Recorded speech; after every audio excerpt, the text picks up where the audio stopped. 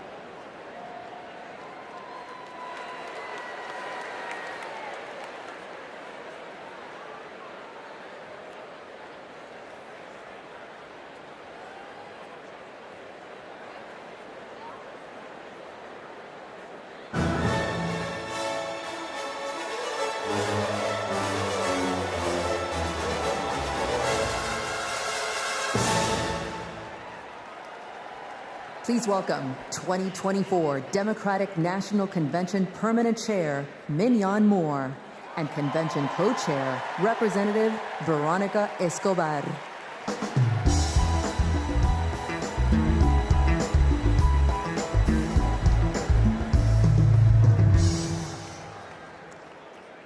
Hello, fellow Democrats. For the final season of the convention, I am more than pleased to pass the gavel to co-chair Representative Veronica Escobar.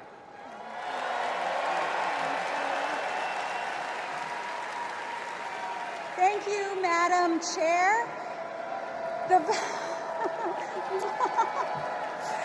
The fourth season of the 49th Quadrennial National Convention of the Democratic Party will now come to order.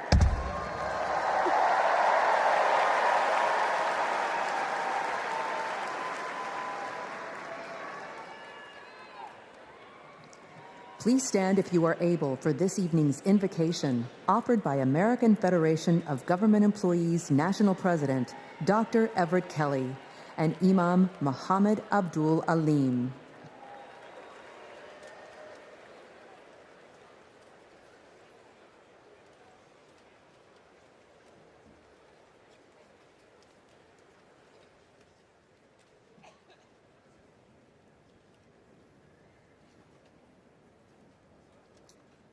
Let us pray. Eternal God, our Father, creator of the universe, help us to rise together in unity and love. The work ahead is monumental. We must heed our call to feed the hungry, heal the sick, and comfort all who suffer. We must conquer fear, injustice, and despair. Our great democracy's foundation is our knowledge that all are equal in God's eyes, that righteous truth, your gift of freedom and equality, are being questioned once again. They're what our forefathers and mothers fought and died for. They died on battlefields, in factories, on farms and picket lines. They died in chains. They died for a better world. Beloved Creator, all this tonight, our democracy is now on the line. In the months that remain, guide Vice President Harris and Governor Walz with your wisdom and your thoughts. Eternal One, hear our prayer. Set our hearts afire that we may never weary in doing with your will in the pursuit of justice. In your Son's name, amen.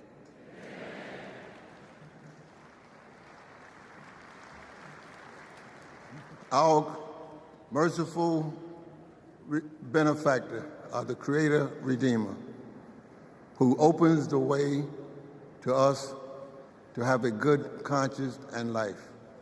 Grant that we continue as a nation out of many one, a people of faith, taking pride in caring for our common humanity. Let us pray that this great nation inspire nations to advance social and economic progress. O God, make us among those who seek justice for all. O God, help us stand with humanity against hate. O God, bless us to approach each day with a feeling of gratitude and remembrance of you. Bless our homes and our schools. Bless us to never be without hope. Bless us in every decision, endeavor, and undertaking. Bless the efforts of the presidency to secure more opportunities for all in our great society. And finally, bless Americans to cherish our freedom and noble essence. Amen.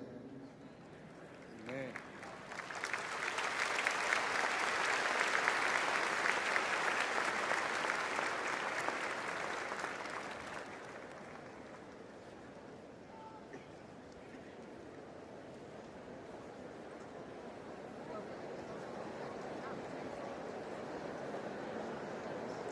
Please remain standing for the presentation of colors by the Illinois State Police Honor Guard.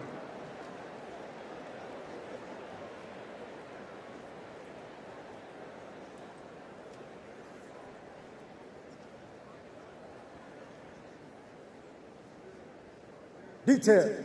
Attention. Carry. Colors. Forward. March. Left. Left. Left. Left. Left.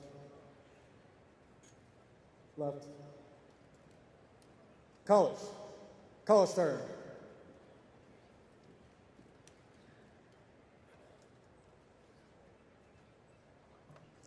Please remain standing for the Pledge of Allegiance, led by Luna Mehring, 6th grader from Oakland, California.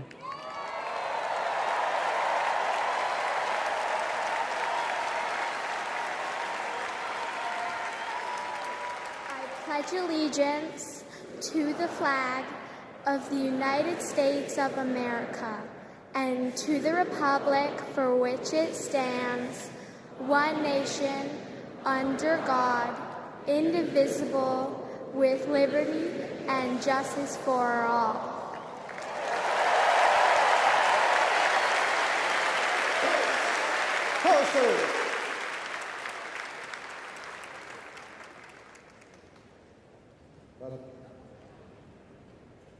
Left. Left. Left. Left. Left.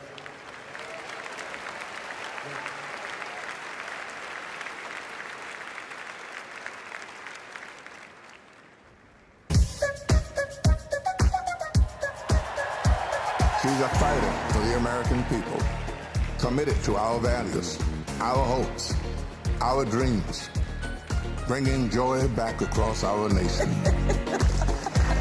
It's about damn time. Turn up the music.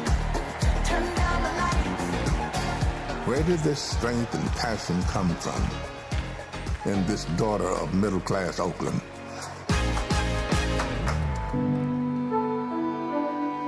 Well, it started with her parents, her mother, a South Asian scientist, and her father, a black economist. They took her to civil rights marches and inspired her to pursue her dreams. After her parents divorced, she and her sister were raised by her mother with the help of friends and neighbors, attending Sunday school at the 23rd Avenue Church. We grew up in this wonderful, loving, supportive environment. My mother was very well aware that she was raising two black girls to be two black women. Her mother saved up for 10 years to buy their first home and shared with Kamala the words and wisdom that remain her North Star to this day. Be a fighter for things that matter, and don't be limited by what has always been.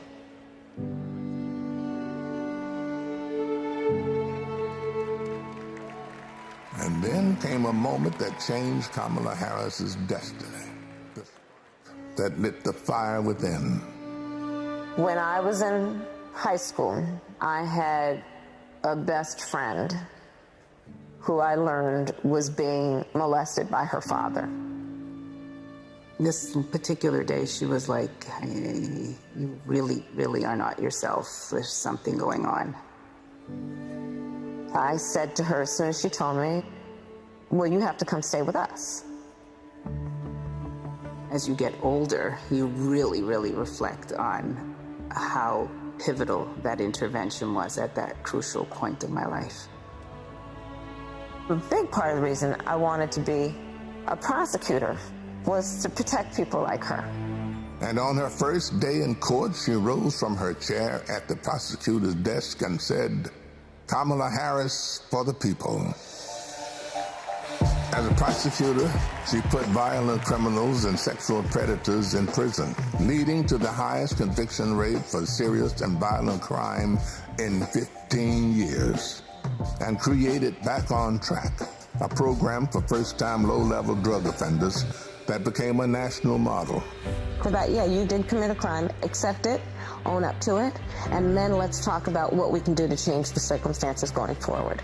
Lowering recidivism rates for nonviolent offenders from 54% to 10%, giving people the training they needed to find a job after their sentence. I remember being so struck by having a district attorney who cared both about justice, about safety and accountability, but figuring out how to stop that crime from happening again.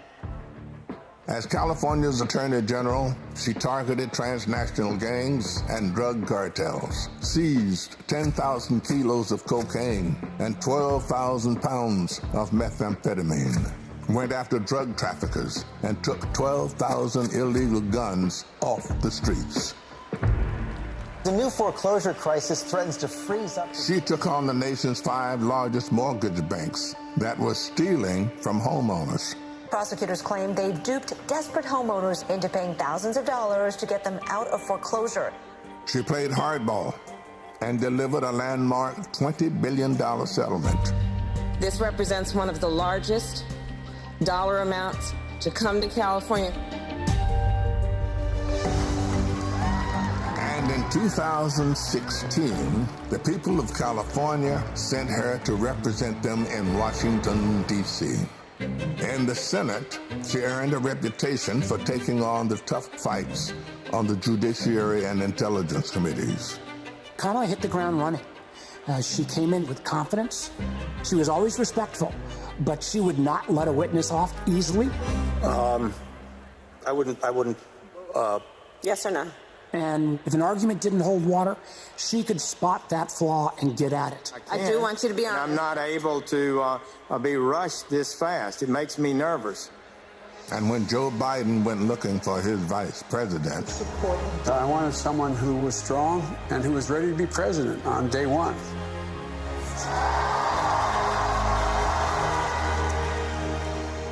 as vice president, she worked to cap insulin costs for seniors at $35, to replace lead pipes and provide clean water for communities, and she helped create 16 million jobs. The Biden-Harris bipartisan infrastructure bill has already created thousands of jobs for our members. That is what the future looks like under a President Kamala Harris. She fought to reduce the trauma of gun violence that has devastated our nation. How many of you guys, as college students, had to have a drill during high school or middle school or elementary school where you learned about how you need to hide in a closet or crouch in a corner in the event that there is a mass shooter roaming the hallways of your school? Look at that. Look at that. And she did more than talk the talk. She walked the walk, helping pass the first bipartisan legislation in 30 years to curb gun violence. So one thing I learned about working with Vice President Harris is she always stand on business.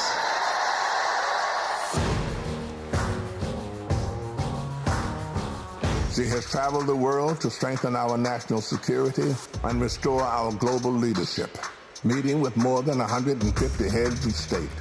She stood shoulder to shoulder with our allies and stood up to dictators, helping to unite NATO behind Ukraine and impose punishing costs on Russia. She's led the fight for reproductive freedom.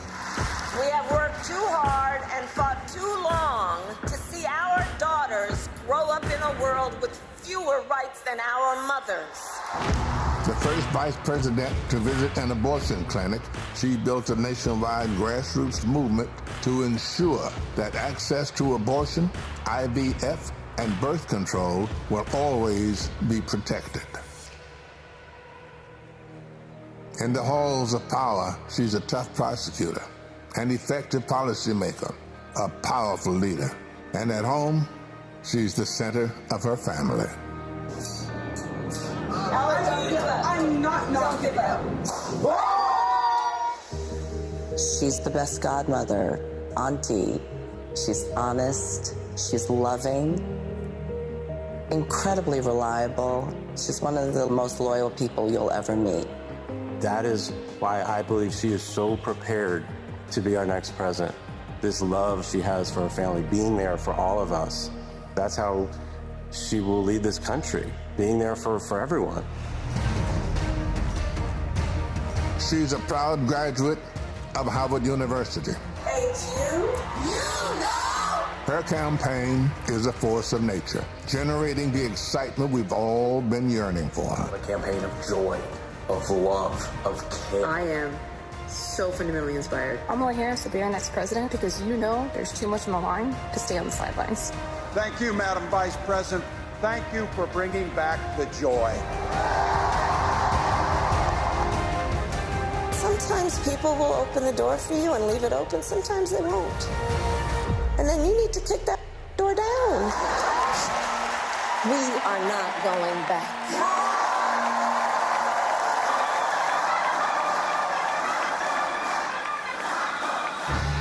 She's a protector, a strong voice for common sense, a leader for tomorrow, committed to healing our country, dedicated to doing the hard work to make us stronger.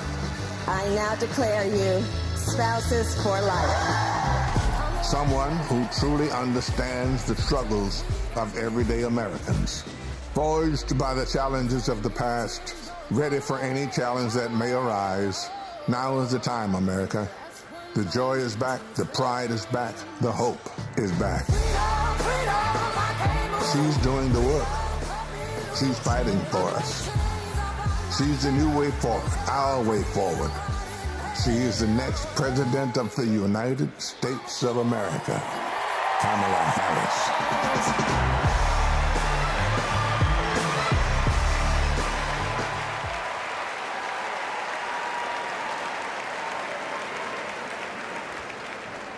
Wow. Bienvenidos todos to the final night of the Democratic National Convention.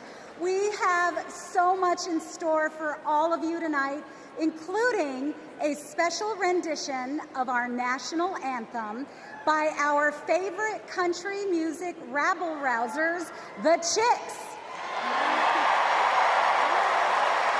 And I just want to say, this week, our energy, hope, and joy have inspired the nation. Meanwhile, Donald Trump has been a small man, speaking in small venues, talking about small ideas. Our ideas, our vision for America brings us together. Our vision for America embraces every community and everyone. Kamala Harris and Tim Walz are working hard because they know our country is great. They know that we can build a future for all of us, and they're earning our votes by laying out a plan that puts the American dream not just within reach, but so we can fully grasp it. By making sure going to the grocery store doesn't break the bank, that we have control over our bodies, that our kids like my own kids, Christian and Eloisa, have opportunities to lead healthy and happy lives. We'll get to know Kamala a little more, and I promise you, you will not only be more inspired, but also ready to fight for a new way forward. And to keep us pumped for this journey, Chicago's very own DJ Metro. Over to you. Chicago, how's everybody feeling out there today? Welcome to night 4 of the Democratic National Convention. I know you all are having so much fun out there, is that correct? Well, there's only one thing left to do, and that's to make sure that the fun continues right here, right now, the only way that I know how. The Chicago way, baby. Y'all ready? Let's go. Thank you. You my little boo thing, so I'll give a hoot what you do. Say, girl, I know you a little too tame. I'll be shooting that shot like girl. No, tell 'em I'm next. Tell 'em you find a lot of something fresh. No, tell 'em I'm next. Tell 'em you find a little something fresh. I know, put a little gold in the teeth and the fit good, so I took the doors up deep. Okay, I see a brother.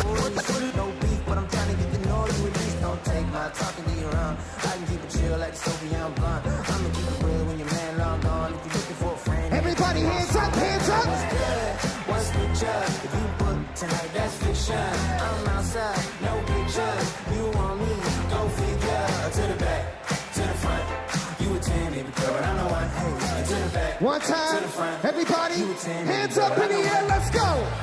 You my little boo thing, so I don't give a hoot what you do, say girl, I know. You a little too tame, I'll be shooting that shot like 2K, girl, I know. Tell 'em I'm next, tell 'em you find a little something too fresh, I know. Tell 'em I'm next, tell 'em you find a little. Thank you very much, ladies and gentlemen.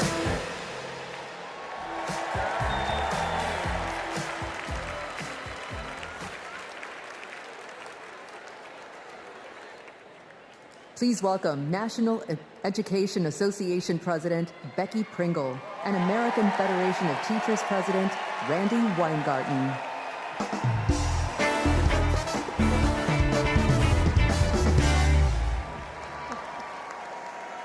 I am Becky Pringle, President of the largest labor union in this country, the National Education Association. As an 8th grade science teacher for over 30 years, I can tell you that Kamala Harris and teacher Tim Walz understand when our public schools are strong, our nation is strong. They know expanding free school meals, investing in healthcare, and keeping our communities and our schools safe creates opportunity for everyone. They will strengthen our schools, support our educators, and help our students live into their brilliance.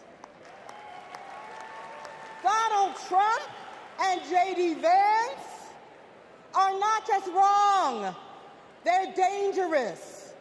It's all right there in Project 2025. They will shut down the Department of Education, end Head Start, and make educators pay a higher percentage in taxes than billionaires. But we are coming together to say, not on our watch. Not on our watch. So we will organize, and we will mobilize, and we will win all the things. So come this January, we will have a president who sees us, who believes in us, and who knows the beauty and the power of this diverse democracy. And her name is Kamala Harris.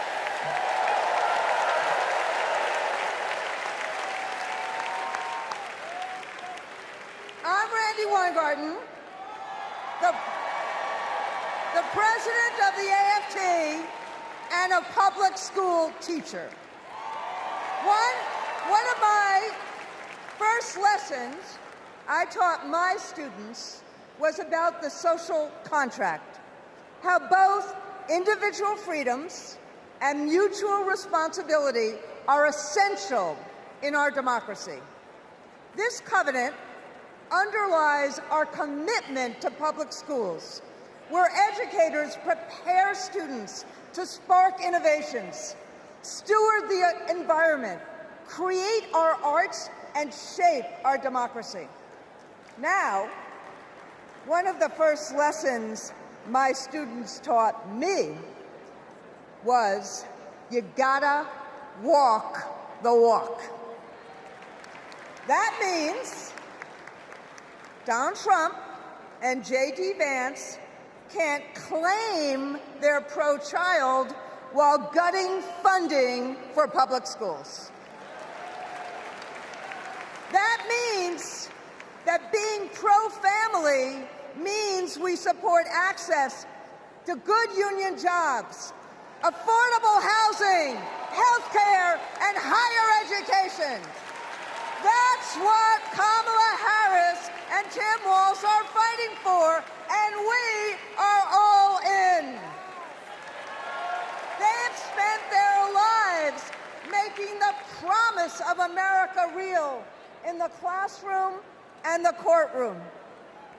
America, with Kamala Harris as our president, our best days are ahead.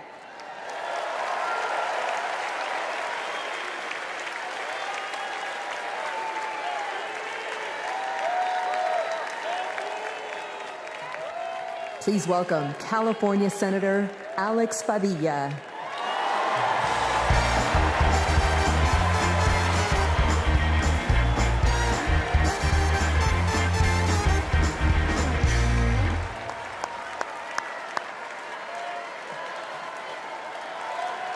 Good evening, Democrats. Buenas noches, demócratas. My name is Alex Padilla, and I am so proud to represent the great state of California in the United States Senate.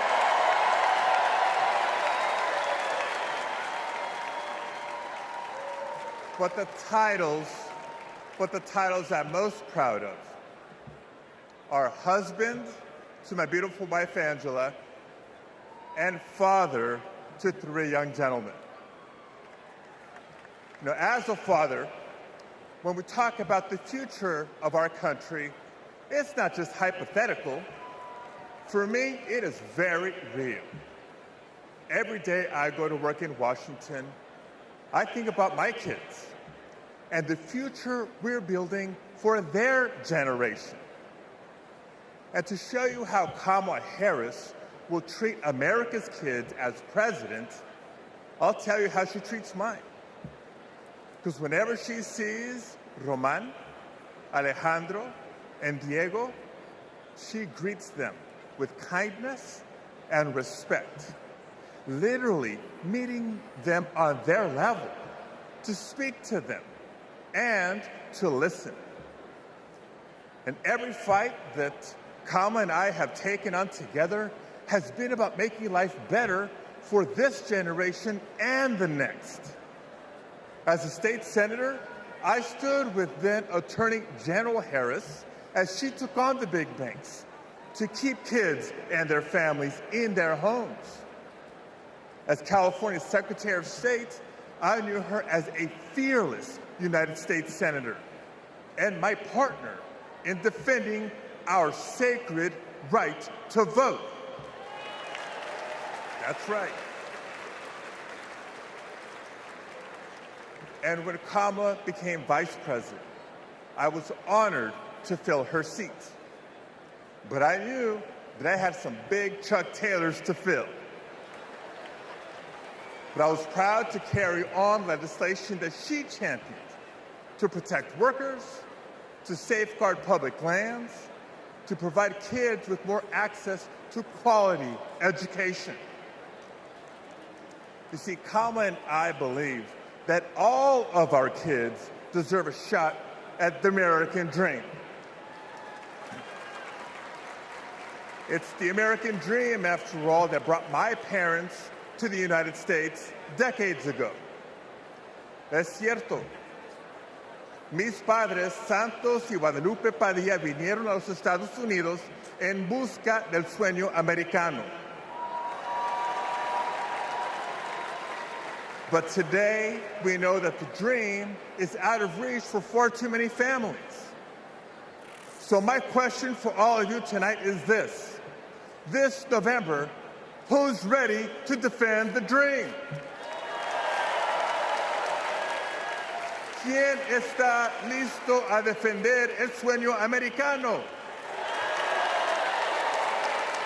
Tim Walz is ready to defend the dream. Kamala Harris will defend the dream. And between now and Election Day, each of us must defend the dream too, by working to elect them as Vice President and President of the United States of America.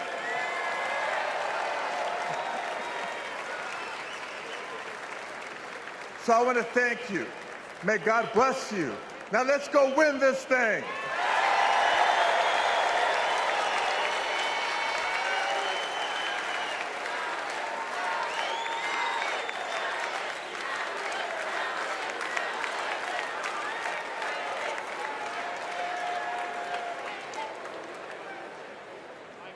For families across our nation, the American dream starts at the same place, the place we call home.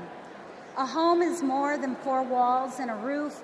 It's the foundation of everything we hope for, the bedrock from which we build our own American dreams and write our own American stories. To share Kamala's vision to give more Americans a place to call home, please welcome former Secretary of Housing and Urban Development, Marcia Fudge.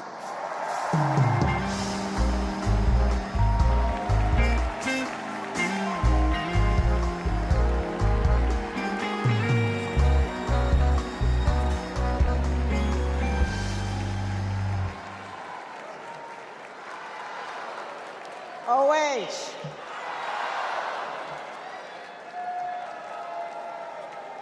Kamala Harris has fought to protect homeowners and renters her entire career. As Attorney General, she held big banks accountable for their role in the foreclosure crisis and won billions of dollars for California homeowners. As Vice President, she and President Biden helped over 400,000 homeowners at the risk of foreclosure during the pandemic. And as President, she will build 3 million new homes and rentals, limit unfair rent increases, and offer down payment support for first-time home buyers. It's personal. Kamala remembers her mother's pride at buying their first home after saving for 10 years. She knows housing is a human right and a pathway to the middle class. Where you live determines what schools your children go to, what health care you receive, and whether you can get a good job without spending hours commuting. Where you live too often determines how you live. Donald Trump has no idea how housing works for everyday Americans. He doesn't care. He started his career being sued for denying housing to black families. As president, he sat by while the cost of housing skyrocketed. Now, we can hand the keys to our housing policy back to a negligent landlord, or we can elect a president who believes in safe, affordable housing for all.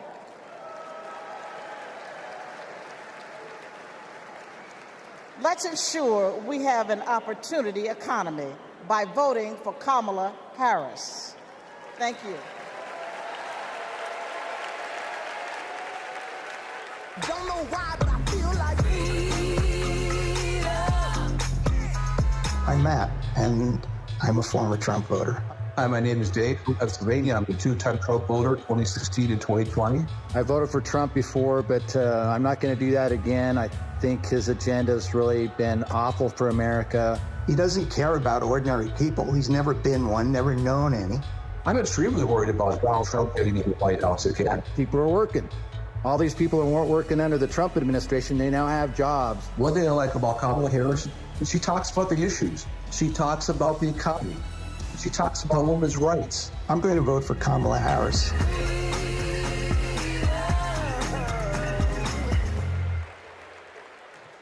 Please welcome California Representative Ted Lieu.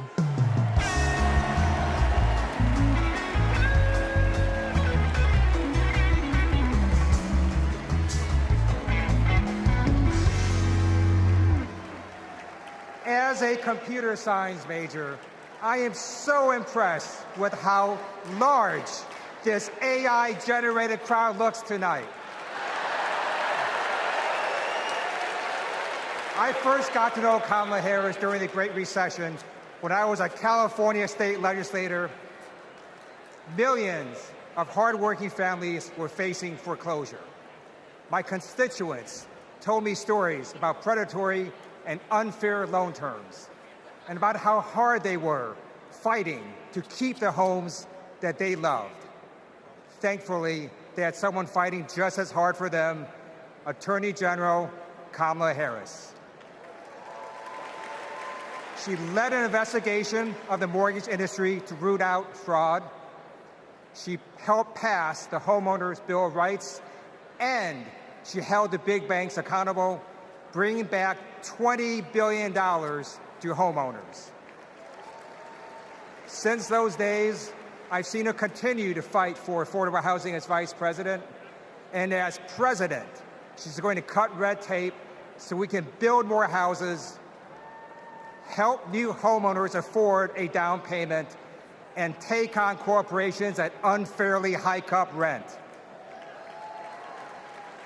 Kamala Harris fights for affordable housing because she gets it. You know, when her mom was raising 2 girls, she did what so many parents do: work early hours and work late nights, pay the bills, and put on a brave face so her girls did not know how hard it really was. It shouldn't be this hard in America, and President Kamala Harris will make sure it's not. She'll fight to lower housing costs so that everyone, everywhere, can find a place to call home.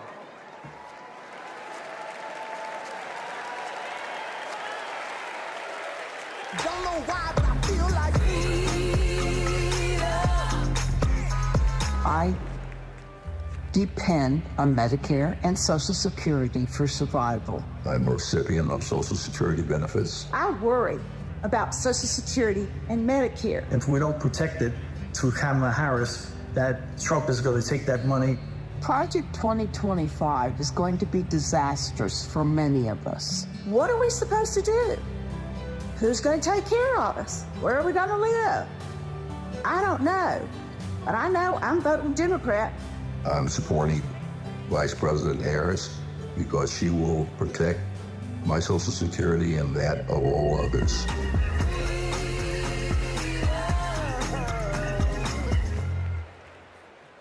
Please welcome Wisconsin Senator Tammy Baldwin.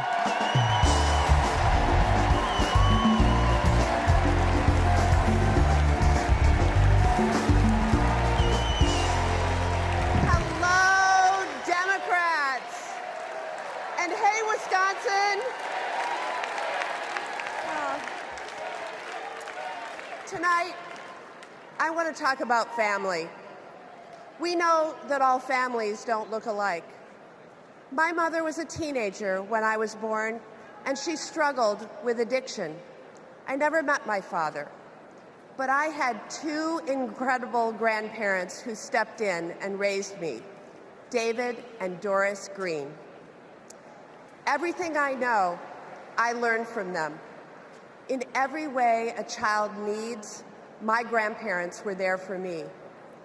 And as they grew older, it was my privilege to be there for them. So when I work to protect Medicare and Social Security, I do it with a personal knowledge of what those big programs meant in small but deeply meaningful ways to my grandparents. And I know what they mean for your parents and grandparents. But let's be clear, that is all at risk today. Donald Trump was asked what he would do about Social Security and Medicare, and he said, and I quote, "There's a lot you can do in terms of cutting." Cutting? He's talking about cutting Social Security and Medicare while giving a huge new tax break to billionaires and corporations? Well, Kamala Harris is not going to let that happen. And Tim Walz is not going to let that happen. We are not going to let that happen. You know, they've got it backwards. We Democrats, we honor our elders and ask the wealthiest to pay their fair share. Wisconsin's state motto is forward And my friends, that's where we're headed.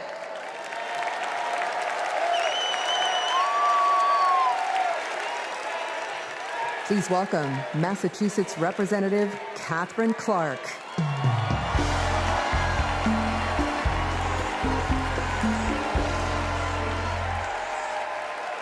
I am a proud mom of 3. And when my kids were young, I sat down with my husband to go over our bills.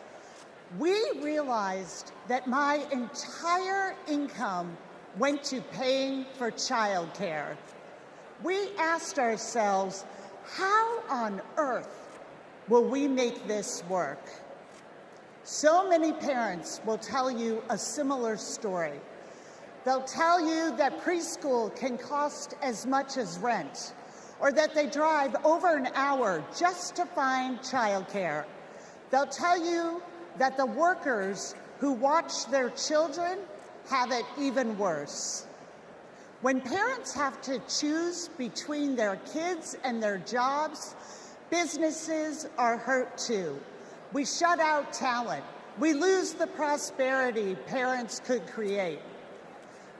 Childcare makes our economy run. And yet, Donald Trump's Project 2025 will eliminate Head Start, close classrooms, raise the cost of care. And J.D. Vance says affordable childcare is class war against normal people.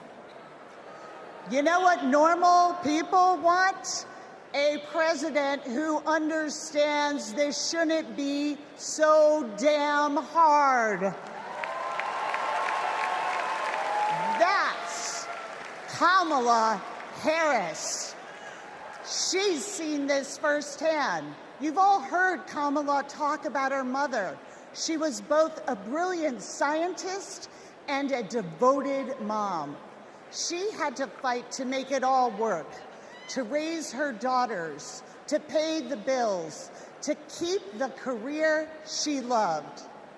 Kamala and Tim know that when everyone can find and afford childcare, our kids and our communities will thrive. Our middle class will grow.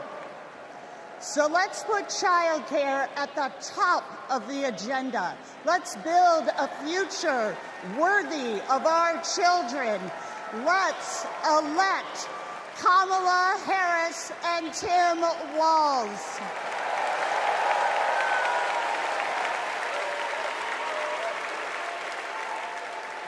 Please welcome Colorado Representative Joe Neguse.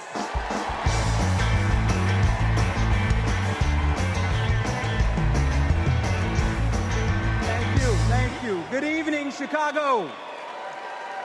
My name is Joe Neguse, and I represent the great state of Colorado in the U.S. Congress.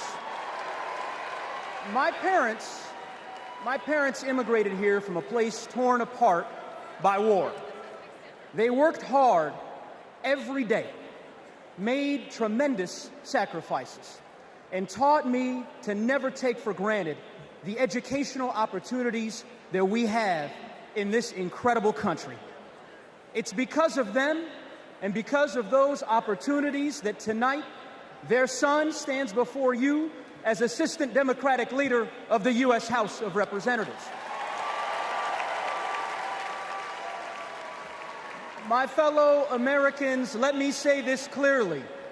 Don't let anyone tell you that the American dream is dead. It is alive and well, and it will grow even stronger with Kamala Harris as the next president of the United States. How do we know that? How do I know that? Well, it's because Kamala Harris believes that college can be a ticket to the middle class, and she has fought to make it more affordable her entire career. As California Attorney General, she took down one of the biggest for-profit colleges, securing $1 billion, $1 billion for students who were defrauded. Alongside President Biden, she expanded Pell Grants and secured record funding for HBCUs. And Kamala Harris made public service loan relief a reality for teachers and first responders and firefighters and nurses and countless others across our land.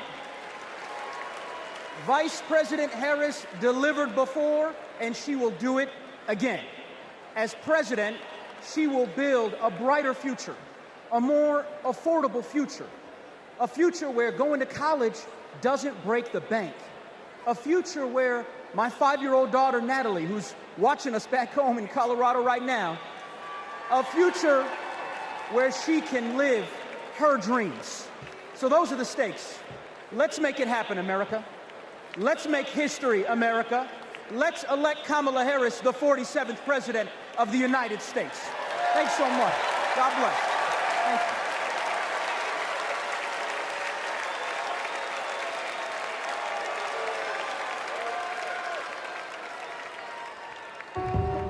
I basically worked in public service my entire adulthood, over 27 years. Seeing my mom work in the public service sector, it was actually inspiring me, and I'm like, she gives more to the community than she is for her own self. As a single mother, I knew I wanted my daughters to have a better life than I did. So I said, you know, going to school will help me. I would see her move like the bills to the side, but I know she was mounting. I know she was drowning in student loan debt. Then eventually my loans got to $800 a month. I paid it. I did what I was supposed to do. But I was like, oh my God, I'm gonna be in debt until the day I die. When the Biden-Harris administration first announced the public service loan forgiveness, and I'm rushing to my mom, like, apply for this, apply for this. I'm sitting at my desk, opening up my mail.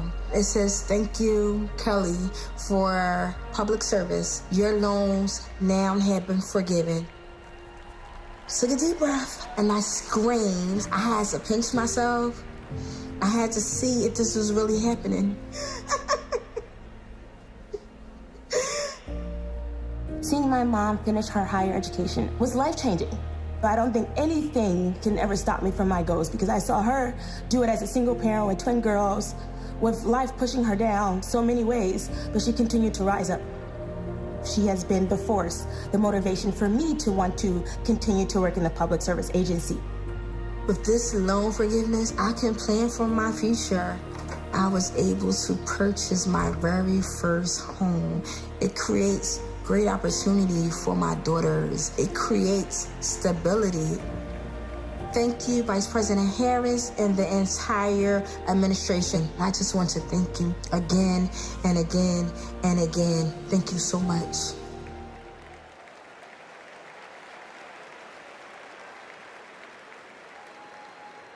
Our party's not over, Chicago! Let me see you just rock with me once. This shit, that ice cold. Michelle fight for that white gold. This one for them hood girls, them good girls, straight masterpiece. Stylin', wildin', living it up in the city. Got Chuck's on with Saint Laurent. Gotta kiss myself, I'm so pretty. I'm too what? I'm too hot. Call the police and the fireman. I'm too hot. Make a dragon wanna retire, man. I'm too hot. Say my name, you know who I am. I'm too hot. And my band bout that. Everybody just clap. Girls hit you, hallelujah. Girls hit you, hallelujah. Girls hit you, hallelujah. Cause Uptown Funk don't give it to you. Cause Uptown Funk don't give it to you. All right, Chicago. Let me see you just. Let me see you just. Don't believe it, just rock. Come on.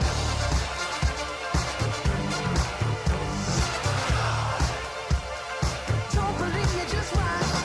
Don't believe me, just watch. Don't believe me, just watch. Don't believe me, just watch. Hey, hey,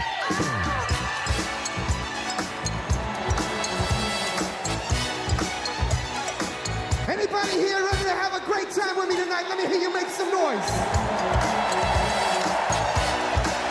I'm DJ Metro from Chicago. Let's go.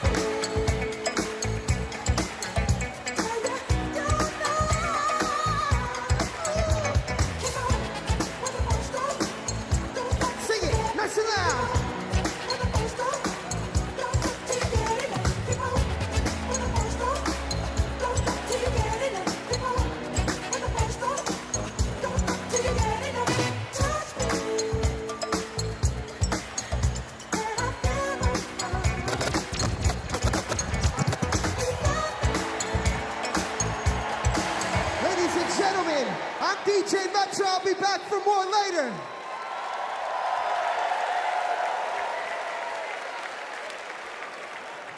Please welcome Durham, North Carolina Mayor Leonardo Williams.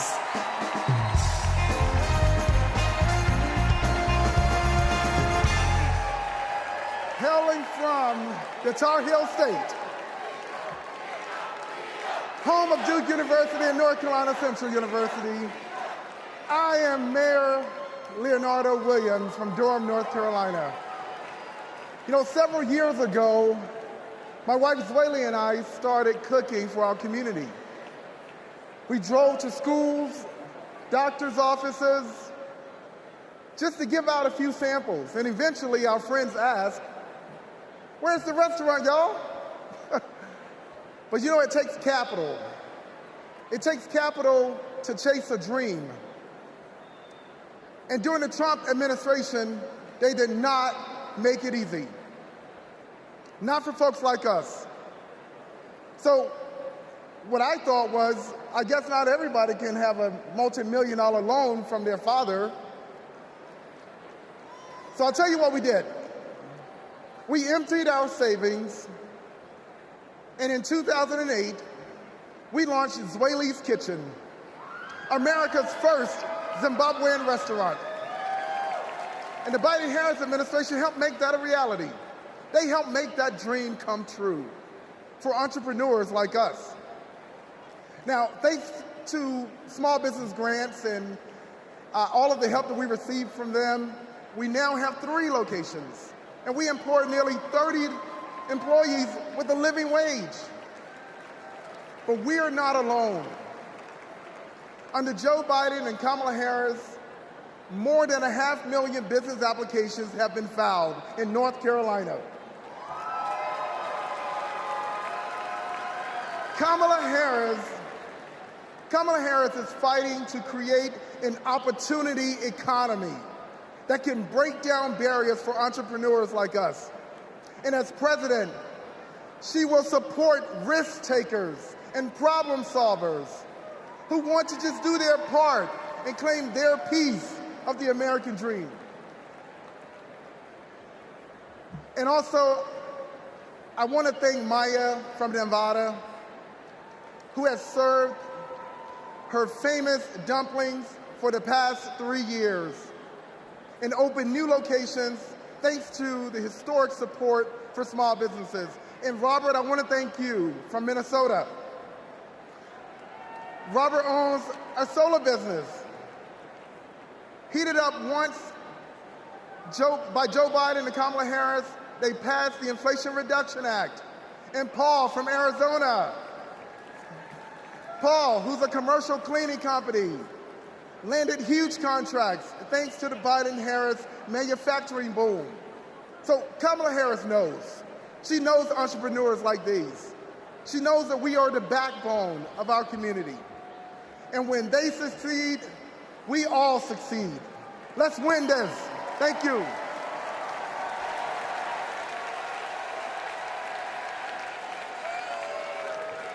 Please welcome Illinois Representative Raja Krishnamurthy.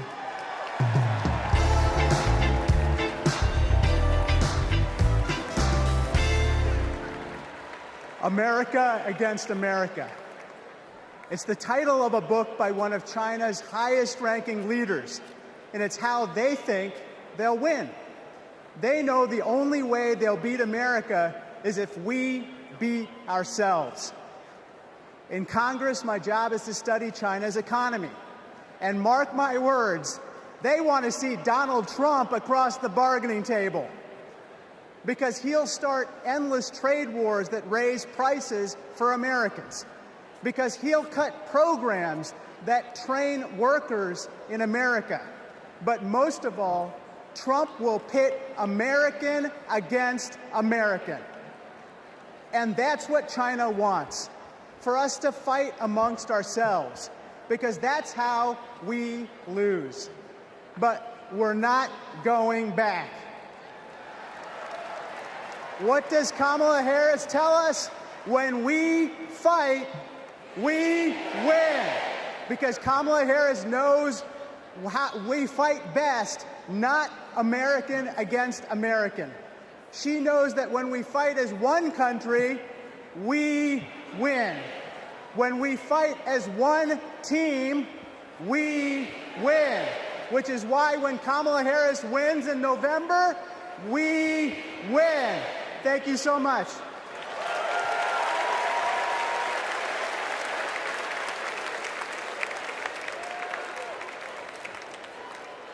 We believe in a future where every person has the opportunity to build a business, to own a home, to build intergenerational wealth, a future with affordable health care, affordable child care, paid leave, and all of this is to say, building up the middle class will be a defining goal of my presidency.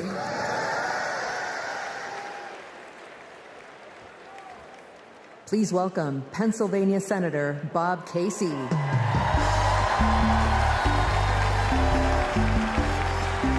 Pennsylvania.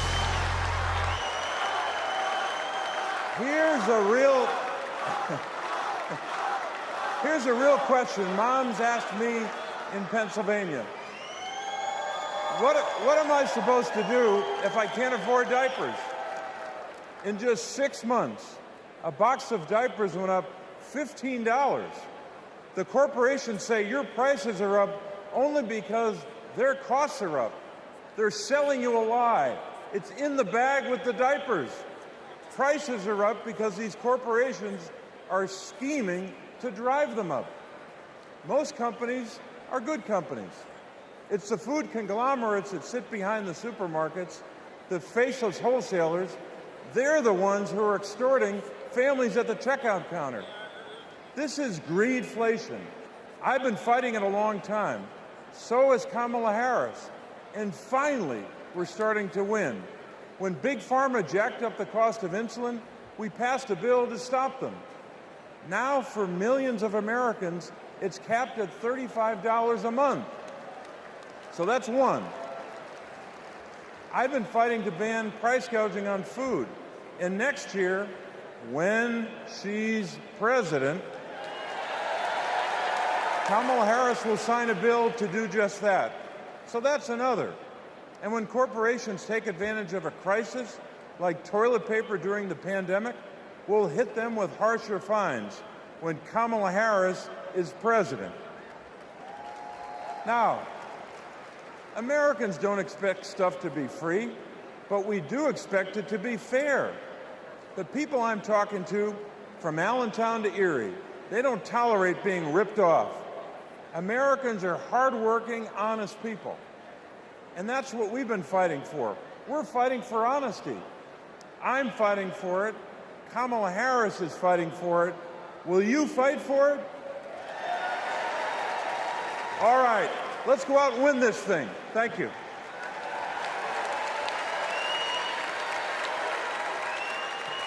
Please welcome Massachusetts Senator Elizabeth Warren.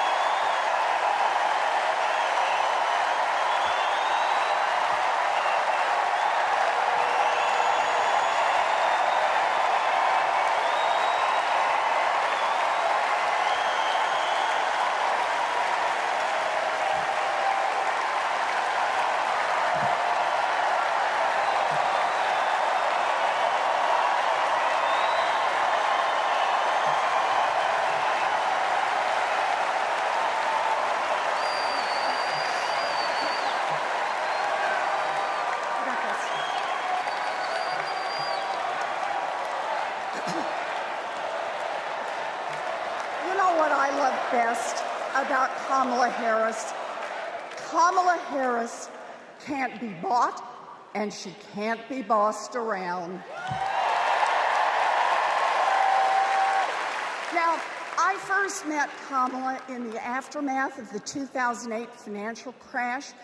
The banks had flat out broken laws, cheated people, and stolen homes. Millions of Americans had lost their jobs, their savings, their homes. Now, I was setting up the Consumer Financial Protection Bureau. Go CFPB!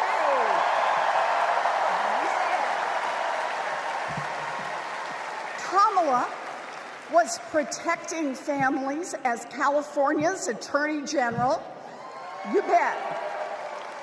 And Donald was scamming students at Trump University and trying to make money off people losing their homes. Kamala Harris stepped up. She enforced the law, she fought the giant banks, and she delivered billions of dollars of help for families.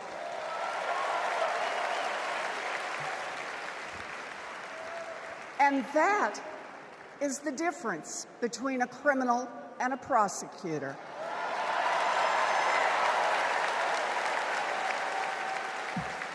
You know what else I love about Kamala? She gets it. We need to make life more affordable for working people. Yeah. Donald Trump, the felon, has no plans to lower costs for families. He doesn't know how, and basically, he doesn't really care. When did he ever fill up a gas tank or worry about a grocery bill? The only bills he worries about are from his criminal defense lawyers.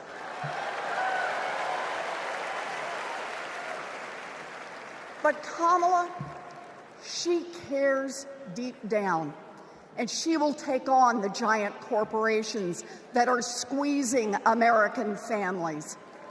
In fact, it's something she's done before. During the California wildfires, she went after the price gougers. During the pandemic, we worked together in the Senate to stop price gouging.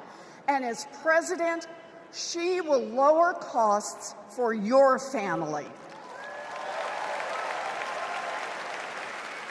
She'll take on the Wall Street firms that buy up millions of houses and apartments and then jack up the rent. She'll take on drug companies that charge an arm and a leg for prescriptions. She'll take on corporate monopolies that rip off consumers and billionaires who don't pay taxes.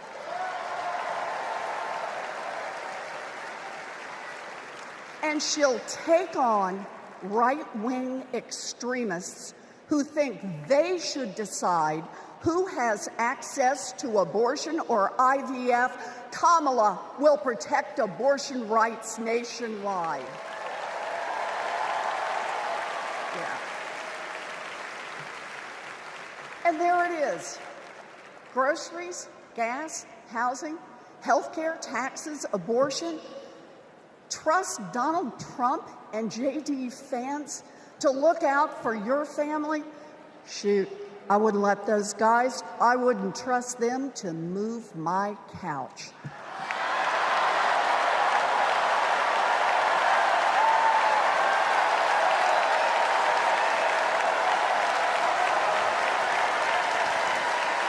We need Kamala Harris. This election is about your family and your future.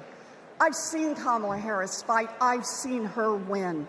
And when it comes to our families and our futures, Kamala Harris is someone we can trust. So here it is, with joy in our hearts.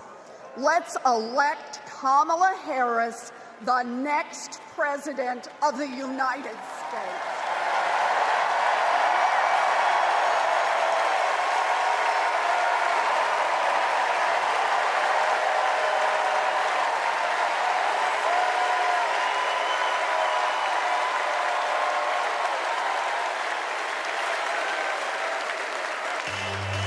party is nowhere near over, Chicago! We're gonna do this real big because we got a good feeling about this presidency. Now let me see your hands up one time. I got a feeling that tonight's gonna be a good night. That tonight's gonna be a good night. That tonight's gonna be a good, good night. That tonight's gonna be a good night. That tonight's gonna be I want to see everybody losing their minds. 1, 2, now everybody party. Tonight's the night. Let's live it up. I got my money. Let's spin it up. Go out and smash it. Like, oh my God. Jump out that sofa. Let's kick it up. I know that we'll have a ball if we get down and go out and just lose it all. I feel stressed out, I won't let it go.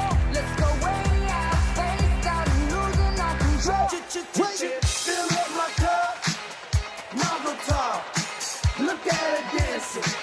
Just take it up, up, up, up, up, up, up, up, up, up. Let me hear you shut down. Come on. Because in this nation, we're all one big family. Let me see.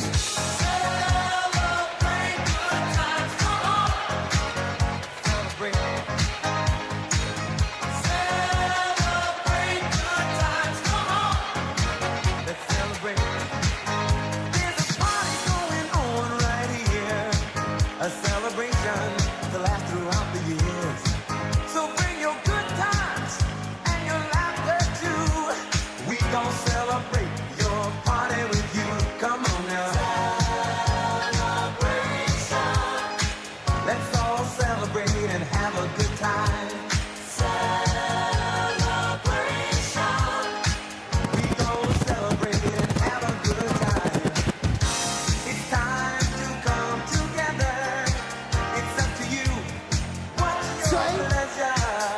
Everyone around the world, come on! Ladies and gentlemen, I'll see you guys in just a little while. Thank you.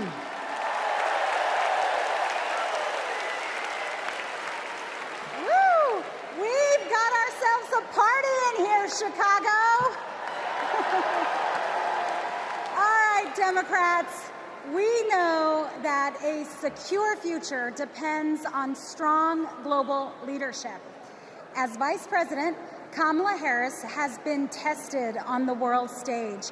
She's faced down threats, stood shoulder to shoulder with our allies, and engaged in the serious work of safeguarding America's security.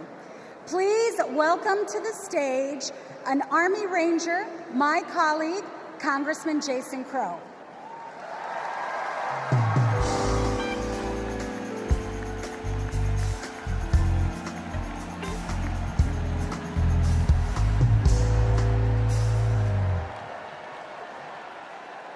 Before serving in Congress, I was a paratrooper and an Army Ranger. Over 100 combat missions in Iraq and Afghanistan taught me what really makes America strong and secure. You see, it's not tough talk, it's not chest thumping, because in war, talk is cheap. And trust me, I know a couch commando when I see one.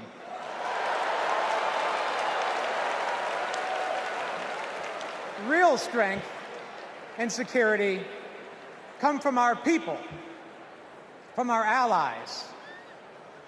Donald Trump's Project 2025 would abandon our troops, abandon our veterans, our allies, and our principles. In Chapter 4, Trump plans to do Putin's bidding by abandoning Ukraine and walking away from our NATO allies. In chapters 2 and 3, he plans to fire our national security and military professionals and then replace them with MAGA loyalists. But I refuse to let Trump's golf buddies decide when and how our friends are sent to war. When we join the military, we raise our right hand and we take the oath. We know that it comes with sacrifice, but we also know that it comes with a promise that America will have our back. Trump will break that promise. In fact, in Chapter 20 of Project 2025, he plans to slash veterans' benefits and then privatize VA health care. As a paratrooper, we learned that the leader of the unit jumps first, and then the others follow. Leaders always go first. But Trump, he would push your son or daughter out of the plane and then abandon them when they come home. Our troops deserve a commander-in-chief who will always have their back. That leader is Kamala Harris. And together, we will make Kamala Harris our next commander-in-chief.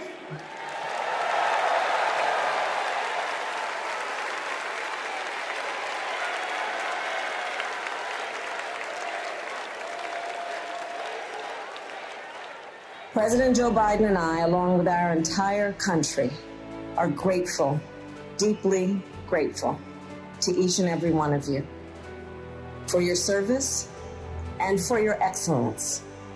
The United States military, without any question, is the strongest and best fighting force the world has ever seen. And that is because of you, each one of you. Please welcome Michigan Representative Alyssa Slotkin.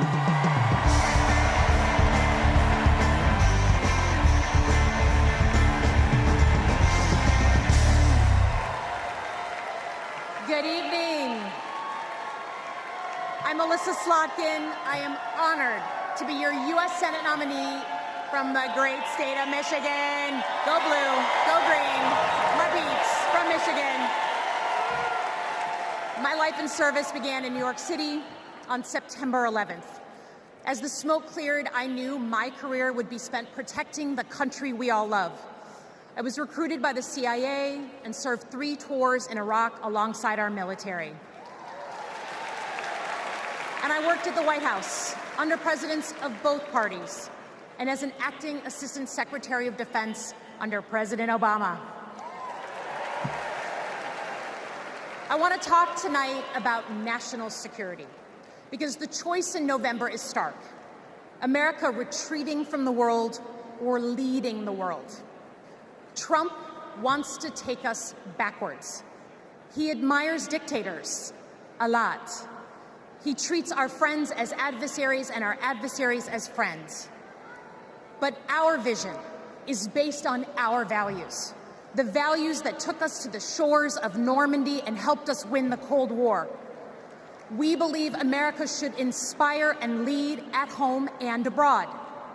We recognize that it's not just about having a strong military, but about tackling global challenges like AI and climate change together. And guess what? That takes friends. You gotta have friends to do that. Vice President Harris understands our strength abroad is inextricably linked to our strength here at home. Our schools, a strong middle class, and the health of our democracy. So, for everyone here and everyone watching, I want you to proudly claim your patriotism. You are here because you love your country. Do not give an inch to pretenders who wrap themselves in the flag, but spit in the face of freedoms it represents.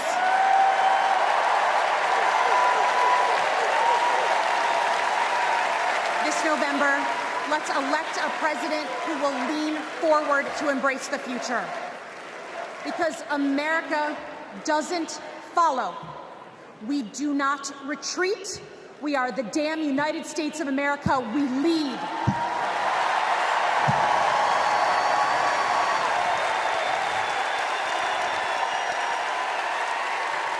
Please welcome New York Representative Pat Ryan.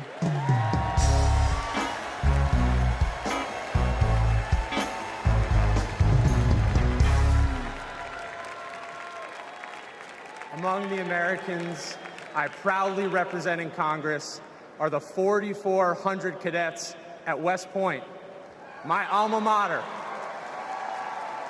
Last year, I welcomed Vice President Harris when she delivered the commencement address.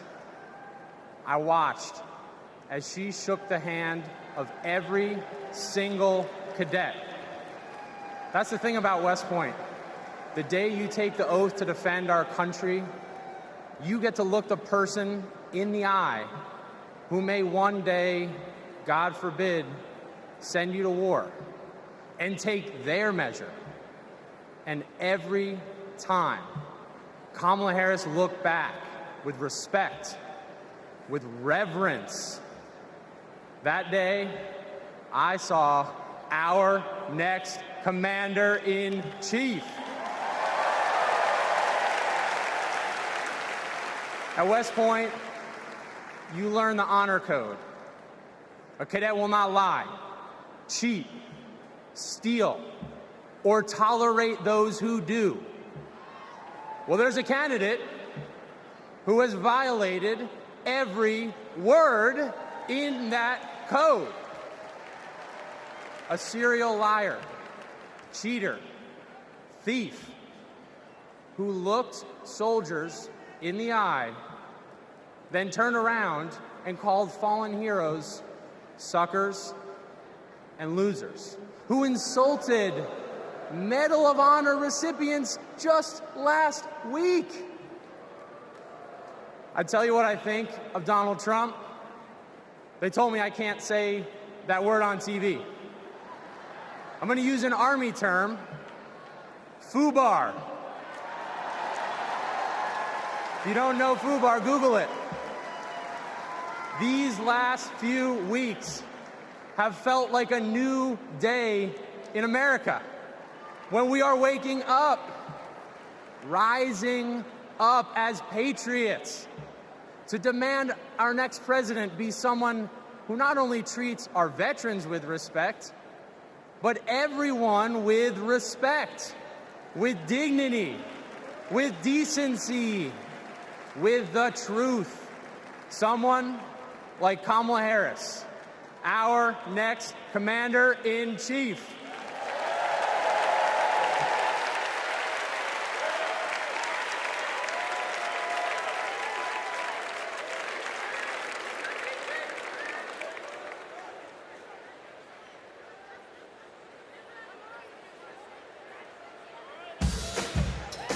We are not done. I'm trying to tell you guys that I want to see you up off your seats, dancing and moving around. Get excited with me and say, I say I'm too late. Got nothing in my brain. That's what people say. That's what people say. I go on too many dates, but I can't make them stay. At least that's what people say. That's what people say. But I keep cruising. Can't stop, won't stop moving. It's like I got this music in my mind saying it's gonna be alright. 'Cause the players gonna play, play, play, play, play. And the haters gonna hate, hate, hate, hate, hate, baby. I'm just gonna shake, shake, shake, shake, shake. Shake it off, shake it off. Breakers gonna break, break, break, break, break. And the fakers gonna fake, fake, fake, fake, fake, baby. I'm just gonna shake, shake, shake, shake, shake. Wait. Shake it off, shake it off. hold on. Come and move that in my direction. So thankful for that. Representando para mi latino aquí conmigo esta noche. Oh, you are my sunrise on the darkest day. Got me feeling some kind of way. Make me wanna savor every moment slowly. Slowly, despacito. Quiero respirar tu cuello despacito. Deja que te diga cosas al oído. Para que te acuerdes si no estás conmigo. Despacito. Quiero desnudarte a besos despacito. Firmo en las paredes de tu laberinto. Y hacer de tu cuerpo todo un manuscrito. Quiero ver bailar tu pelo, quiero ser tu ritmo. Que le enseñes a mi boca tus lugares favoritos. Ladies and gentlemen, one more time, I'm DJ Metro, and I'll be back.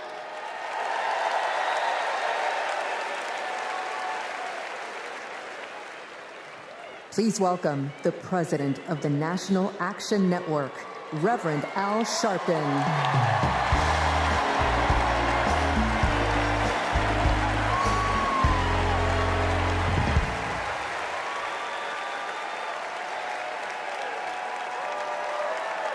Thank you. Thank you. Thank you. Good evening. I stand before you as the president of National Action Network. We do not endorse candidates, but we report where candidates stand on criminal justice, economic empowerment, health equity, and other issues. On one side of this race is Donald Trump, a fellow New Yorker I've known for 40 years. Only once in that time, did he take a position on racial issues. He spent a small fortune on full-page ads calling for the execution of 5 innocent young teenagers. Well, I'm gonna bring them out in a minute, and you'll hear from them tonight. Because they were not executed, they're here to continue to fight.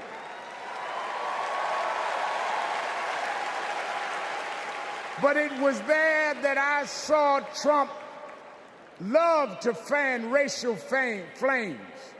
On the other side is a woman that I walked with in Selma, Alabama to commemorate the 59th anniversary of Bloody Sunday. Kamala Harris spoke to me that day about unity and passing bills. All I ever heard from Donald Trump was how he can get an advantage. I see one candidate who wants to protect the right to vote, while the other has tried to cook up 11,000 votes in Georgia. I see a candidate who, with Joe Biden, brought leaders to the White House to confront violent hatred, running against a man who said neo-Nazis in Charlottesville were fine people. I see a candidate who has sought to reform and uphold the law, and a man who wrongly assumes his mugshot appeals to black Americans. I worked with Kamala Harris. In every job she's had, she has consistently committed to making government work for those of us who've been disadvantaged. All Donald Trump has been consistent about is making himself richer and sowing division to get that done. This man sat right here in Chicago a few weeks ago, refusing to apologize for claims that migrants were taking black jobs. Well, in November, we're gonna show him when blacks do their job.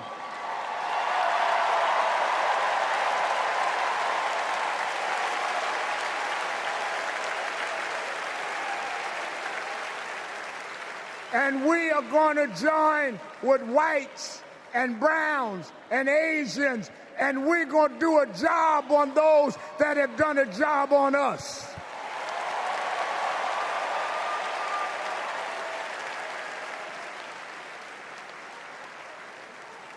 Tonight, we are going to realize Shirley Chisholm's dream.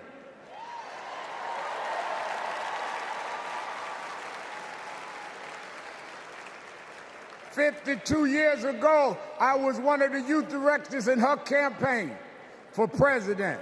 And 52 years after she was told to sit down, I know she's watching us tonight as a black woman stands up to accept the nomination for President of the United States.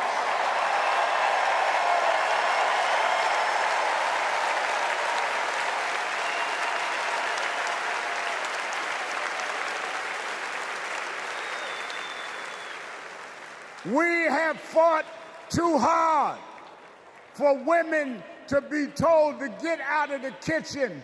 We are now on our way to the Oval Office. We won't go back.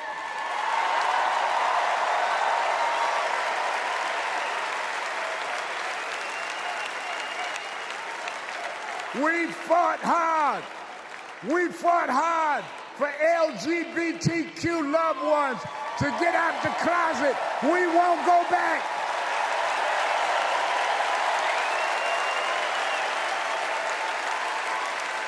We fought hard for the right to choose, the right to education. We suffered and died and bled, went to jail to get the right to vote. We won't go back.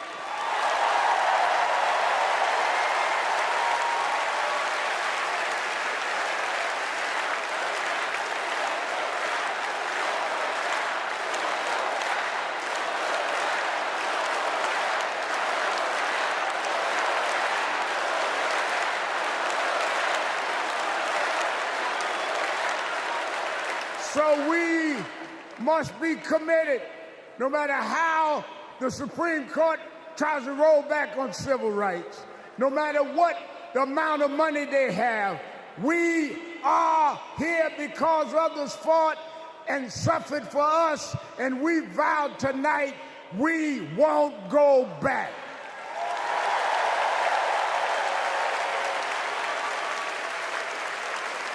This November, we will go forward to fulfill the promise of a just and fair nation. And let me say, as we transition, I'm a preacher. And in Psalms it says, weeping may endure for a night, but joy comes in the morning. We've endured January 6th. We've endured conspiracy theories. We've endured lies and areas of darkness, but if we stay together, black, white, Latina, Asian, Indian American, if we stay together, joy, joy, joy, joy coming in the morning.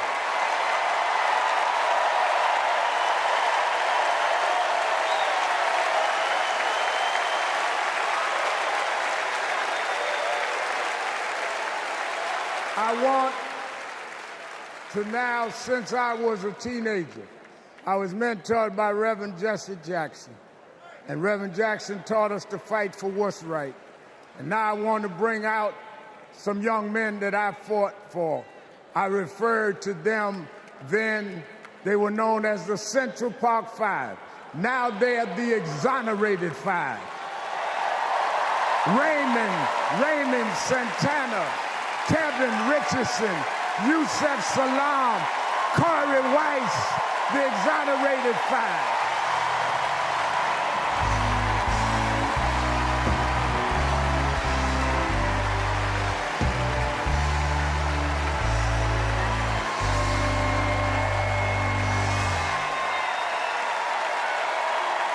We won't go back.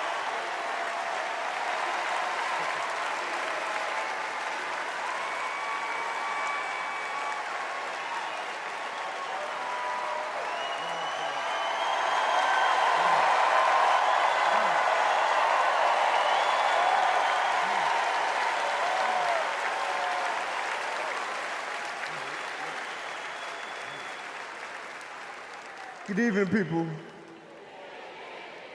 My name is Corey Wise. 35 years ago, my friends and I were in prison for a crime we did not commit. Our youth was stolen from us.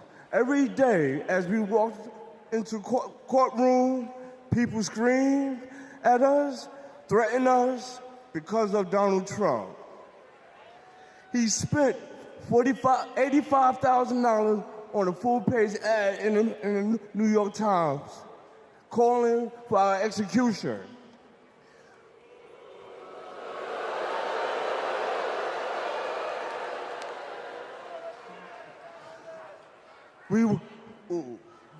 We were innocent kids, but we served a total of 41 years in prison.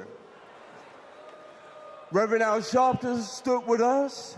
Now, I'm proud to stand with him today.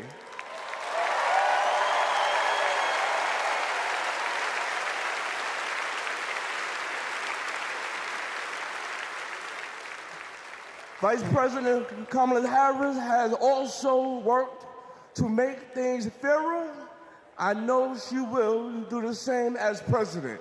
Now prove that message.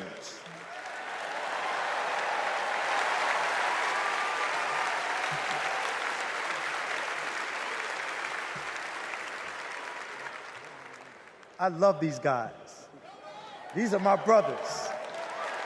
These are my brothers. Yes, indeed. America. I am Yusuf Salaam.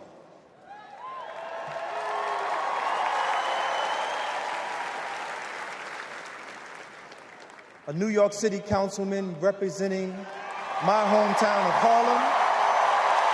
That's right.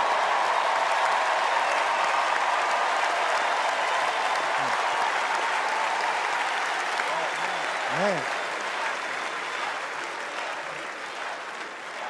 Representing my hometown of Harlem, USA. And listen, as my friend Corey Wise just said, 45 wanted us unalive. He wanted us dead. Today we are exonerated because the actual perpetrator confessed and DNA proved it. That guy says he still stands by the original guilty verdict. He dismisses the scientific evidence rather than admit he was wrong. He has never changed, and he never will.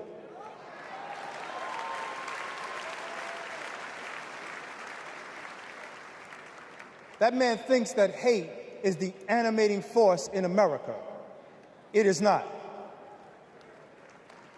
We have the constitutional right to vote. In fact, it is a human right. So let us use it. I want you to walk with us. I want you to march with us. I want you to vote with us.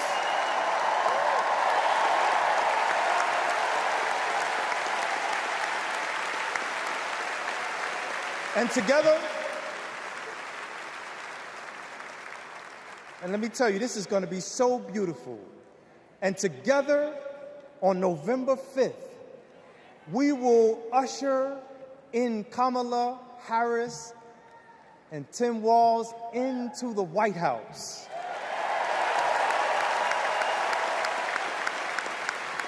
So I want to do this. When I say one day, I want you to say, see us. When they see us. When they see us. When they see us, America will finally say goodbye to that hateful man.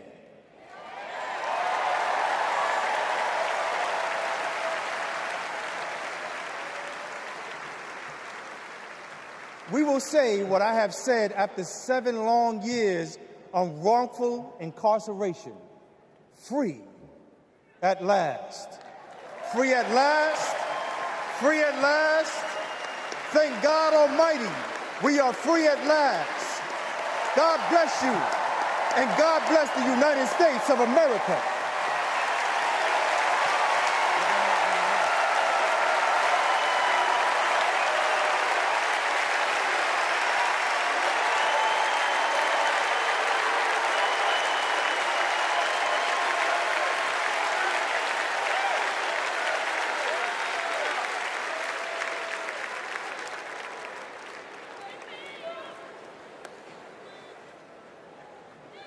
Wow.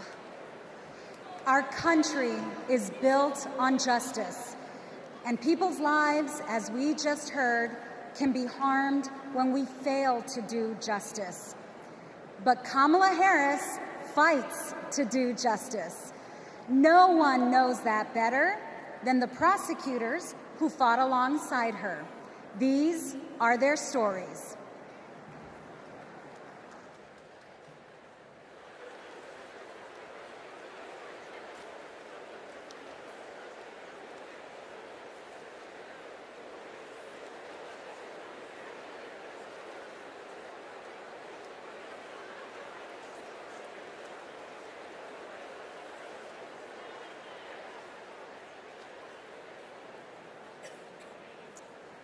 I'm Amy Resner. I was a colleague in the courtroom when my friend Kamala tried one of her first cases and made the prosecutor's promise for the people. For Kamala, practicing law was always about protecting the vulnerable and giving the victims a voice. Women who were sexually assaulted, children who were mistreated and sexually abused. She helped them navigate their nightmares and demand justice for their injuries. And she did it all with grit and grace, intelligence and heart. She was a remarkable prosecutor, and she will be a remarkable president. Survivors of sexual assault struggle to be heard over the cacophony of voices demeaning, discrediting, and vilifying them. When powerful offenders are allowed to manipulate public opinion by attacking their victims' credibility, all victims suffer. Those words are from the 2021 amicus brief filed by RAINN, the nation's largest anti-sexual violence organization, in the case of E. Jean Carroll versus Donald J. Trump. As a legislator and lifelong advocate against sexual violence, I urge all of us to stand together to support survivors, believe them, and hold perpetrators accountable.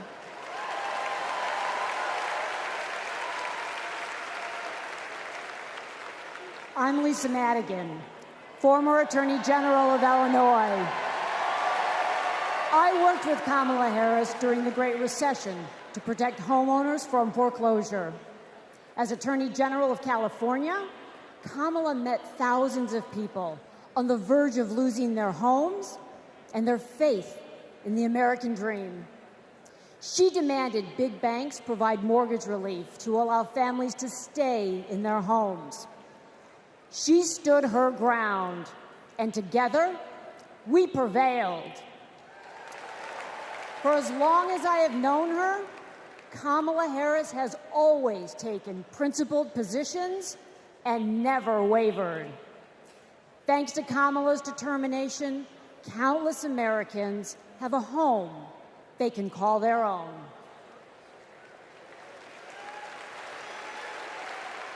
And I'm Mark Morial, civil rights leader and former mayor of New Orleans. In the 1970s, Donald Trump was sued for refusing to rent his apartments to African Americans. His employees were told, put those applications in a drawer and leave them there. It was straight up housing discrimination. It was racism, and civil rights advocacy put an end to it. Kamala Harris has a plan to build more housing, keep rent prices fair, and help more people own homes. Donald Trump, you denied black people the American dream, and Kamala Harris is creating a future where every family, yes, every family has a place to call home. I'm Nathan Horns. In 2010, I went to college in California to pursue my dreams, but ended up with a nightmare. Corinthian Colleges was a predatory for-profit chain. They defrauded more than 500,000 students and burdened us with loans we could never repay. Then Kamala Harris stepped in. As Attorney General of California, she stuck up for students. She prosecuted Corinthian, and as Vice President, she stuck with us. As we fought and we organized for debt relief, the Biden-Harris administration came in, canceled all Corinthian student debt, and gave us back our futures. My name is Tristan Snell, and I prosecuted Trump University.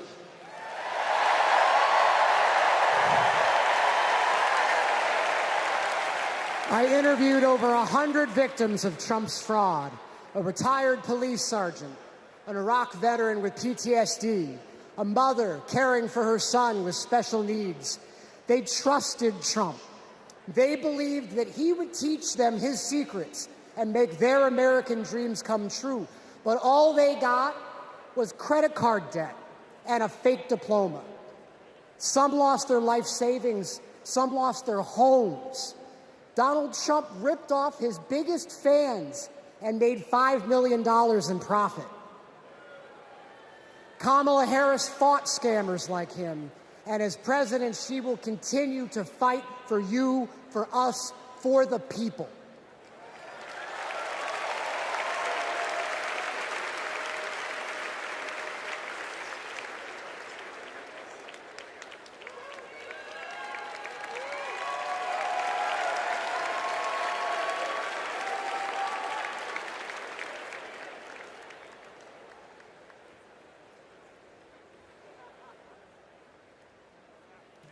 Please welcome Massachusetts Governor Maura Healey.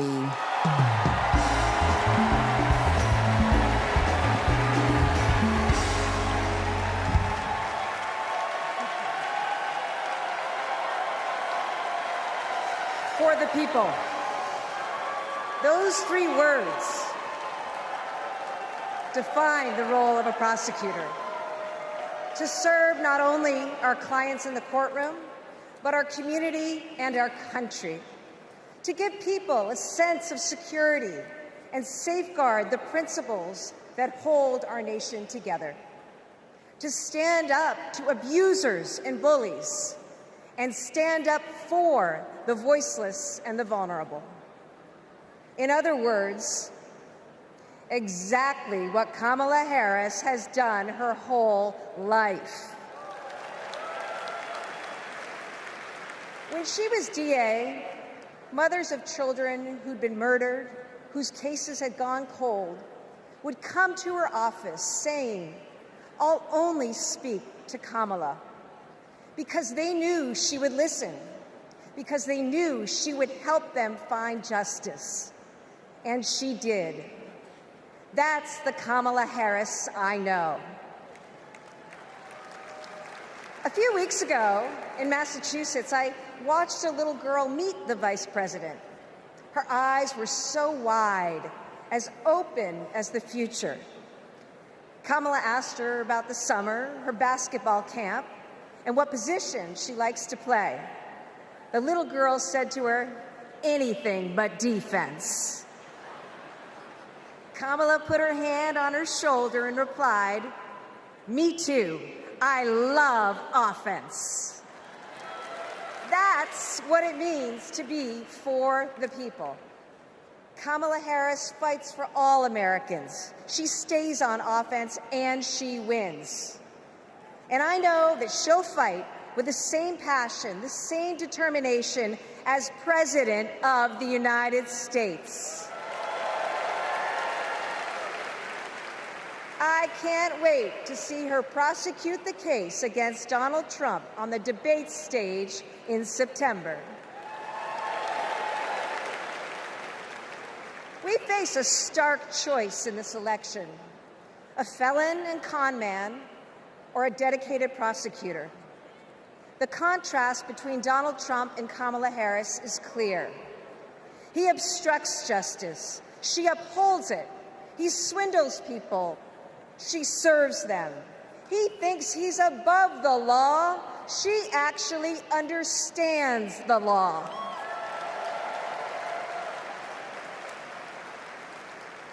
That's what this election comes down to. One candidate who's out for himself, or Kamala Harris for the people. It's a battle for the future of our nation. And tonight, we will prove beyond a reasonable doubt that Kamala Harris should be, she must be, the next President of the United States. Thank you.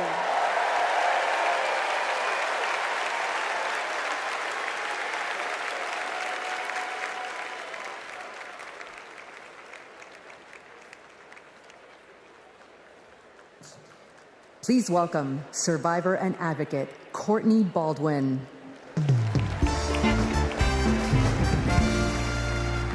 Good evening, Chicago. I'm Courtney Baldwin. In 2013, I was sold for sex in cities across California by a trafficker who controlled every aspect of my life.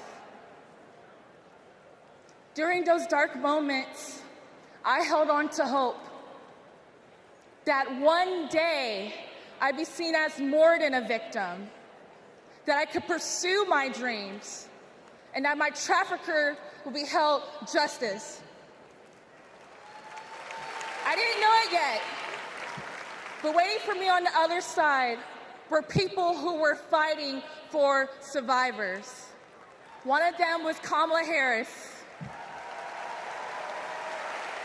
As California's Attorney General, she fought Backpage.com, the website that let me and thousands of others be bought and sold.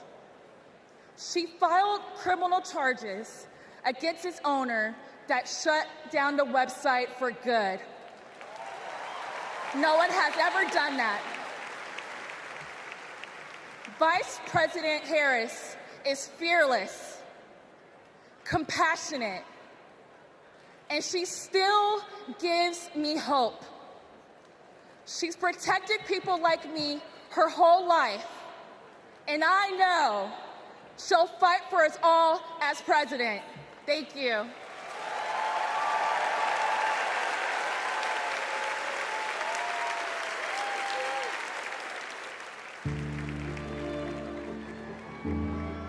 We have to wake up at 2 a.m. in the morning.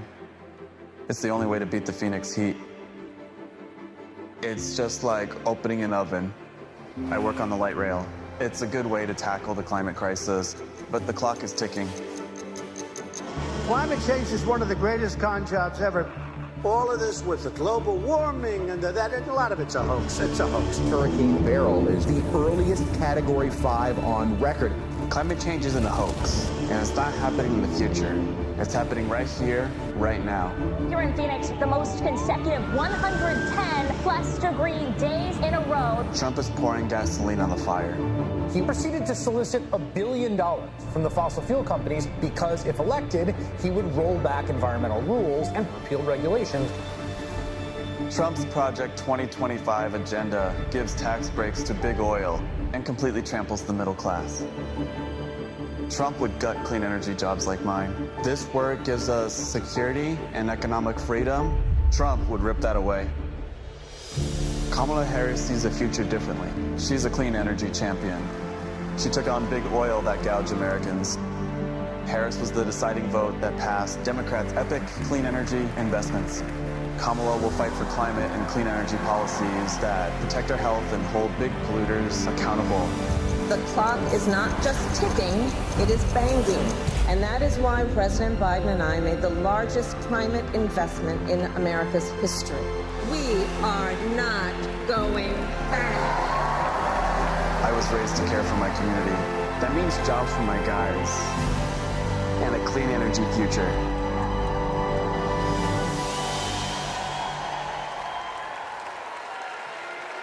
Please welcome former New Mexico Representative Deb Haaland.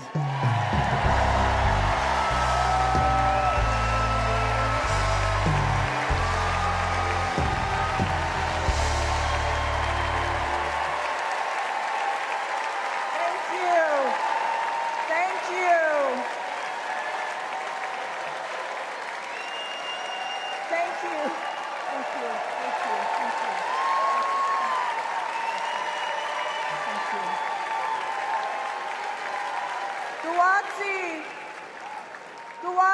Helpa, Duhinamet, Etzakiwitza, Shuimi Hanu. In my Karis language, greetings, friends and family. My name is Kresh Turquoise, and I'm from the Turquoise clan. 35 generations ago, my ancestors built lives in the high desert of New Mexico. I am on this stage tonight because of them. While fishing with my dad and running through the desert with my cousins, I learned that we have a responsibility to take care of our planet. Donald Trump never learned that lesson. He called the climate crisis a hoax.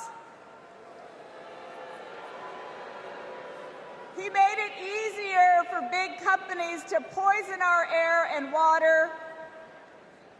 An American president must lead the world in tackling climate change. We need a president who understands that assignment. That's Kamala Harris.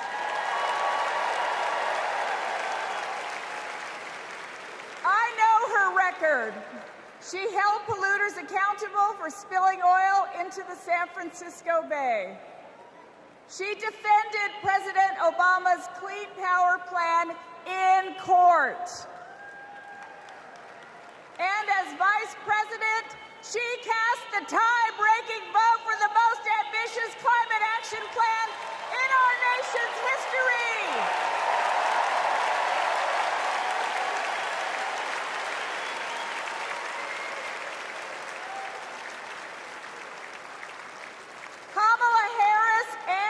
Walz will fight for a future where we all have clean air, clean water, and healthy communities. Let me go back to the lesson I learned in the desert Southwest. We all have a role in protecting our Earth for future generations. So let's all be fierce, and let's make Kamala Harris the next president of the United States. Thank you all so much. Thank you. Thank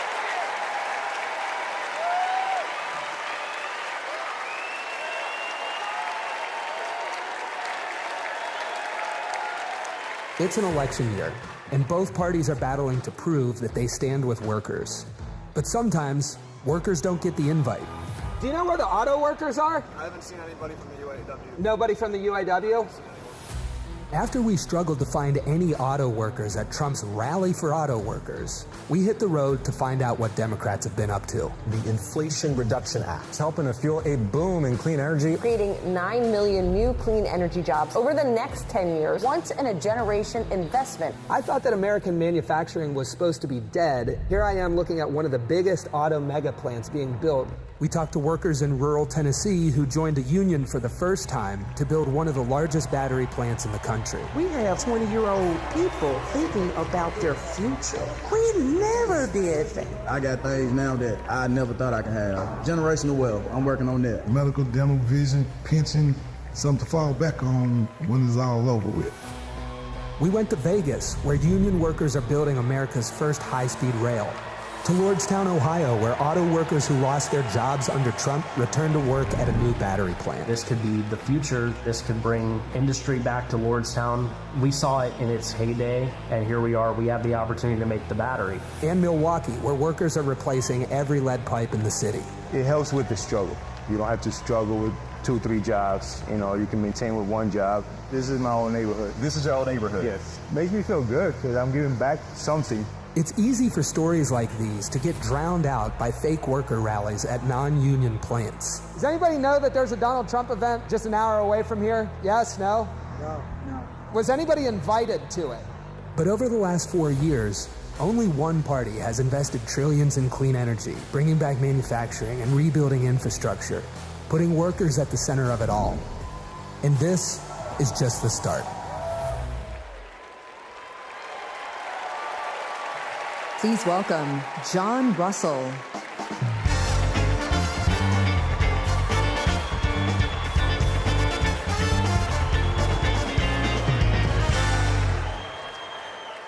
Hello, America. Thank you to the workers that make this convention happen. Let's never forget how essential all of our labor is. I come from Appalachia. We kept the lights on in this country for generations. But the wealth made by our broken backs and our black lungs never did trickle down. And Washington listened to rich men demanding that we stick with dirty energy at any cost. Across the country, working class people are looking for a political home after years of both parties putting profit above people. Now, Trump, a billionaire, says that he'll take on the elites, but then he promises handouts to big oil, and he punches down at anyone with the guts to be different. But populism that insists we are too different to get along, is just divide and conquer by a different name. There's another sort of populism with roots in this party that we in West Virginia know well.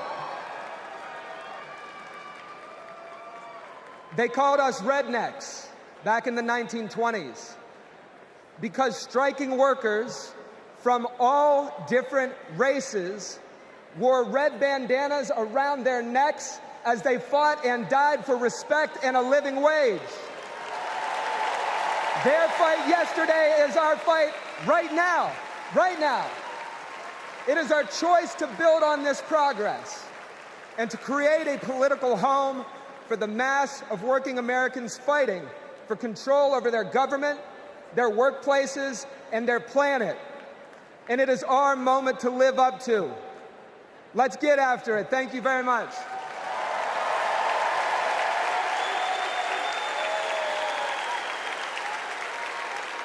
Don't know why, but I feel like When our team of students passed one of the first climate justice policies in our nation, Vice President Kamala Harris showed up. She came to highlight our initiative because she believes in us. Last year, my dad retired after spending more than 30 years working at one of our country's most polluting power plants. Donald Trump doesn't care about people like my dad. I know Vice President Harris will put working families ahead of big oil billionaires. Kamala Harris approaches climate policy through the eyes of future generations, like mine. As new voters and as new leaders, I'm excited to join Harris in the fight for our future.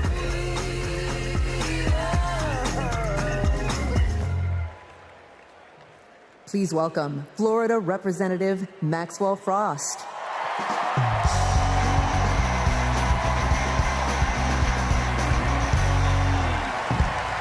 I'm Maxwell Alejandro Frost, and I'm proud to be the first member of my generation in Congress. I'm also proud to represent Central Florida. You might expect me to talk about how climate change will impact our future. But as a Floridian, as a Florida man, I'm here to tell you that the climate crisis isn't some far-off threat. It is here. Donald Trump and J.D. Vance think they can divide us by saying this crisis is some type of hoax. But I've walked the streets of communities that have been forced to rebuild after hurricane flooding destroyed their homes. I've heard the stories of immigrant farm workers made to work in horrid conditions exacerbated by this crisis. And I felt the scorching record heat and know that climate change can sometimes feel like an unstoppable force. But with our movement and with organizing and an administration that cares, we are making progress. Kamala Harris and Joe Biden have proven that tackling this crisis creates jobs, that investing in clean energy protects our health, and that investing in mass public transit builds strong communities. And we must always remember that peace is essential to our climate and war destroys our environment. This election is about every drop of water that we consume and every breath we breathe. Fighting the climate crisis is patriotic. And unlike Donald Trump, our patriotism is more than some damn slogan on a hat. It's about actually giving a damn about the people who live in this country. Because when you love somebody, you want them to have clean air. When you love somebody, you want them to have safe drinking water. And when you love somebody, you want them to have a dignified job. And so, America, it's simple. Let's get to work and elect Kamala Harris and Tim Walz for our planet, for our future, for our present, and for our people. God bless.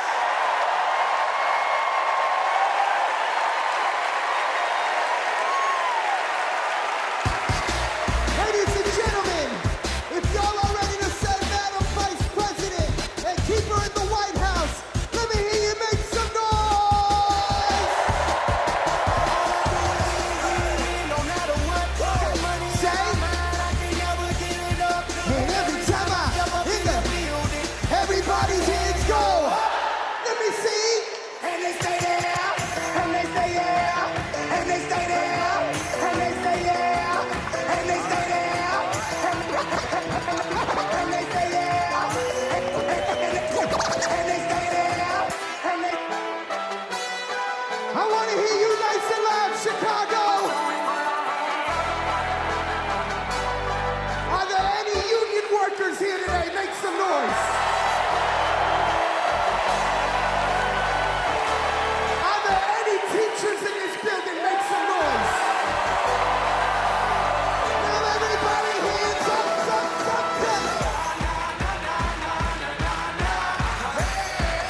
Whoa. Thank you, ladies and gentlemen. I'm DJ Metro. We'll be back for more.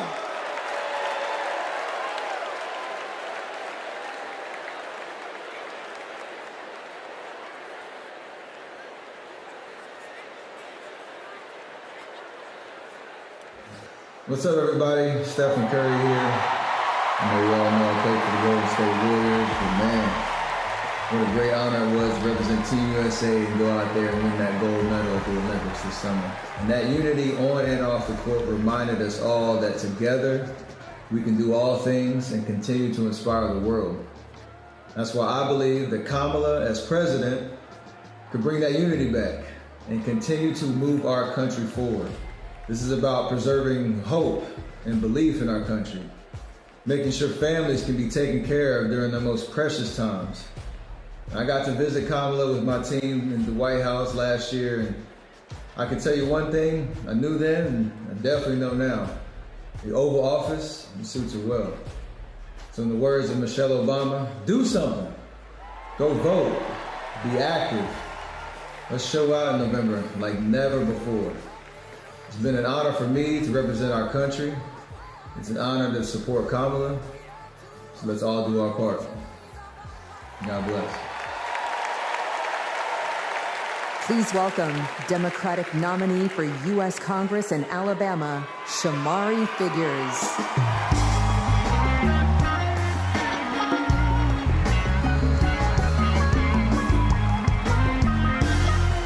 Good evening, America.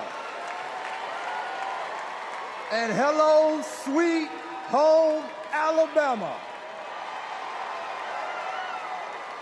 I am running for Alabama's 2nd Congressional District.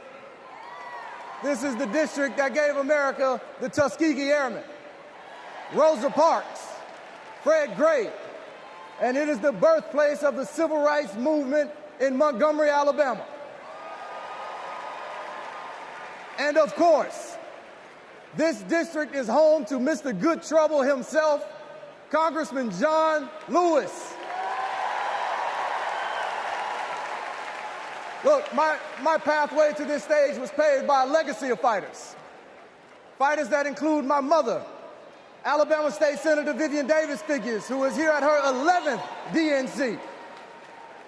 And it also includes my father, my late father, Michael Figures, who was also a state senator and civil rights lawyer who sued the Klan into bankruptcy. Listen, all of America, all of us owe a debt to courageous freedom fighters, both known and unknown, a debt that can never be repaid. But what we can do is ensure that the work of those fighters who came before us continues, and that our sacred right to vote is always protected. Kamala Harris gets this. She's working to protect our freedoms every single day. And that's why she will sign into law the John Robert Lewis Voting Rights Act once it is introduced again by Congresswoman Terry Sewell.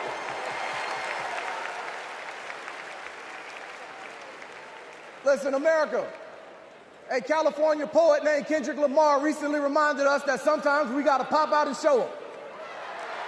Well, America, it's time we pop out and vote. It's time we pop out from California to Alabama and all across America, and we show them that we are not going back. We are going forward, and we are going forward with Kamala Harris as the next president of the United States of America. Thank you. God bless you. Roll Tide. Let's go win this thing.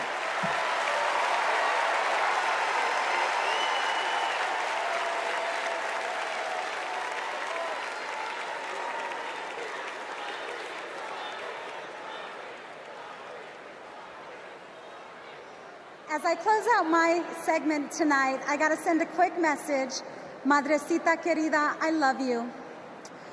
Kamala Harris and Tim Walz understand what everyday Americans are going through because, unlike Donald Trump, they actually grew up in families where every dollar mattered, where everything was earned and nothing was handed to them.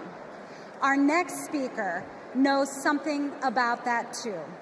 Please welcome my dear friend, our fellow Texan, our next senator, Representative Colin Allred.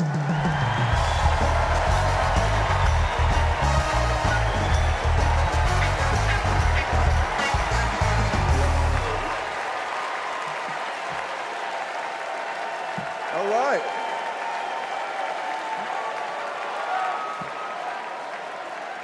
Hey, everybody. I'm Colin Allred, a congressman from Dallas, dad to two perfect little boys. And this November, I'm going to beat Ted Cruz.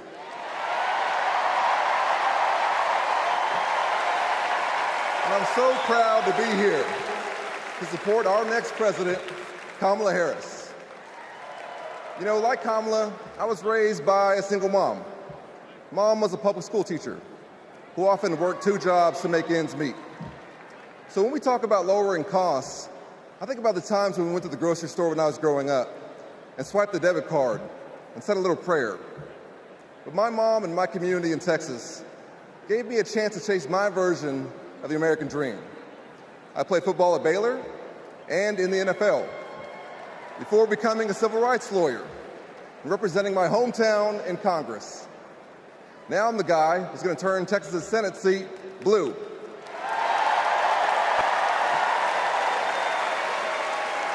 You know, in the NFL, we had a term for guys like Donald Trump and my opponent Ted Cruz.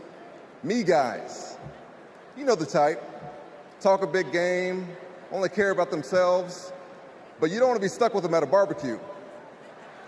The truth is, America has never been about me. As President Obama said, the single most powerful word in our democracy is the word we. We the people. We shall overcome. Yes, we can. And we've got a message for the me guys. We is more powerful than me. We will protect and restore reproductive freedom. We will secure the border. We'll protect Medicare and Social Security. And we'll turn the page and write a new chapter for this country and elect Kamala Harris to be the next president and beat Ted Cruz. Thank you all so much. God bless you, and may God bless Texas.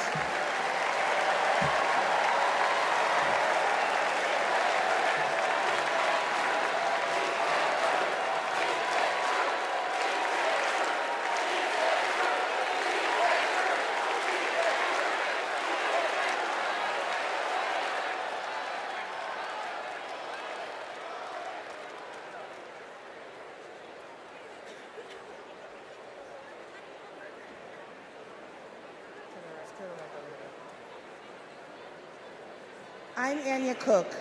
This is my husband, Derek, and our daughter, Anaya. 2 years ago, a miscarriage nearly killed me. At 16 weeks, my doctors told me to prepare for a stillbirth. I needed care. But my state's abortion restrictions kept it from me. I miscarried in a bathroom. I'll never forget my husband's face as he tried to stop the bleeding, trying to do what doctors should have been doing. When I reached the hospital, I'd lost nearly half the blood in my body. I can't change the past, but we can choose a different future.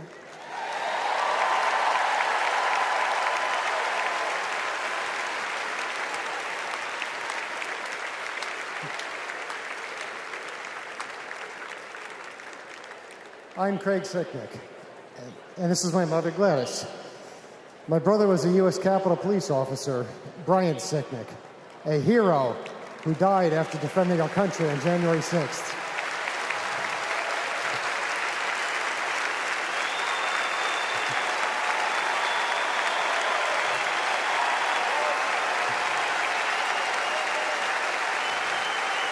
My family knows how dangerous Trump is. He incited the crowd while my brother and his fellow officers were putting their lives at risk. We need a real leader, not an autocrat who is stuck in the past. Brian, we miss you every day.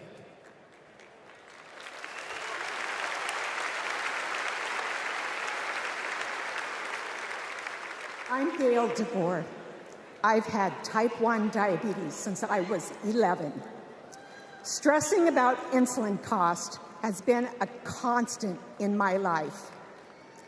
President Biden and Vice President Harris have moved mountains to help. Medicare can finally negotiate prescription drug prices.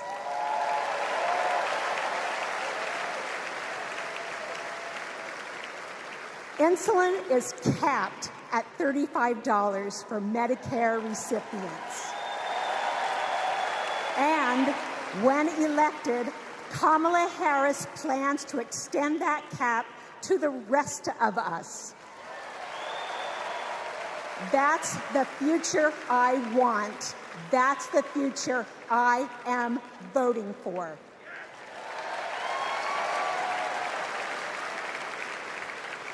I'm Wani Romero, owner and CEO of Mothership Coffee in Las Vegas.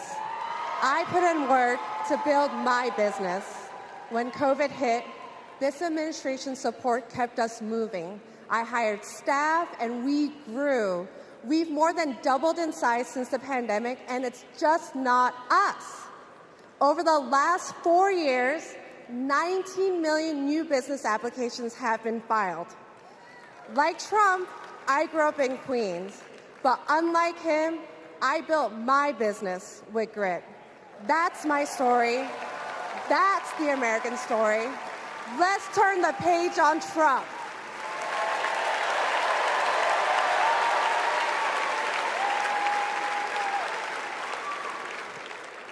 I'm Eric Fitz, and these are my sons, Christian and Carter.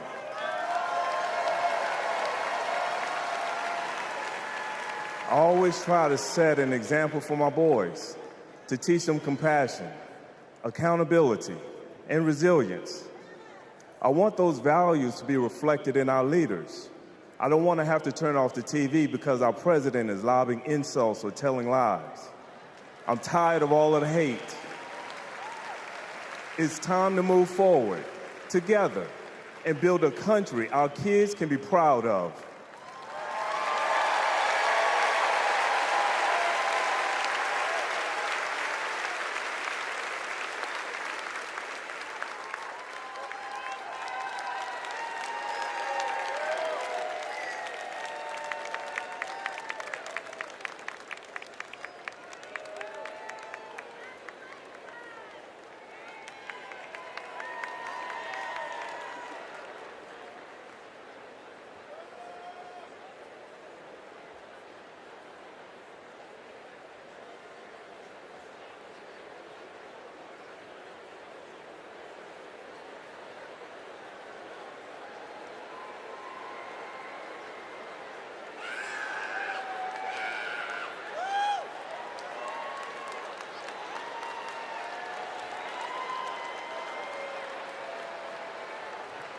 Please welcome the Bulls' official drumline, Chicago's own Pack Drumline.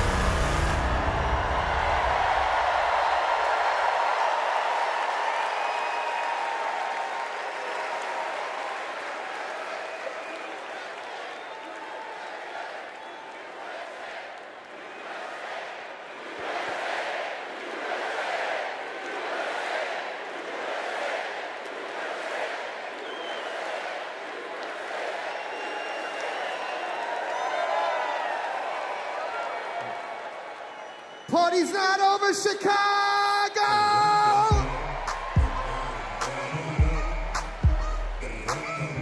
What I want to see is those flags and those hands up in the air. Help me sing it out nice and loud. Y'all ready to get down and party with me one time? DNC say 369, damn good fine. Take a second to me one more time and roll. Get low, get low, get low, get low, low. To the window, to the wall, to the wall. Just one drop down my body. I got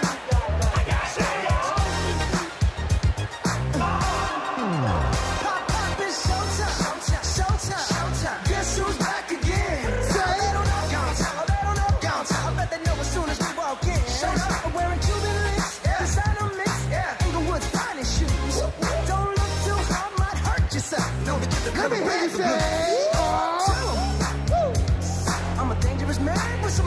pocket. Keep up. So many pretty girls around me and they're waking up the rocket. Keep up. Why you mad? Fix your face. Ain't my fault they all be jacking. Keep up. Players only. Come on, watch out. Moon. Girls, what y'all trying to do? 24 karat magic in the air. So bad. Look out. This ain't Texas. No hold'em. So lay your cards down. Say. Fuck your Lexus. Throw your keys up. Stick around, round. Nice and loud. And I'll be damned if I can't slow dance with you. Come pour some sugar on me, honey, too. It's a real live boogie and a real live hold down. Don't be a come take it to the floor now. Woo! There's a tornado in my city. It's the basement. That ain't pretty. Rugged whiskey. We surviving. All the red cup kisses, sweet redemption, passing time, yeah. Ooh, one step to the right. We headed to the dive bar we always thought was nice.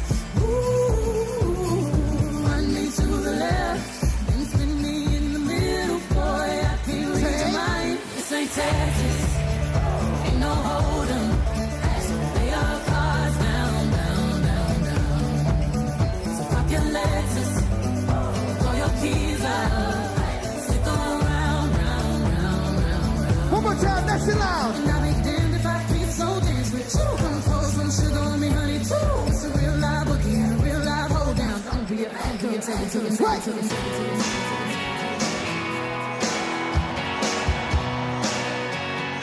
If you've been with me all 4 days, let me see you make some noise right now. And if this is your first convention, let me hear you make some noise. I was born in a small town, and I live in a small town. Papa died in a small town, oh, small, from me cheese. All my friends is a small town. My parents live in the same small town. My job is a small town. Provides me a lot of opportunity.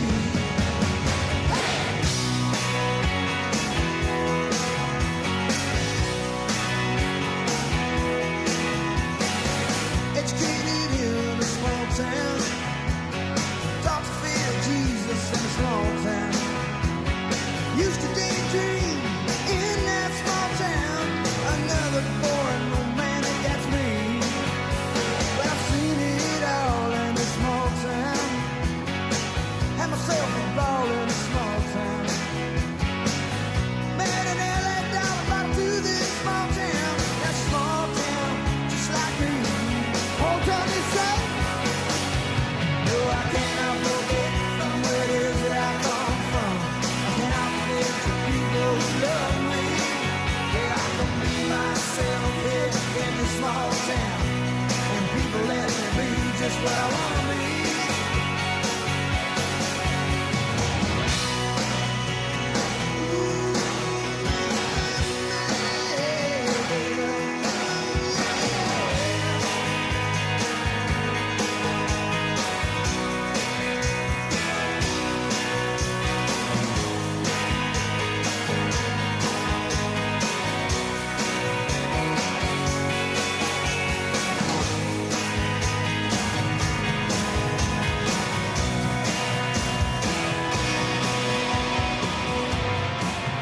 One more time, make some noise if you're having a great time with me in Chicago.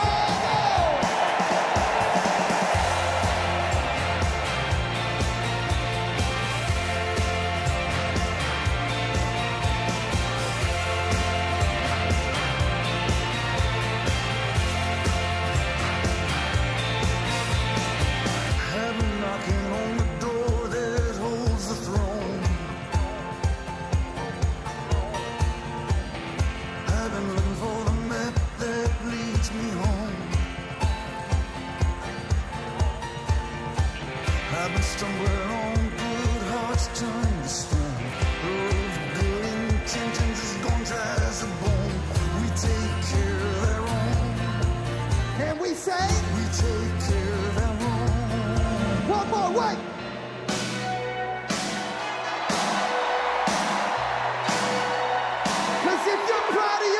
country. And you're ready to say, Madam VP, and keep her in the White House. Make some noise.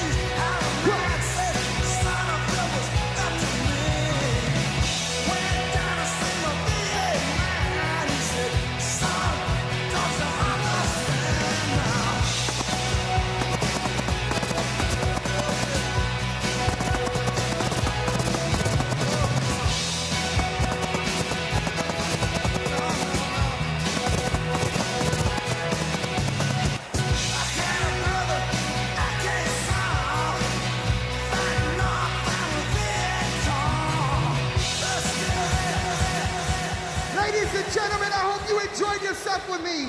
My name is DJ Metro from Chicago. Thank you for having me.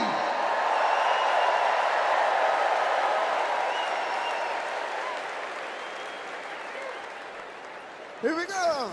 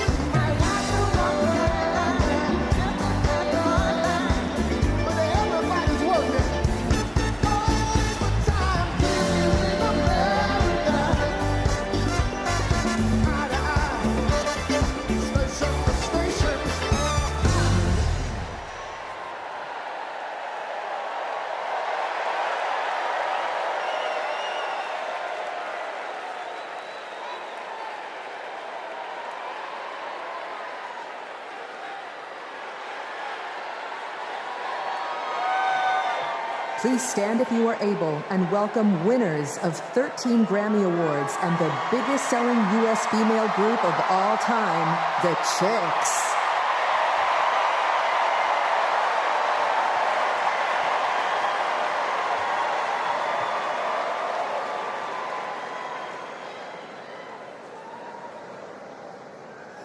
Oh, say, can you see by the dawn's early light what so proudly we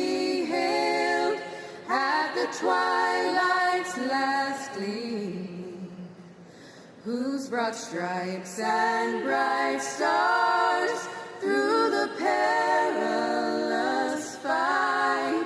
O'er the ramparts we watched were so gallantly streamed, and the rockets' red glare, the bombs bursting in air, gave proof through the night that our flag was still there. Oh, say does that star-spangled banner yet wave?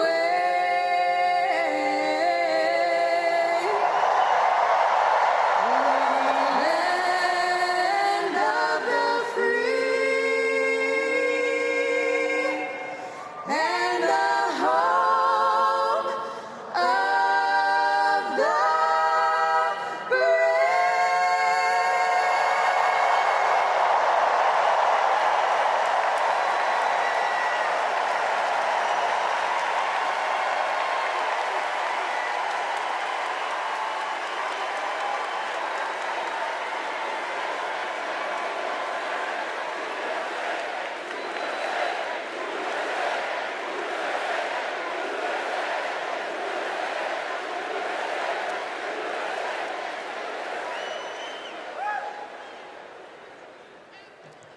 Please welcome Kerry Washington. Welcome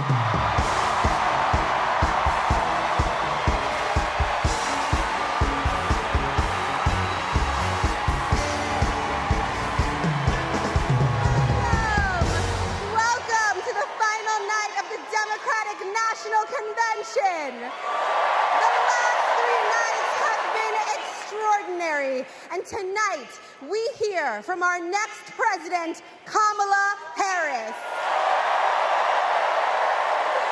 Now, as I stand here, I know that there are folks on social media already saying, go back to your TV show, shut up and act. But I am not here tonight as an actor. I am here as a mother, as a daughter, as a proud union member. I am here as the granddaughter of immigrants, as a black woman descended from enslaved people. I am here tonight because I am an American and because I am a voter. And because we, the people, are stronger when all our voices are heard. Look, I know that I am the one standing on this stage, but I am not the lead character in this story. You are. All of you. You are the messengers. You are the fixers. Dare I say it, you are the Olivia Popes.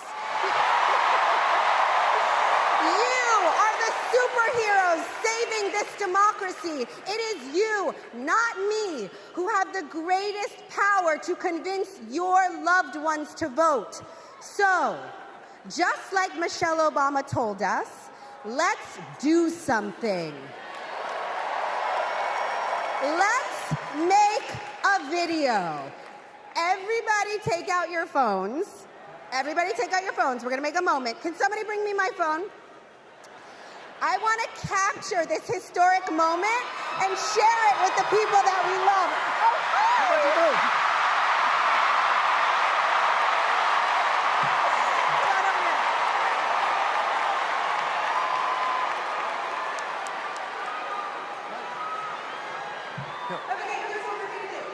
Take this video, guys. We're all going to take it together. We're going to post it to social media, text your friends, send this message out into the world. When I say when we fight, you're going to say? Are you ready? Okay, let's record. We're recording. You ready, Tony? Yep, I'm ready. Okay, ready?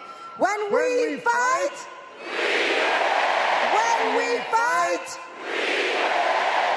when we fight, are you ready for Kamala Harris to win? Good, because when Kamala wins, America wins. We did it! Thank you, Tony. I don't get to stay? No, you gotta go.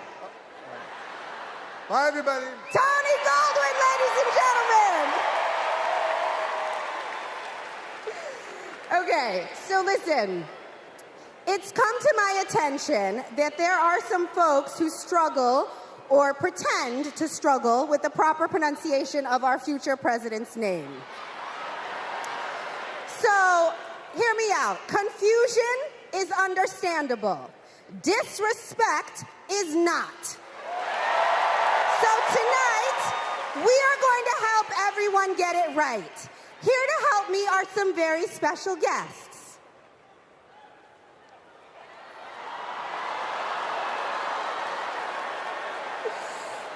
Thank you, ladies. Can you tell us your names? Hello, everybody. My name's Amara. And my name is Leela, her little sister. And what are you here to do? To teach you how to say your auntie's name. Okay. So how do you pronounce it? First you say comma like a comma in a sentence. Then you say la like la la la la la. Put it together and it's 1, 2, 3, Kamala. All right, so let's practice. Everybody over here say comma. Everybody over here say la. Together.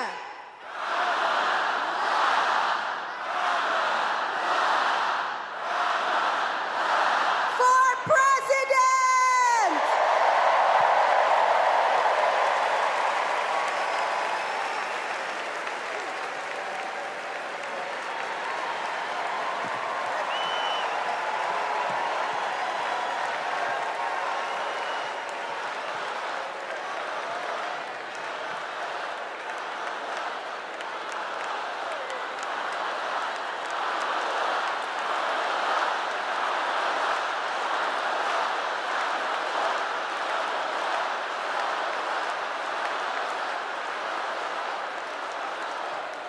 Please welcome Mina Harris, Ella Emhoff, and Helen Hudlin.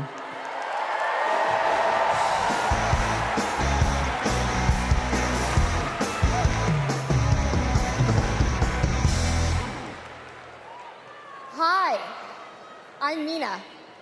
I'm Ella. And I'm Helena. I grew up in Oakland, California, in a house full of extraordinary women.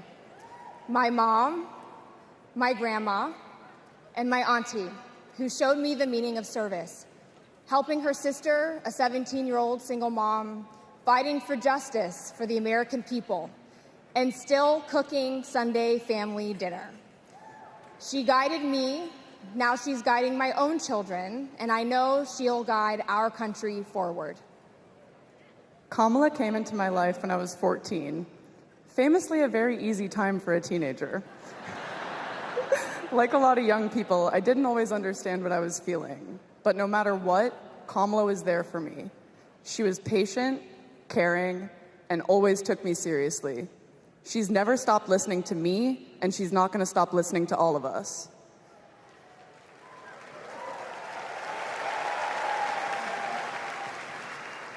Kamala Harris is my godmother. To me, her advice means everything. Whether it's pursuing my passions, making an impact, or finding hope when the world doesn't feel so hopeful. She taught me that making a difference means giving your whole heart and taking action. She's fighting for economic opportunity, LGBTQ+ equality, and reproductive freedom, because we are not going back. She's fighting for social justice, health justice, environmental justice, and she isn't alone. We're all in this fight together. So let's keep up the fight, let's keep up the joy. And let's elect this extraordinary woman as our next president.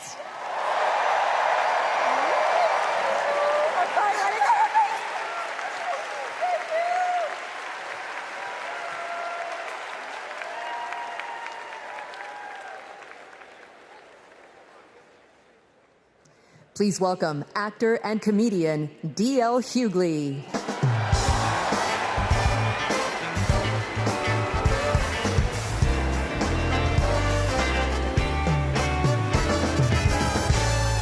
Hey now, hey Chicago, how y'all doing? What's happening, California? Now, wait, where those AKAs at? Where they at? You know what? In 3 months, ain't gonna be no living with y'all. I can tell you this, I don't blame Donald Trump for not wanting to debate Kamala. I've been married to a black woman for 40 years and I ain't won one debate. I'm owing $93,000. Now, of course, Trump is saying that Kamala isn't black. I guarantee you this, Kamala's been black a lot longer than Trump's been a Republican.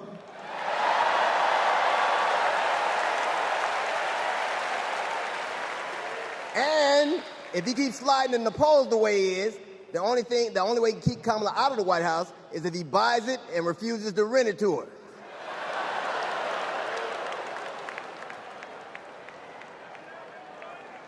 Of course, Kamala's getting broad support. They got black men for Kamala, white men for Kamala, Latinos and Asians for Kamala. They even have Republicans for Kamala.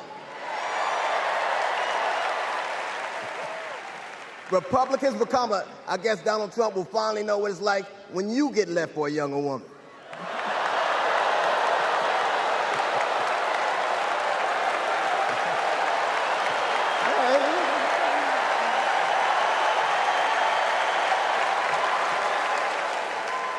But seriously, Kamala knows the truth about the American dream, that hard work is not enough. Hard work alone is not enough to succeed, that you need access and information and opportunity. And she knows that some folks are often denied those very things. As president, she will give each and every one of us a fair shot in life. But I have to admit, I didn't always believe that. I mean, if you told me the 15-year-old me would be on stage supporting a prosecutor and a teacher,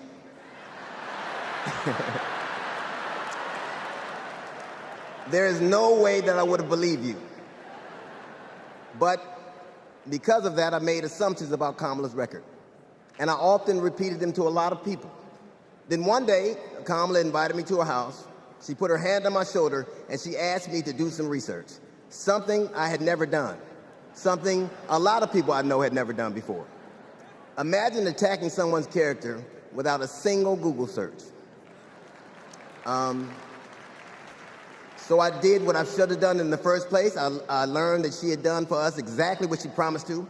I believe that your apology should be as loud as your accusation, and I'm here apologizing in front of the whole damn world. I was wrong. I was wrong, and I'm so very glad I was wrong because, Kamala, you give me hope for the future, a future where my grandchildren, Nola and Stevie, had the freedom to control their own bodies, where they have the opportunity to go as far as their wits and their talents would take them. That future, ladies and gentlemen, is possible, but only if we elect Kamala Harris as the 47th President of the United States of America.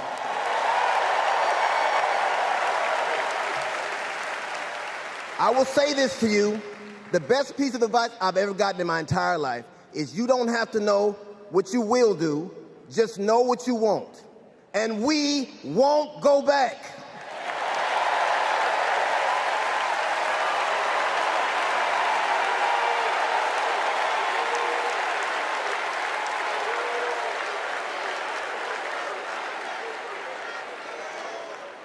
The energy in this room is electric. And you can feel it everywhere, all over the country. In the coming weeks, I want us to find ways to maintain this energy and this joy and this commitment, because there will be days when the work ahead seems impossible. And when that happens, I know what I do. I get involved. I get engaged. I ask myself, how can I be of service to my community? Because community is why we do this. Am I right? Yes, we do this for our children, for our parents, for our teachers and care workers who treat our loved ones like their own. We do this for working families who make this country thrive. We do this for the planet and for each other. We do this for justice and for peace and for democracy. And as we are about to hear, we do this for the safety of our communities.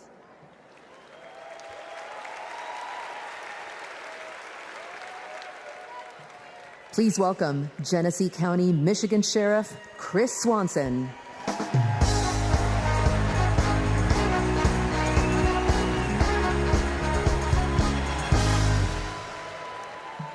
My job is to protect people, all people.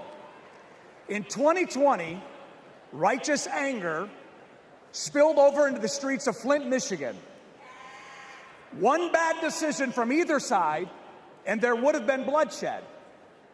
But that didn't happen. We laid down our riot gear, and we embraced the community, and instead of hate, we chose hope.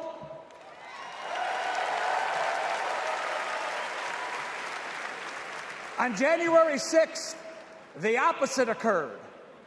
That day was paved with division, deceit, and denigration. Police officers were attacked that day. It could have been stopped. We need a leader who will embody what's affixed to all three sides of my sheriff patrol cars: protect, serve, and unify. Kamala Harris is that leader. As a prosecutor, Kamala Harris protected us by putting violent criminals and sex offenders behind bars. If I was in a courtroom, she's exactly the tough prosecutor that I'd want to see. As vice president, she served America by keeping us safer. And I can testify firsthand, where I come from, crime is down and police funding is up. As president, Kamala Harris will unify our country. She will bring us together because our country needs a leader who will go toe-to-toe with drug cartels and bullies. One who has already taken the oath, raised her right hand to advocate for the people. I can tell you in 2020, we were able to turn a protest into a peaceful movement by walking together. One city, one community, and one country. America, let's walk. Let's walk. Let's walk together and let's elect Kamala Harris and turn hate into hope yet again. Thank you.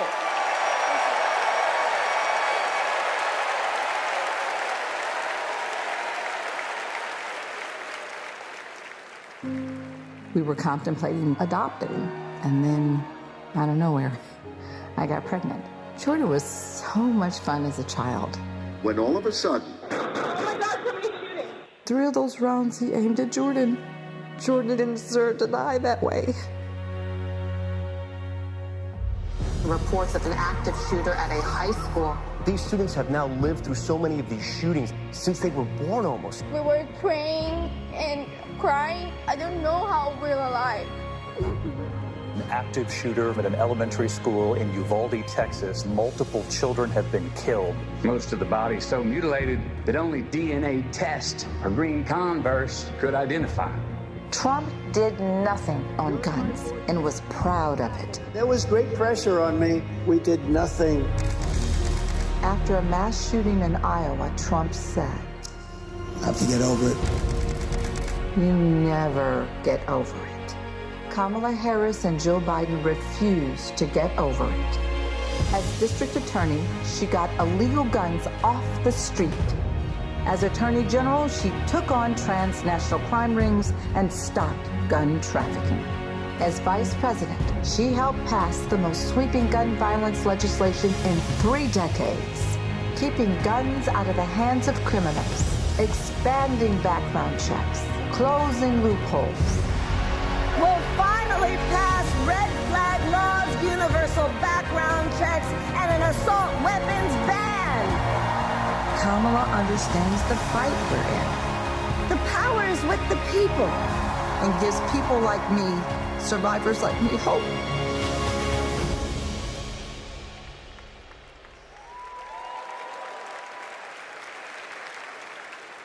When I worked for every town Please for gun welcome safety. Georgia Representative Lucy McBath.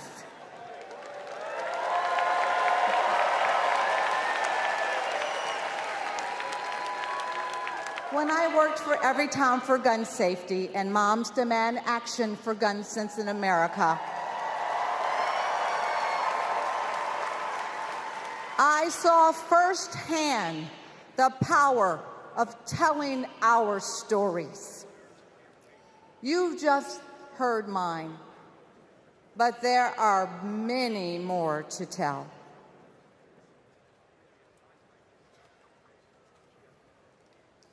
On December 14th, 2012, I walked into Sandy Hook School. I stopped at the office, chatted with my principal, then started my day with my second graders. Suddenly, a loud crash, like metal folding chairs falling. 154 gunshots blaring. Hiding in the coats, trying to sing with my students, trying to read to them, trying to drown out the sounds. Terror, crying, running. I carry that horrific day with me. 20 beautiful first grade children and 6 of my beautiful colleagues were killed. They should still be here.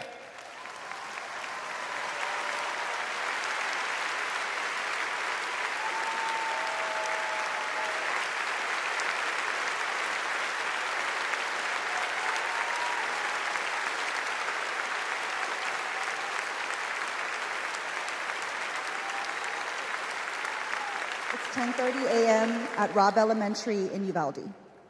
The school is recognizing my 10-year-old daughter, Lexi, for receiving all A's. She receives a Good Citizen Award, and we pose for photos. She wears a St. Mary's sweatshirt and a smile that lights up the room. 30 minutes later, a gunman murders her, 18 classmates, and 2 teachers. We are taken to a private room where police tell us she isn't coming home. Uvalde is national news. Parents everywhere reach for their children.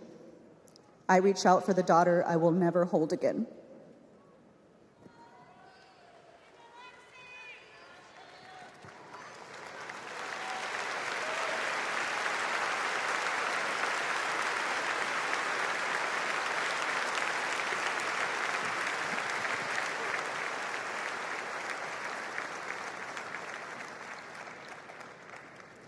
My niece, Sandy Patrice, was 22. She drove to Myrtle Beach for sun and fun and motorcycle parades. Hours later, my phone rang. Shooting on the beach. No one can find Sandy. I stayed calm. You see, my mother, Patricia Ann, had been shot and killed by an abusive partner. I was calm then, too. I got to handling business. I called relatives, the police, hospitals, and I kept calling, voice steady, heartbeat pulsing. Then I was connected to the coroner. 10 years of waiting, and Sandy's murder is still unsolved. I'll keep calling, and I'll keep fighting.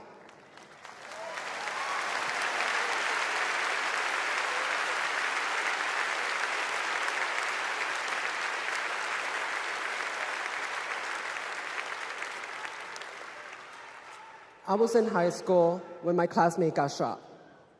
It changed my story. Instead of worrying about taking a test, I started worrying about living to take another test.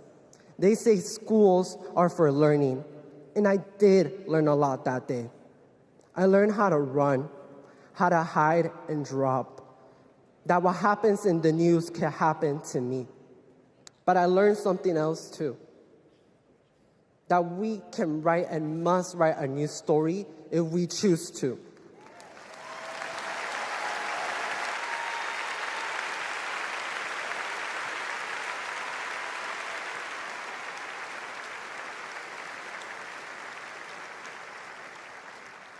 Our are stories of loss. But make no mistake, our losses do not weaken us. They strengthen our resolve. We will secure safer futures that we all deserve. We will organize. We will advocate. We will run for office.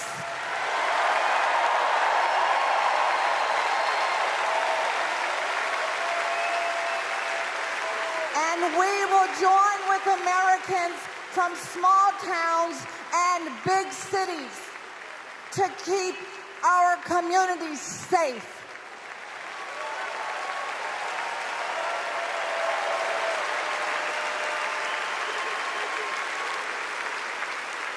And we will elect leaders like Kamala Harris, who won't just empathize, but will act.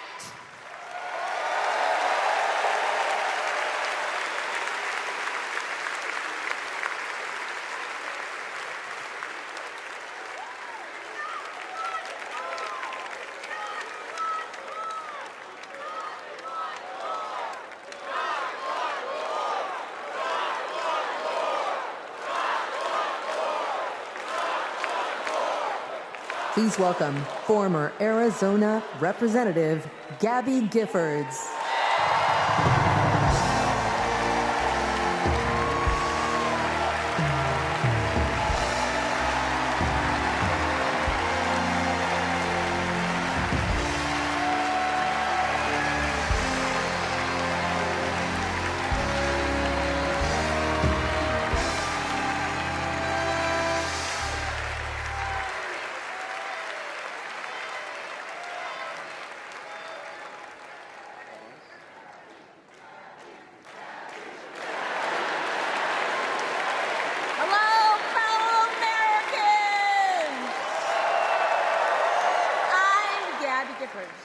I was born in the great state of Arizona. I was born with grit. I grew up racing motorcycles, mucking stalls, and exploring the beautiful desert. I fell for an astronaut.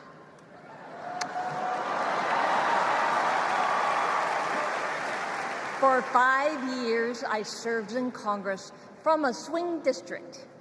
Everybody called me a rising star.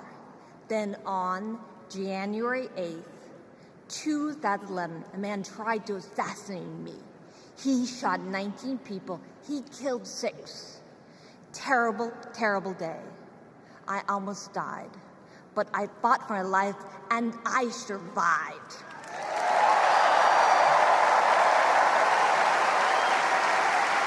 I learned to walk again, one step at a time. I learned to talk again, one word at a time. So many people helped me as I worked hard to recover, including a decent man for Delaware who always checked in. He still does. Thank you, Joe Biden. thank you for everything. Joe is a great president. My friend Kamala will be a great president. She is tough. She has grit. Kamala can beat the gun lobby. She can fight gun trafficking. Kamala stood up to Wall Street and the drug company. She will protect abortion access. She will defend our freedom. She saved lives. Join me in voting for Kamala Harris. Mama!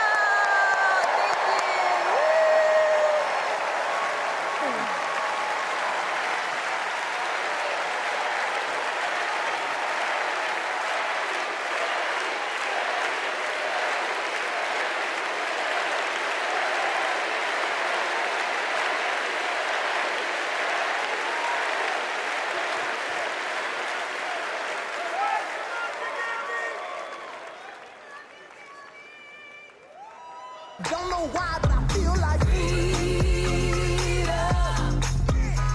I had the honor of meeting Vice President Harris when I got to introduce her when she spoke at my high school about gun violence. Parkland happened, and all I could think about is that I wanted to keep my kids safe. On July 4th, 2022, I was next in line to walk in the Highland Park Independence Day Parade when gunshots erupted.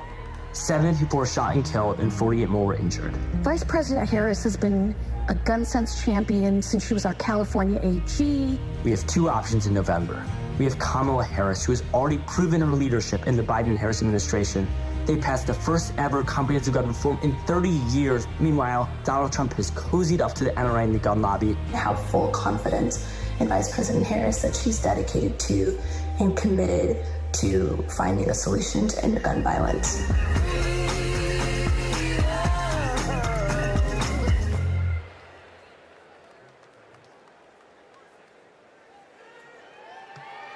Please welcome 3-time Grammy-winning singer-songwriter and global pop icon, Pink.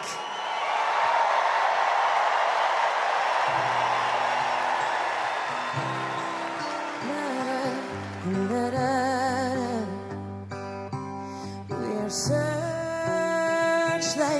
we can see in the dark. We're rockets pointed up at the stars. We are billions of beautiful hearts. You sold us down the river too far. What about us? What about all the times you said you had the answer? What about us? What about all the broken happy ever afters? Oh, what about us? What about all the plans that ended in disaster? What about love? What about trust? What about us? We're problems that want to be solved. We are children that need to be loved. We were willing, we came when you called. But man, you fooled us. Enough is enough. Oh, what about us? What about all the times you said you had the answer?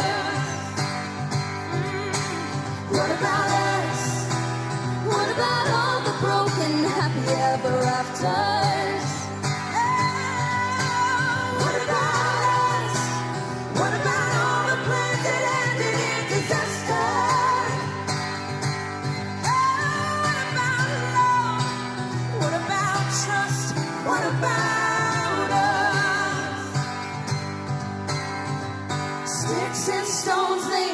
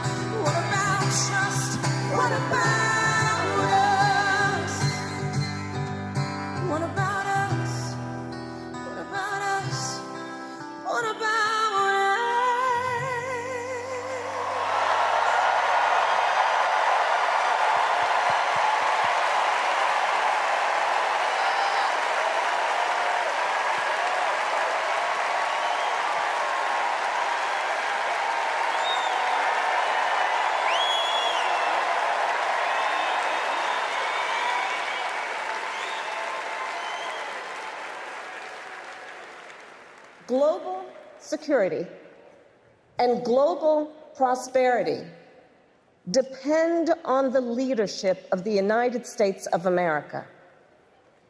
And a strong America remains indispensable to the world.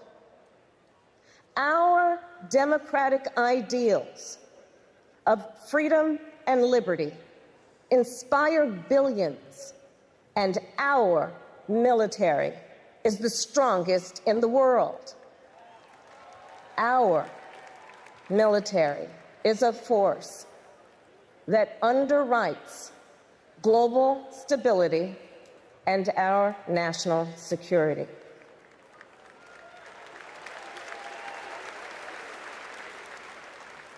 Please welcome Arizona Senator Mark Kelly.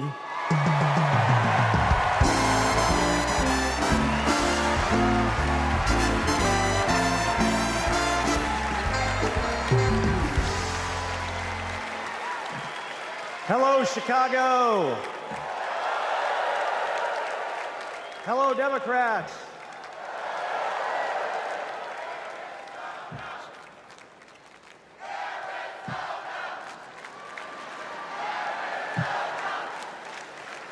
So, President Obama had to follow Michelle. I had to follow Gabby in pink.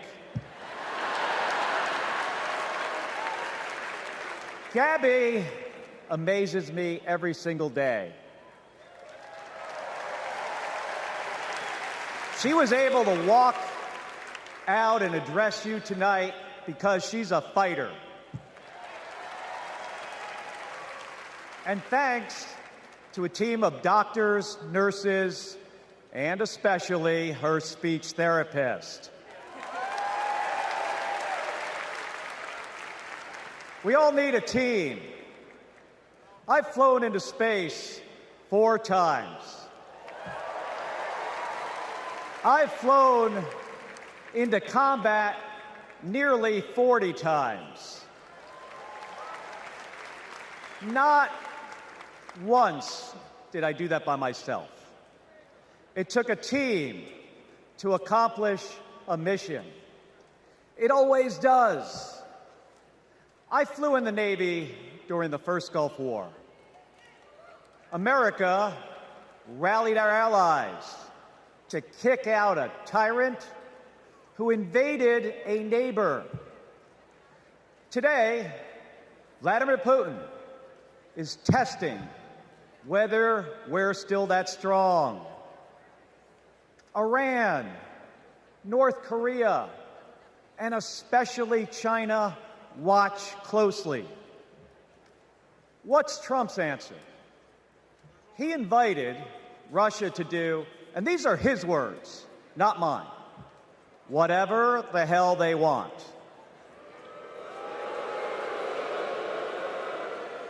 Vice President Harris has always championed America's support for NATO, for Ukraine, and for the Ukrainian people. On the Senate Intelligence Committee, she investigated Russian interference in our election. She defends free and fair elections everywhere. You already know how Trump feels about those. Donald Trump skipped his intelligence briefings. He was too busy sucking up to dictators and dreaming of becoming one himself. Trump thinks that Americans who have made the ultimate sacrifice are suckers and losers. If we fall for that again and make him the commander-in-chief, the only suckers would be us.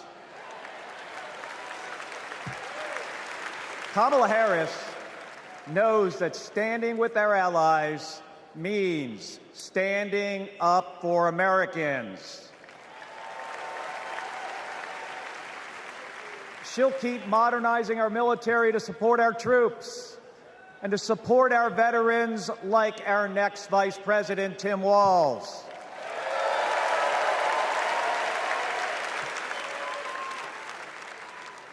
The world laughs at Trump, literally. But folks, it is not funny. When he was president, that meant the world was laughing at us. The threats we face are too serious. The sacrifices our service members make are too sacred. The alliances we've spent decades building are too critical. That's what's at stake now. And the choice isn't even close. But in Arizona and nationwide, this election will be.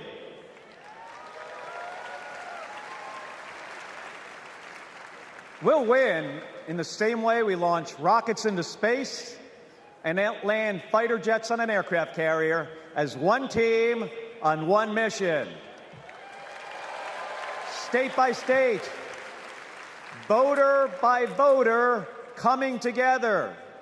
No country is better than ours at solving big problems. So, on November 5th, let's prove that America is still the leader the world needs today by electing the leader we need right now, Kamala Harris. Thank you, everybody. Thank you.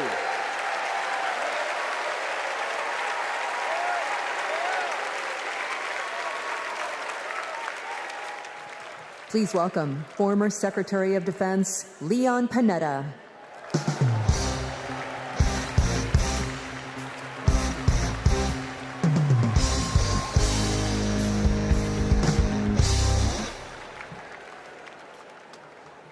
My fellow Americans, I'm proud to have served in the Army, the Congress, the White House, Chief of Staff, CIA Director, and Secretary of Defense.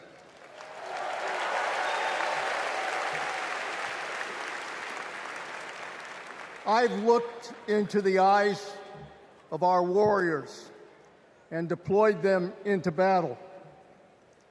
I gave the order directing our Special Operations Forces to fly 2 helicopters 150 miles into Abbottabad at night.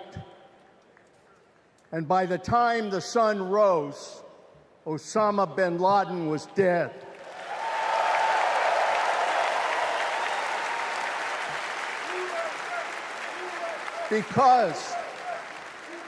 Because nobody attacks our country and gets away with it. Nobody.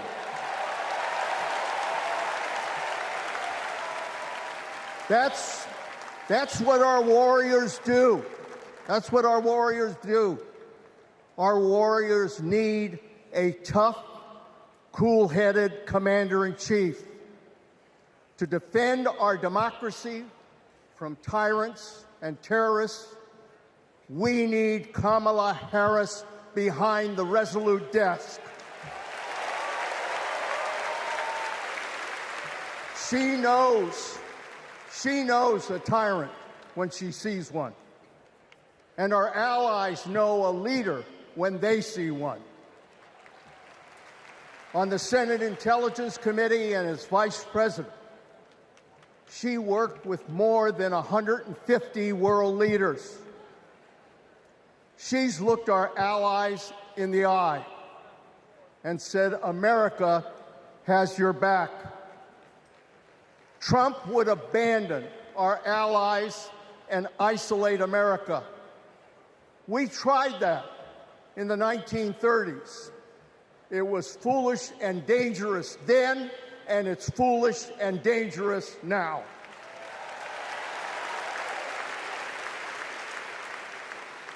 Listen to President Reagan.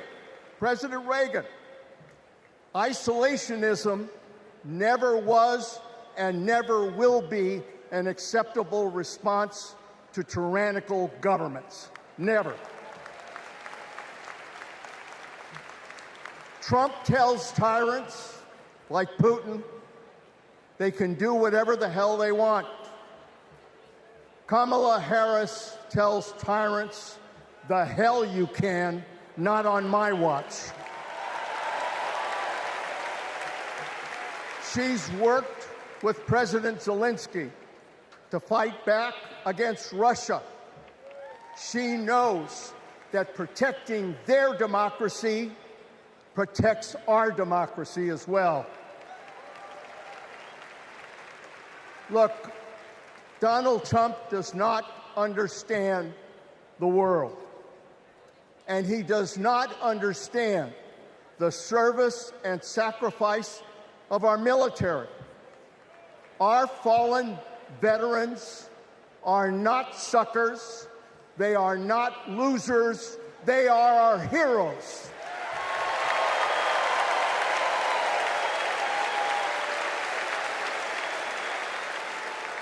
Kamala Harris will honor our veterans.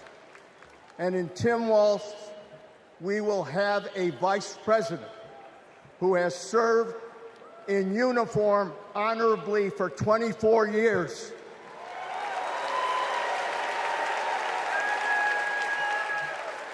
Kamala Harris understands this moment. It is a moment of danger and a moment of opportunity. She'll keep America's military the strongest in the world, the strongest ever known. And she understands what our military is for. The role of our military is to defend us from foreign enemies. It is not to threaten Americans, and it sure as hell isn't to put immigrants in camps.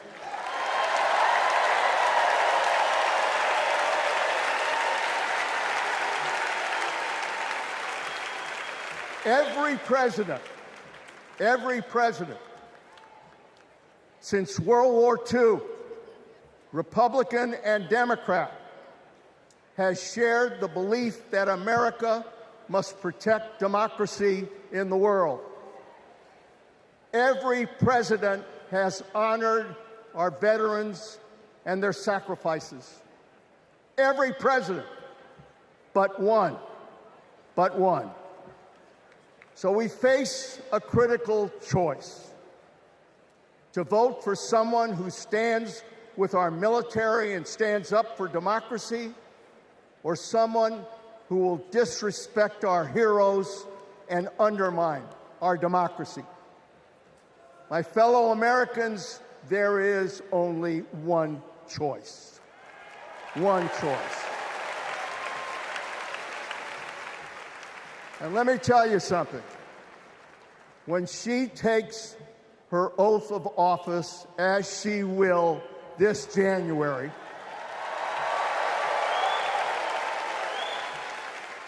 our allies will cheer, our enemies will fear, and we will have a commander-in-chief that we can trust. God bless our veterans, and God bless our country.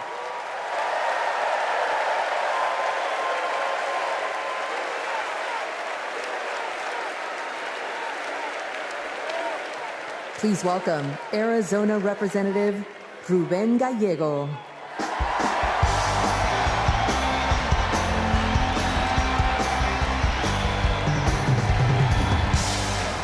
I'm a dad, husband, congressman, and the proudest Arizonan you'll ever meet. But I am even prouder to be a Marine. Rah! My mom raised us alone on a secretary's salary. I slept on the floor. I worked every job I could: meat packing, construction, making pizzas. I made it to Harvard with no money or connections. Other kids were happy because they were at Harvard. I was happy because I finally had a mattress. Then I enlisted. Fought alongside my brothers with Lima 325 in Iraq. They called us Lucky Lima. but our luck ran out. We saw some of the heaviest combat of the war. And when we got home, the government failed to help us readjust. We have a duty to care for our patriots who serve our nation.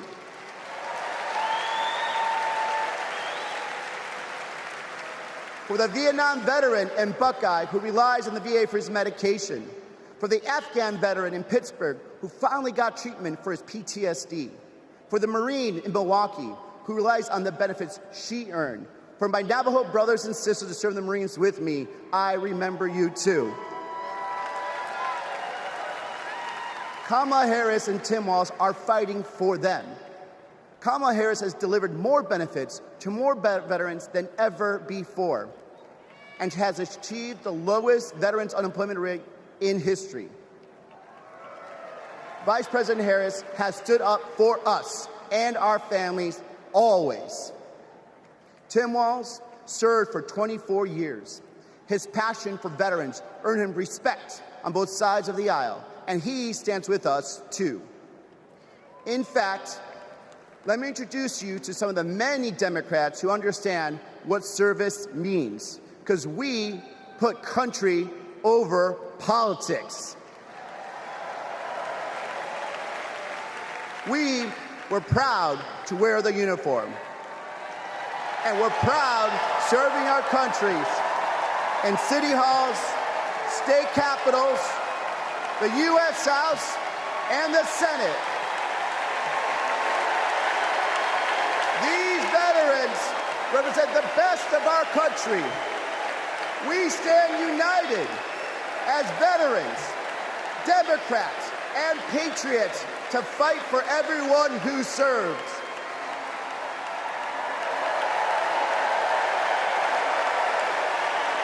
But politicians like Donald Trump, they don't stand with us. They call patriots like Senator McCain losers. John McCain was an American hero. Show some respect. Trump's Project 2025 will slash veteran benefits and force VA hospitals to close across the nation. Show some respect. So, for the 18-year-old who decides to enlist, for the families like mine who prayed every night that their loved one would come home, for our troops stationed thousands of miles away, for my Marines of Lima Company, let's elect Kamala Harris and Tim Walz, who don't just respect our service, but revere it. Because the veterans who defended this country aren't just the reason we can sleep at night. They're the reason we can dream. And together, we'll fight for our veterans and everyone who served our country. Thank you.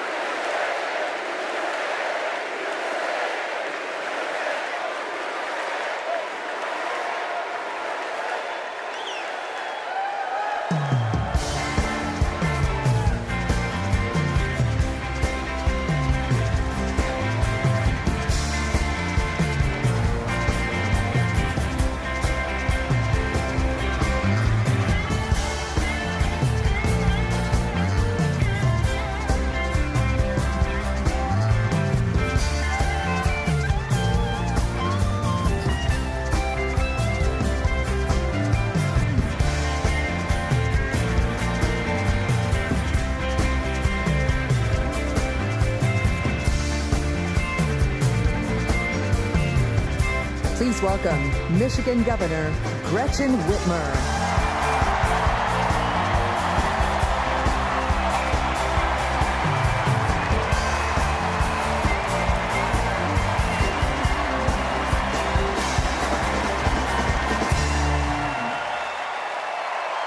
I'm Governor Gretchen Whitmer. In Lansing, they call me governor. But in Detroit, they call me Big Gretch.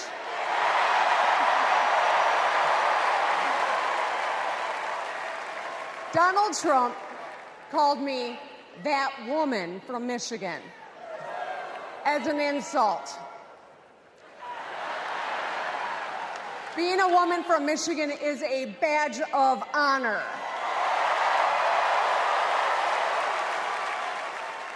Like women across America, we just GSD.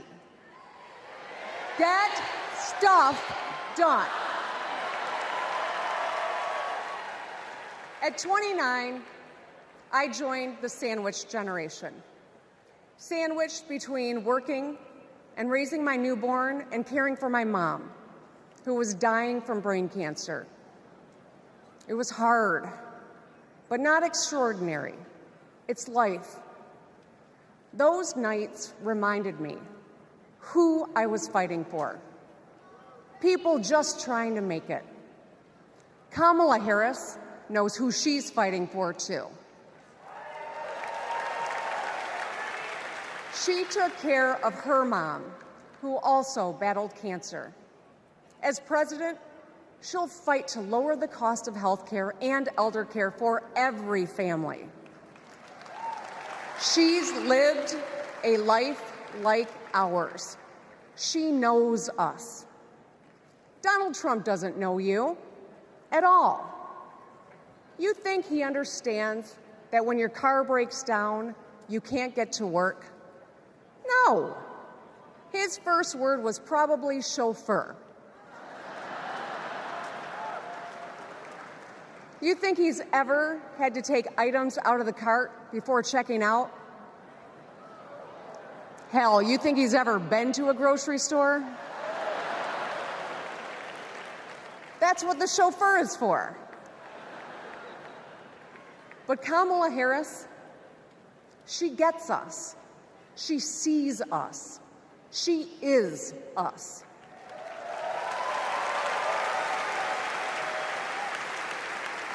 Look, we've all lived through a lot of history over the past few years. Floods and fires, an attempted coup, a plot, and a pandemic. It's exhausting. We don't know what the next 4 years will bring. But what we do know is this. Through it all, your life won't stop. You're going to have to get to work, pick up the kids, and pay your bills. And then one day, when you're just trying to get everyone out the door, a news alert goes off. Something happened. Something hit the fan. You'll ask, is my family going to be okay? And then you'll ask, who the hell is in charge? What if it's him? What if it's that man from Mar-a-Lago?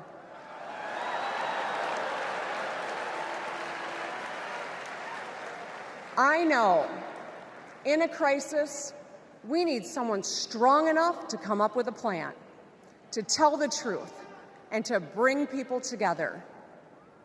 Right now, before the crisis, is when we get to choose. Why wouldn't we choose the leader who's tough, tested, and a total badass?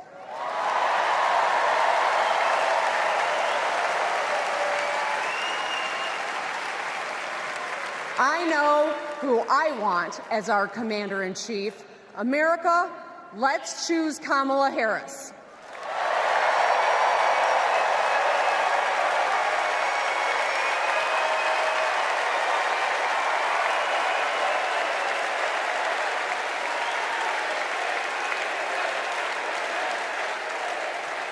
Please welcome actress, director, and philanthropist, Eva Longoria.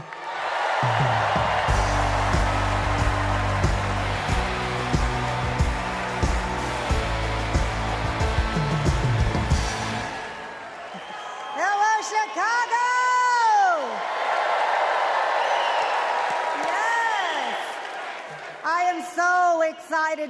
here tonight. What an honor to be part of this historic moment, and y'all are part of it. Look, I have known Kamala Harris for more than a decade, and she comes from a family a lot like mine, and I'm sure a lot like yours. We were both raised knowing that no one was going to hand us anything, especially as women. That we were going to have to touch every rung of the ladder to get ahead. We were going to have to work really hard. Now, she worked at McDonald's, but I worked at Wendy's. And look at us now.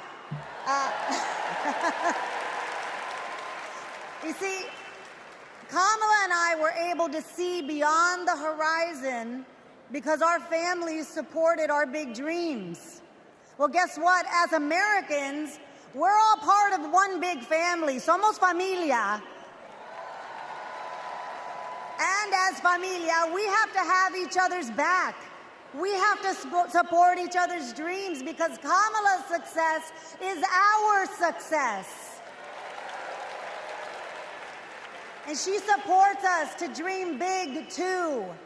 So let me tell you, in the Latino community, in our community, we have a saying, sí se puede, which means yes.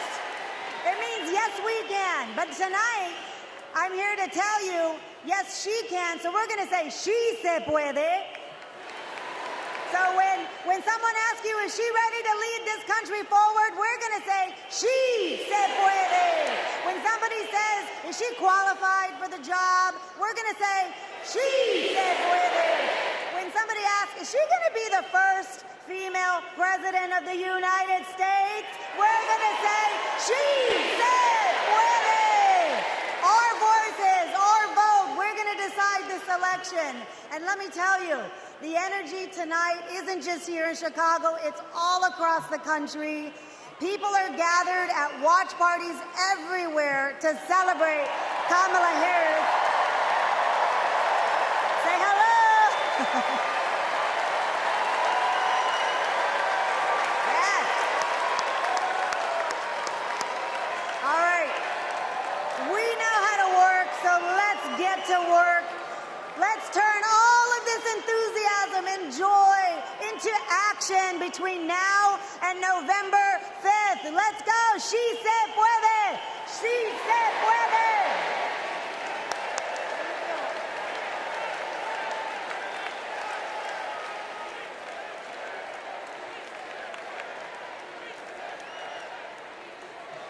Please welcome former Illinois Republican Representative Adam Kinzinger.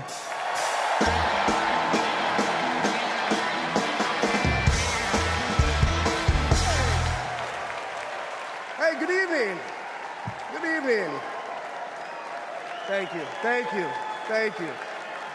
I'm Adam Kinzinger, and I am proud to be in the trenches with you as part of this sometimes awkward alliance that we have to defend truth, defend democracy, and decency.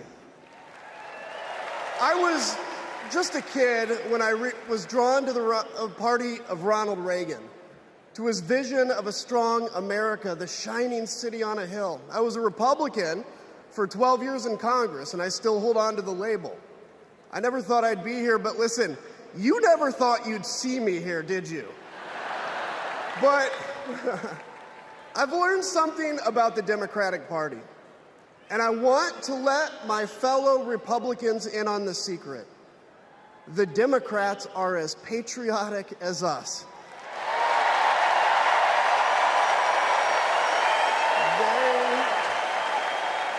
They love this country just as much as we do.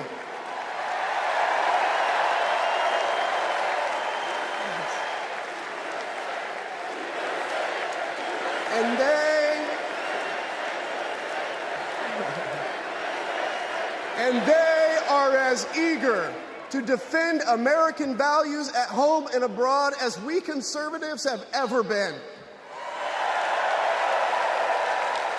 I was relieved to discover that because I've learned something about my party too, something I couldn't ignore. The Republican Party is no longer conservative. It has switched its allegiance from the principles that gave it purpose to a man whose only purpose is himself. Donald Trump is a weak man pretending to be strong. He is a small man pretending to be big. He's a faithless man pretending to be righteous. He's a perpetrator who can't stop playing the victim. He puts on, he puts on quite a show, but there is no real strength there. As a conservative and a veteran, I believe true strength lies in defending the vulnerable. It's in protecting your family. It's in standing up for our Constitution and our democracy. That is the soul of being a conservative. It used to be the soul of being a Republican, but Donald Trump has suffocated the soul of the Republican Party.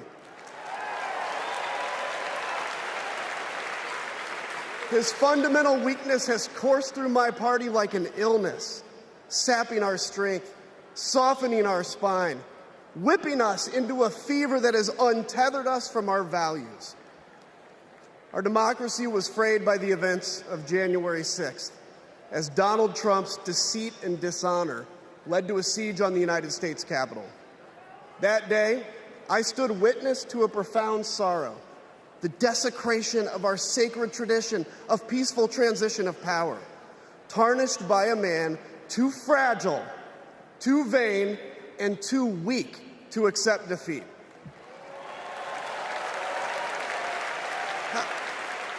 How can a party claim to be patriotic if it idolizes a man who tried to overthrow a free and fair election? How can a party claim to stand for liberty if it sees a fight for freedom in Ukraine, an attack pitting tyranny against democracy, a challenge to everything our nation claims to be, and it retreats, it equivocates, it nominates a man who is weirdly obsessed with Putin, and his running mate who said, quote, "I don't care what happens in Ukraine." Yeah, and he wants to be vice president. Yeah. How can a party claim to be conservative when it tarnishes the gifts that our forebears fought for? Men like my grandfather, who served in World War II, who believed in a cause bigger than himself, and he risked his life for it behind enemy lines. To preserve American democracy, his generation found the courage to face down armies. Listen, all we're asked to do is to summon the courage to stand up to one weak man.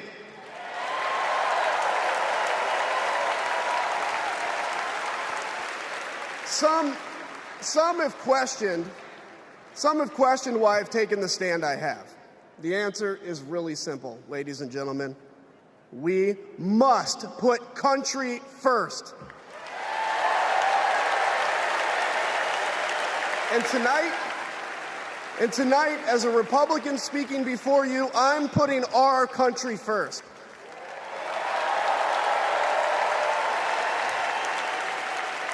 Because the fact is, I do belong here. I know Kamala Harris shares my allegiance to the rule of law, the Constitution, and democracy. And she is dedicated to upholding all three in service to our country.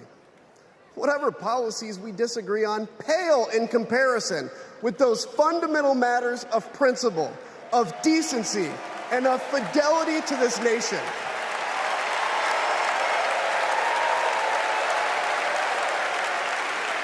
Listen,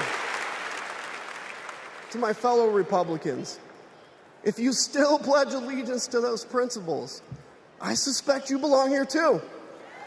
Because democracy knows no party. It's a living, breathing ideal that defines us as a nation.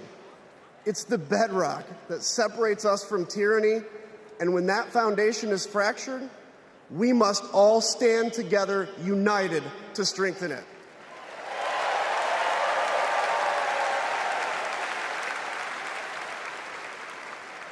If you think those principles are worth defending, then I urge you, make the right choice. Vote for our bedrock values and vote for Kamala Harris. God bless you.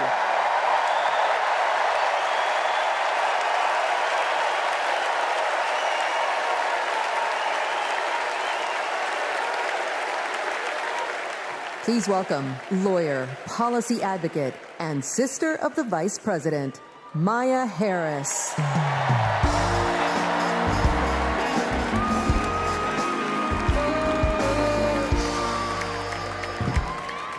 Hello, Chicago.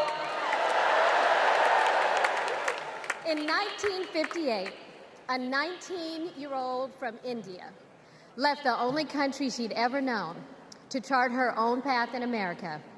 She came here to pursue an education, but she stayed here to build a life. Her name was Dr. Kamala Gopalan Harris.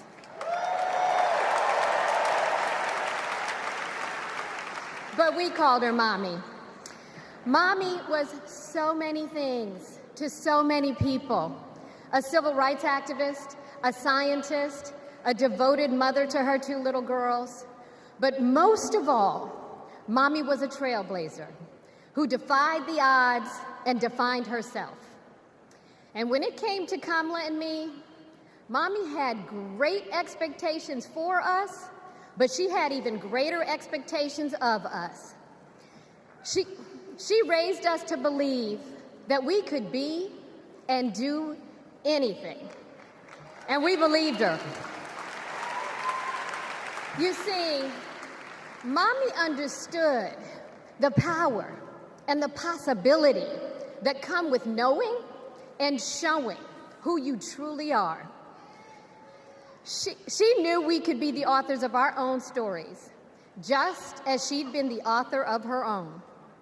Mommy's journey and the opportunity that she wanted for Kamala and me, that's a distinctly American story.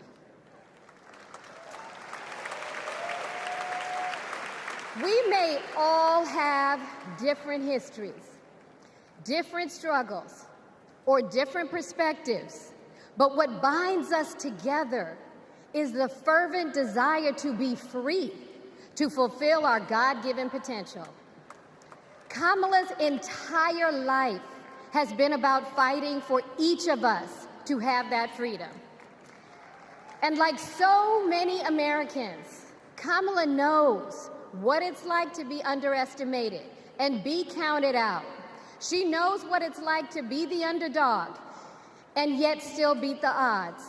And now, she has created so much electricity, so much optimism, so much joy throughout the nation, and it is why we need her leadership in this historic moment.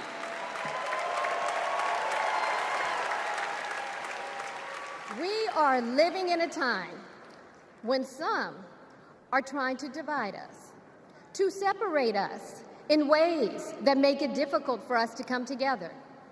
Well, look, my sister rejects that view. Where others push darkness, Kamala sees promise. Where others feel detachment, Kamala fosters connection. Where others want to drag us back to the past, my sister says, hold up now, we are not going back.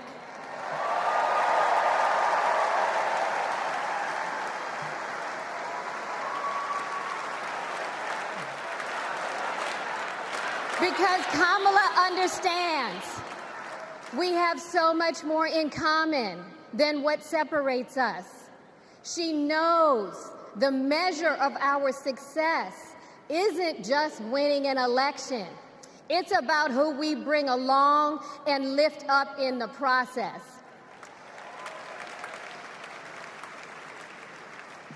And so as I look out at all of you today and take in this incredible moment, I so wish that Mommy could be here tonight. I can just see her smiling, saying how proud she is of Kamala. And then, without missing a beat, she said, "That's enough. You got work to do." She would tell all of us to roll up our sleeves and get to work, to elect a leader who sees the potential in each of us, a leader who cares for all of us, a leader who fights for every one of us. Our Democratic nominee, my big sister, the next President of the United States, Kamala Harris.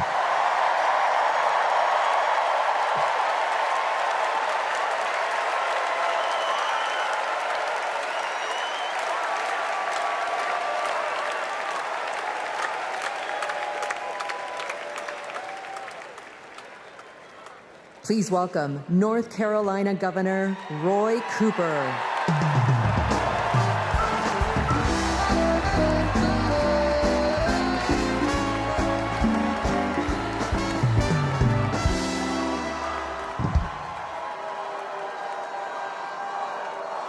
Hello, America. I'm Roy Cooper, the last guy standing between you and the moment we're all waiting for. So I'm going to get right to it. All week, you've heard stories about my friend Kamala. I want to take you behind the scenes of one of them. 2011 was a rough time for American homeowners. Hundreds of thousands were losing their homes to illegal foreclosure. I was Attorney General in North Carolina, while Kamala had just become California's. All the AGs were close to a settlement with the big banks, and it was a pretty good deal. Would have meant $4 billion for California families who'd been ripped off. I know that sounds like a lot, but Kamala said, hang on a minute. I've met these families. I know what they've been through, and they deserve more.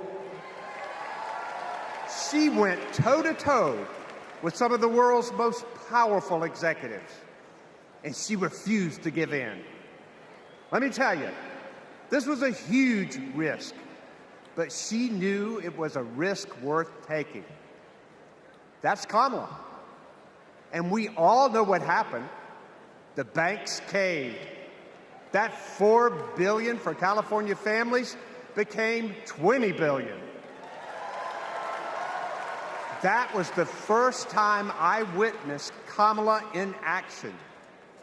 And what I saw was a leader who does exactly what she says she's going to do, who never will settle for less.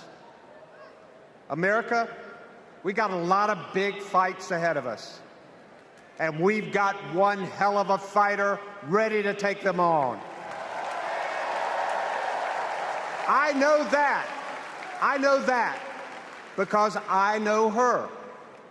And tonight, I want the American people to know, even if you don't agree with her on everything, Kamala Harris will fight for you to the very end.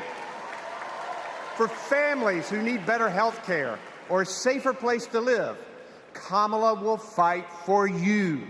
For parents who want better schools for their kids, for workers worried about a secure retirement for themselves, Kamala will fight for you. For any one of our allies, anywhere in the world, wondering if America still has your back, remember this: Kamala will fight for you. And when she fights, we win. Kamala's ready. Kamala's ready. The question is, are we? Are we going to stand up and fight for Kamala like she'll stand up and fight for us? All right. If you're ready, my home state of North Carolina, stand up. Stand up, Pennsylvania. Stand up, Michigan. Stand up, Wisconsin. Stand up, Georgia. Stand up, Nevada. Stand up, Arizona. Stand up, America. Are we going to stand up? Are we going to fight? Are we going to vote? Are we going to win? You bet we are. Let's go get them.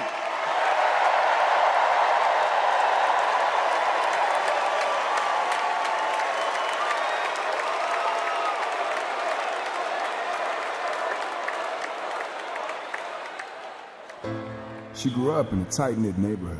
It was the kind of place where your neighbor would look after you when school let out, where your first-grade teacher would show up at your law school graduation. It's where Kamala Harris learned what it means to be in the middle class, making every paycheck count. She was raised by a working mom who taught her about standing up for what's right and protecting the people you love. Kamala carries the lessons of our mother, the fighting spirit of our mother, the compassion. She was all of 5 feet tall. If you met her, you would have thought she was 7 feet tall. And our mother, if I'd ever come home complaining about anything, she wouldn't have it. The first thing she'd say is, well, just stop the complaining. Just tell me what you're going to do about it. And since she was a young girl, Kamala Harris has been fighting for families like the ones she grew up with. That is Kamala. She can't help herself from standing up for people and standing up for what she thinks is right. She has been that way our whole lives. Being a protector is what led her to become a prosecutor. Looking back now, I could say it was her calling. As a courtroom prosecutor, she went after predators who targeted women and children, and fraudsters who ripped off working families. And she put dangerous gang members and human traffickers behind bars. We didn't have partnerships with DOJ or FBI or DEA or any of those law enforcement agencies. Now, we all work collaboratively. She was the person who built the foundation in how we do criminal justice in America. As Attorney General of California, she held the big Wall Street banks accountable for fraud, winning $20 billion for California families. She took on one of the largest for-profit colleges that was scamming students. And in the Senate, she fought for her constituents with the determination of a prosecutor, standing up for reproductive freedom. Can you think of any laws that give the government the power to make decisions about the male body? I'm not thinking of any right now, Senator. She fought to keep our children safe from the terror of gun violence. How many of you guys had to have a drill where you learned about how you need to hide in a closet or crouch in a corner in the event that there is a mass shooter? Look at that. Look at that. On the Intelligence Committee, she defended our nation against foreign adversaries. And in 2020, she made history as the first woman to be elected Vice President of the United States. She cast the tie-breaking vote to deliver urgent relief to the American people during the pandemic. She beat Big Pharma to lower prescription drug costs and cap the cost of insulin, and led the fight to restore reproductive rights after Roe v. Wade was overturned. We have worked too hard and fought too long to see our daughters grow up in a world with fewer rights than our mothers. Because she's never been afraid to stand up to powerful interests. Sometimes people will open the door for you and leave it open, sometimes they won't. And then you need to kick that door down.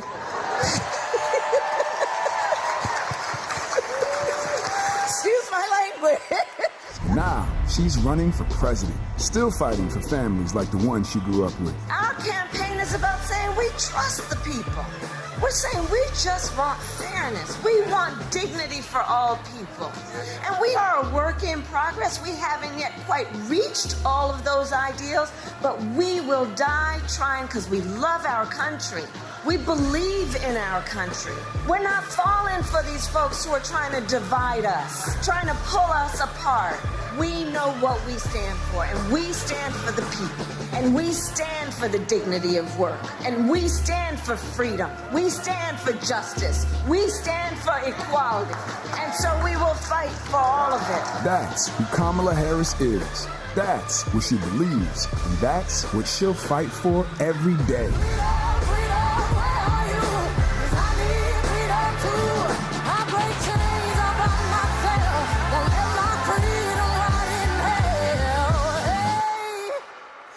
Keep running, cause the winner don't quit on themselves.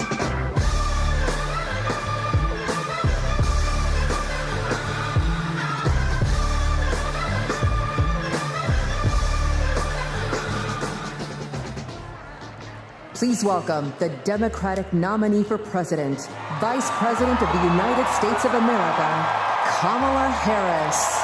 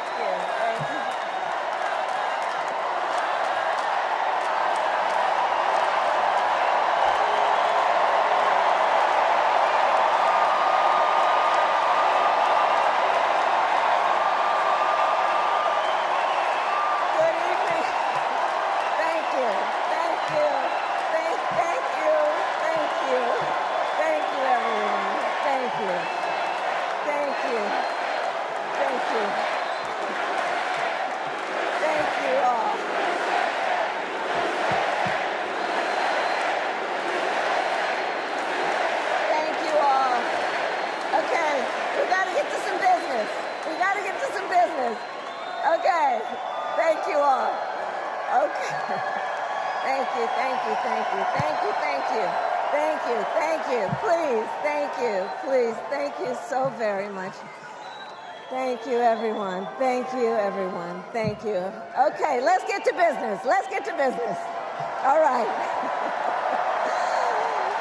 So let me start by thanking my most incredible husband, Doug, for being an incredible partner to me, an incredible father to Cole and Ella, and happy anniversary, Dougie. I love you so very much. To our President, Joe Biden. When I think about the path that we have traveled together, Joe, I am filled with gratitude. Your record is extraordinary, as history will show, and your character is inspiring. And Doug and I love you and Jill and are forever thankful to you both.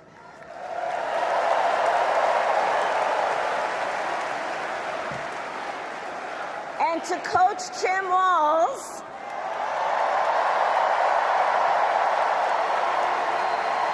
you are going to be an incredible vice president.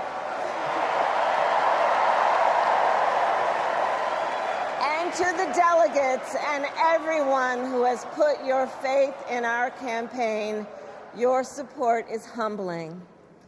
So, America, the path that led me here in recent weeks was no doubt unexpected. But I'm no stranger to unlikely journeys. So, my mother, our mother, Kamala Harris, had one of her own. And I miss her every day, and especially right now. And I know she's looking down, smiling. I know that. So my mother was 19 when she crossed the world alone, traveling from India to California with an unshakable dream to be the scientist who would cure breast cancer. When she finished school, she was supposed to return home to a traditional arranged marriage. But as fate would have it, she met my father, Donald Harris, a student from Jamaica. They fell in love and got married, and that act of self-determination made my sister Maya and me. Growing up, we moved a lot. I will always remember that big Mayflower truck packed with all our belongings, ready to go to Illinois, to Wisconsin, and wherever our parents' jobs took us. My early memories of our parents together are very joyful ones. A home filled with laughter and music, Aretha, Coltrane, and Miles. At the park, my mother would say, "Stay close." But my father would say, as he smiled, "Run, Kamala, run. Don't be afraid. Don't let anything stop you."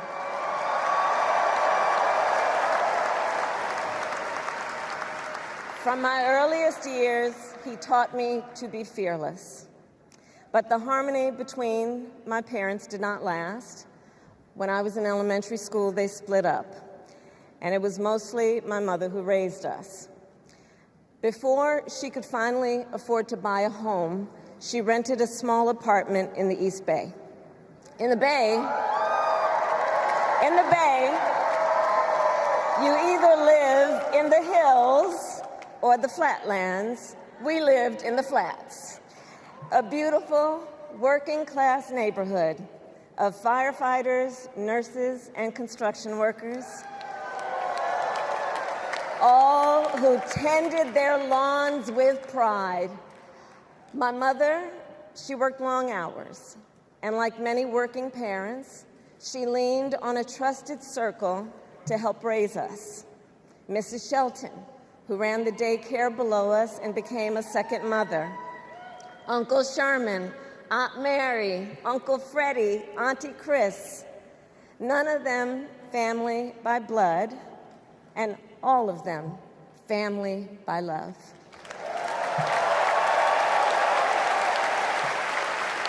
Family who taught us how to make gumbo, how to play chess, and sometimes even let us win. Family who loved us, believed in us, and told us we could be anything and do anything. They instilled in us the values they personified: community, faith, and the importance of treating others as you would want to be treated, with kindness, respect, and compassion. My mother was a brilliant, 5-foot-tall, brown woman with an accent. And as the eldest child, I saw how the world would sometimes treat her. But my mother never lost her cool. She was tough, courageous, a trailblazer in the fight for women's health, and she taught Maya and me a lesson that Michelle mentioned the other night. She taught us to never complain about injustice, but do something about it. do something about it. That was my mother. And she taught us, and she also taught us, and never do anything half-assed. And that is a direct quote. A direct quote. I grew up immersed in the ideals of the civil rights movement. My parents had met at a civil rights gathering, and they made sure that we learned about civil rights leaders, including the lawyers like Thurgood Marshall and Constance Baker Motley, those who battled in the courtroom to make real the promise of America. So at a young age, I decided I wanted to do that work. I wanted to be a lawyer. And when it came time to choose the type of law I would pursue, I reflected on a pivotal moment in my life. You see, when I was in high school, I started to notice something about my best friend, Wanda. She was sad at school, and there were times she didn't want to go home. So one day I asked if everything was all right, and she confided in me that she was being sexually abused by her stepfather. And I immediately told her she had to come stay with us, and she did. This is one of the reasons I became a prosecutor, to protect people like Wanda, because I believe everyone has a right to safety, to dignity, and to justice.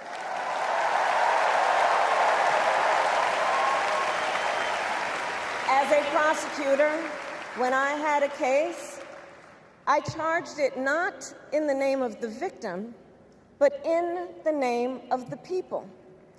For a simple reason. In our system of justice, a harm against any one of us is a harm against all of us.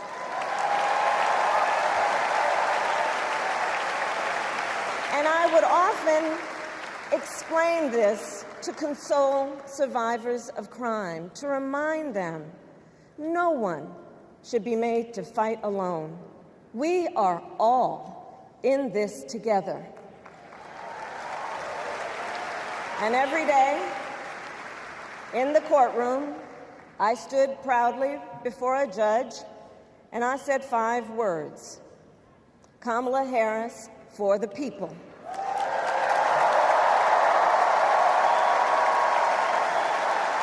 And to be clear, my entire career, I've only had one client, the people.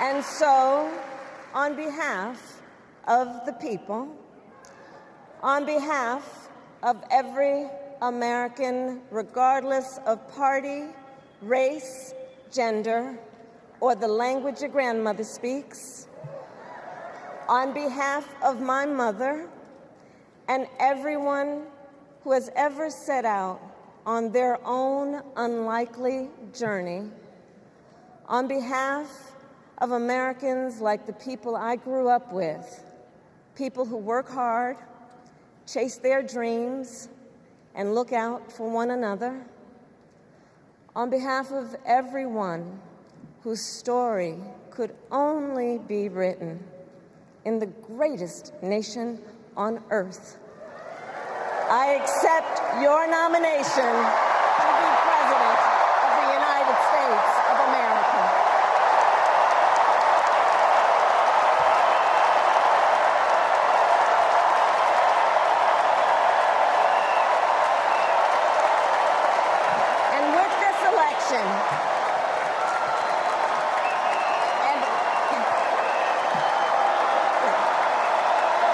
And with this election, our nation with this election has a precious, fleeting opportunity to move past the bitterness, cynicism, and divisive battles of the past, a chance to chart a new way forward. not as members of any one party or faction, but as Americans. And let me say, I know there are people of various political views watching tonight, and I want you to know, I promise to be a president for all Americans. You can always trust me to put country above party and self, to hold sacred America's fundamental principles, from the rule of law to free and fair elections to the peaceful transfer of power.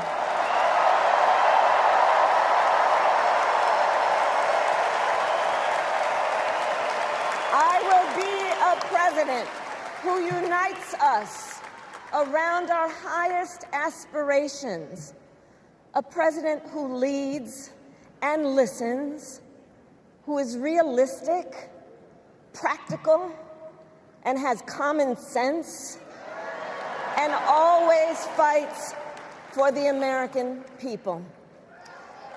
From the courthouse to the White House, that has been my life's work. As a young courtroom prosecutor in Oakland, California, I stood up for women and children against predators who abuse them. As Attorney General of California, I took on the big banks, delivered $20 billion for middle-class families who faced foreclosure, and helped pass a homeowner bill of rights, one of the first of its kind in the nation. I stood up for veterans and students being scammed by big for-profit colleges, for workers who are being cheated out of their wages, the wages they were due, for seniors facing elder abuse. I fought against the cartels who traffic in guns and drugs and human beings, who threaten the security of our border and the safety of our communities. And I will tell you, these fights were not easy, and neither were the elections that put me in those offices. We were underestimated at practically every turn, but we never gave up, because the future is always worth fighting for.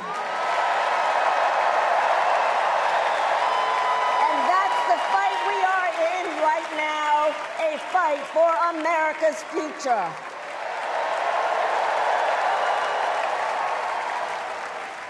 Fellow Americans, this election is not only the most important of our lives, it is one of the most important in the life of our nation.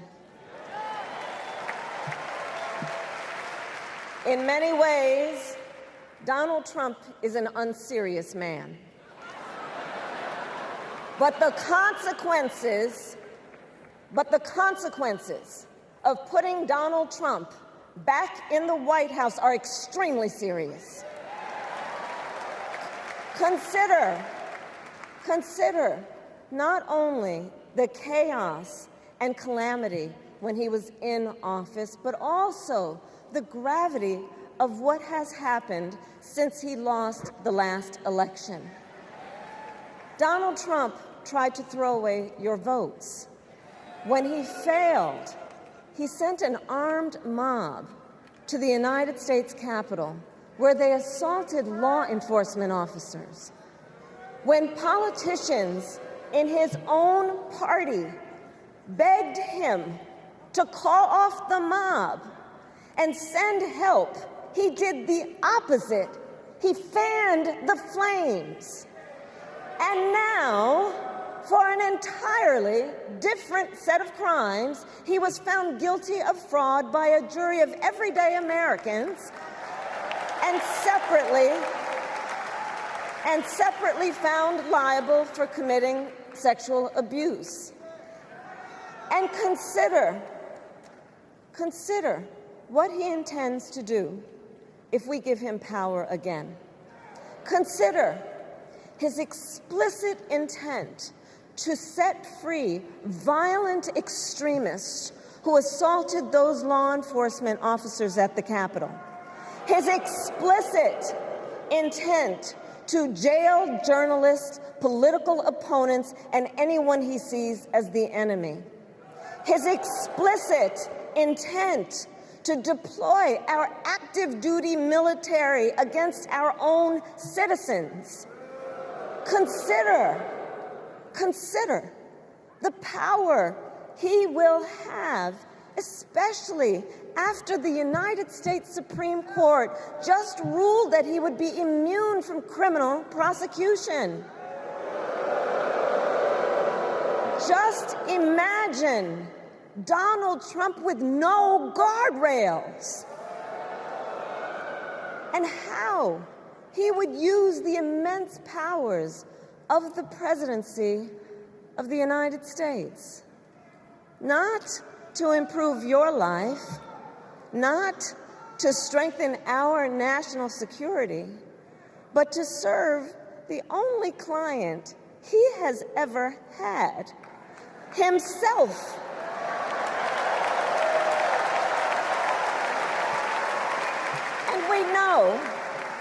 And we know what a second Trump term would look like. It's all laid out in Project 2025, written by his closest advisors, and its sum total is to pull our country back to the past. But America, we are not going back. We are not going back. We are not going back. We are not going back to when Donald Trump tried to cut Social Security and Medicare. We are not going back to when he tried to get rid of the Affordable Care Act, when insurance companies could deny people with pre-existing conditions. We are not going to let him eliminate the Department of Education that funds our public schools. We are not going to let him end programs like Head Start that provide preschool and child care for our children. America, we are not going back.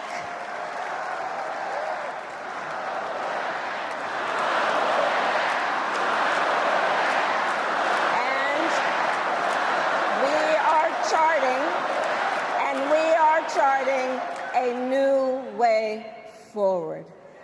Forward to a future with a strong and growing middle class, because we know a strong middle class has always been critical to America's success. And building that middle class will be a defining goal of my presidency.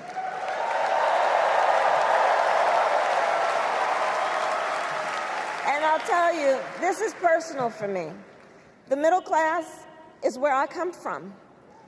My mother kept a strict budget. We lived within our means, yet we wanted for little. And she expected us to make the most of the opportunities that were available to us and to be grateful for them. Because, as she taught us, opportunity is not available to everyone.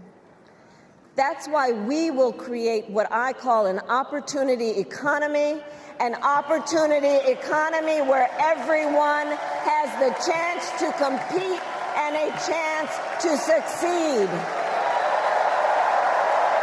Whether you live in a rural area, small town, or big city.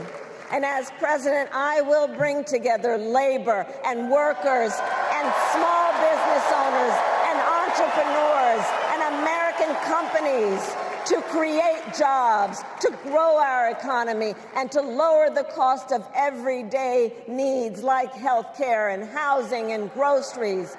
We will provide access to capital for small business owners and entrepreneurs and founders. And we will end America's housing shortage and protect Social Security and Medicare.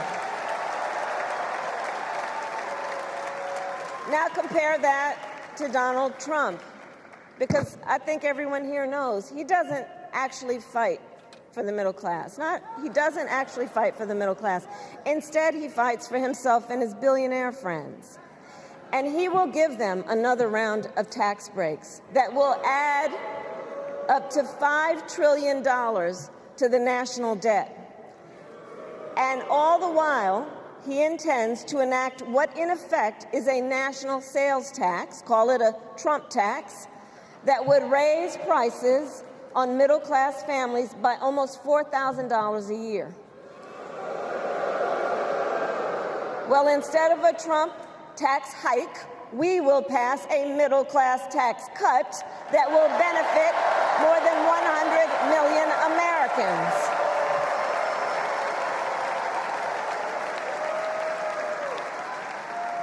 Friends, I believe America cannot truly be prosperous unless Americans are fully able to make their own decisions about their own lives, especially on matters of heart and home. But tonight, in America, too many women are not able to make those decisions. And let's be clear about how we got here. Donald Trump handpicked members of the United States Supreme Court to take away reproductive freedom. And now he brags about it. In his words, quote, "I did it and I'm proud to have done it," end quote. Well, I'll tell you, over the past 2 years, I've traveled across our country, and women have told me their stories. Husbands and fathers have shared theirs. Stories of women miscarrying in a parking lot, developing sepsis, losing the ability to ever again have children, all because doctors are afraid they may go to jail for caring for their patients. Couples just trying to grow their family, cut off in the middle of IVF treatments. Children who have survived sexual assault, potentially being forced to carry a pregnancy to term. This is what's happening in our country because of Donald Trump. And understand, he is not done. As a part of his agenda, he and his allies would limit access to birth control, ban medication abortion, and enact a nationwide abortion ban with or without Congress. And get this, he plans to create a national anti-abortion coordinator and force states to report on women's miscarriages and abortions. Simply put, they are out of their minds.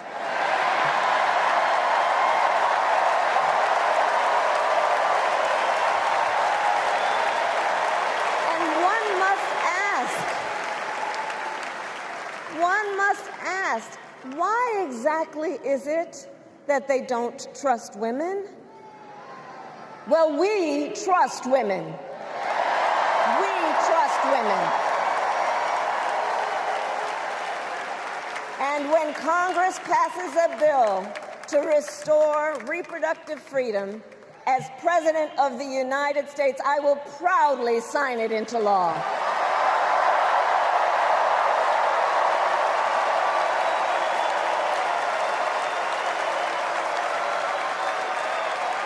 In this election, many other fundamental freedoms are at stake.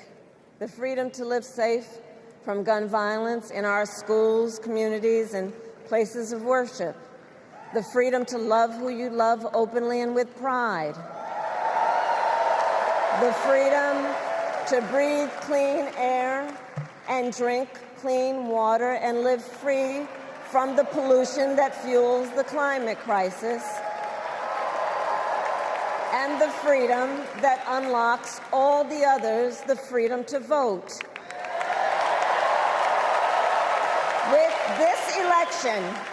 we finally have the opportunity to pass the John Lewis Voting Rights Act and the Freedom to Vote Act.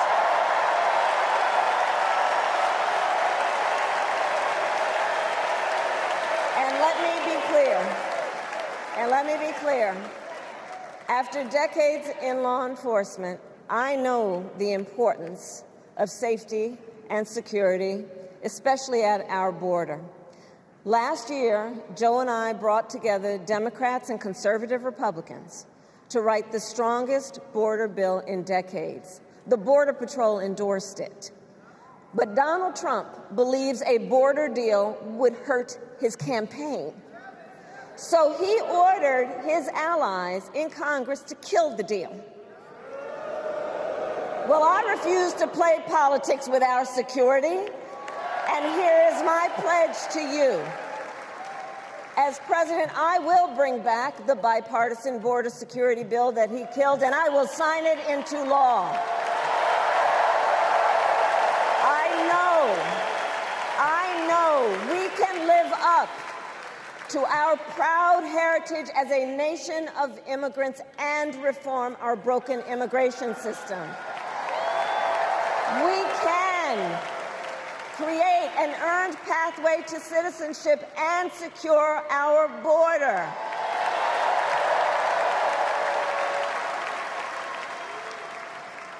And America, we must also be steadfast in advancing our security and values abroad.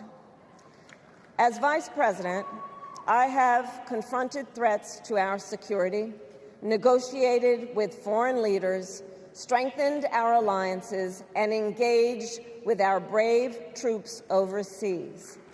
As Commander-in-Chief, I will ensure America always has the strongest, most lethal fighting force in the world, and I will fulfill our sacred obligation to care for our troops and their families, and I will always honor and never disparage their service and their sacrifice.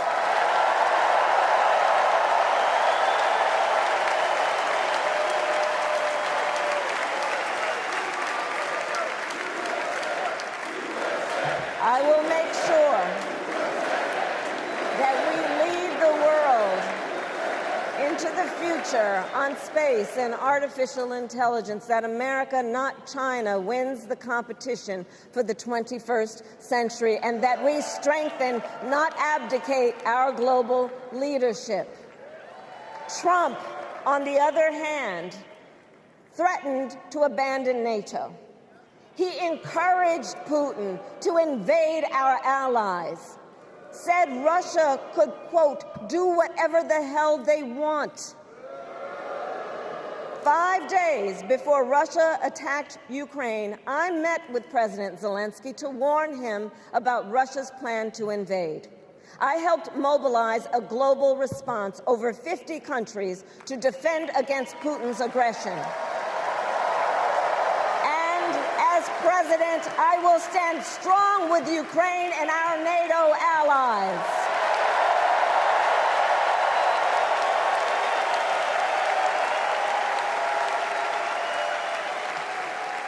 With respect to the war in Gaza, President Biden and I are working around the clock, because now is the time to get a hostage deal and a ceasefire deal done.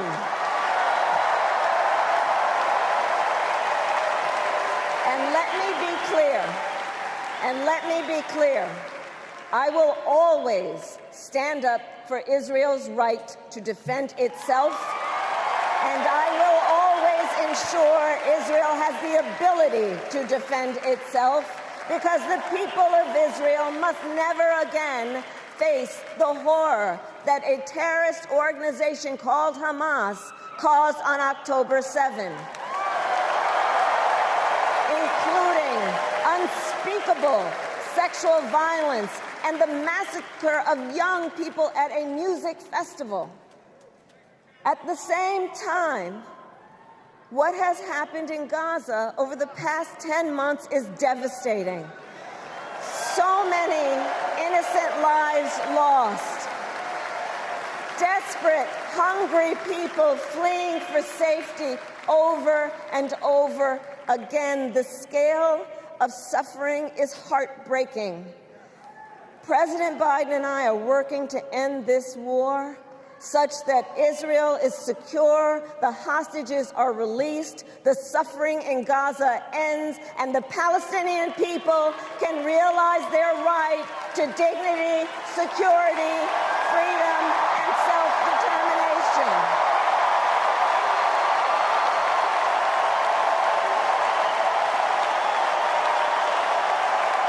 And know this, I will never hesitate to take whatever action is necessary to defend our forces and our interests against Iran and Iran-backed terrorists. I will not cozy up to tyrants and dictators like Kim Jong-un who are rooting for Trump,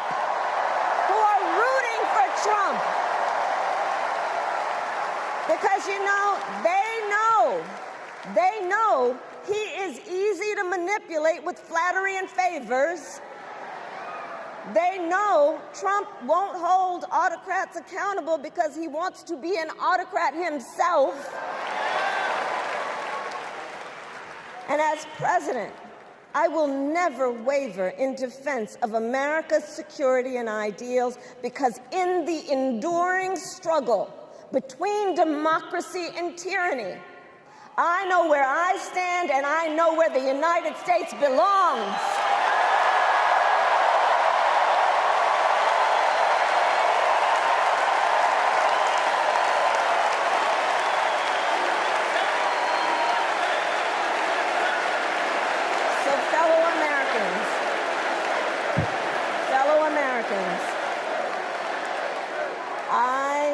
I love our country with all my heart.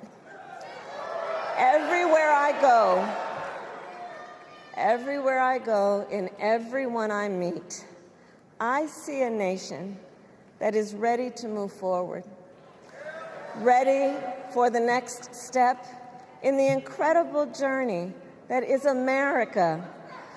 I see an America where we hold fast to the fearless belief that built our nation and inspired the world, that here in this country, anything is possible, that nothing is out of reach. An America where we care for one another, look out for one another, and recognize that we have so much more in common than what separates us. That none of us has to fail for all of us to succeed. And that in unity there is strength. You know, our opponents in this race are out there every day denigrating America, talking about how terrible everything is. Well, my mother had another lesson she used to teach. Never let anyone tell you who you are. You show them who you are. America, let us show each other and the world who we are and what we stand for. Freedom, opportunity, compassion, dignity, fairness, and endless possibilities.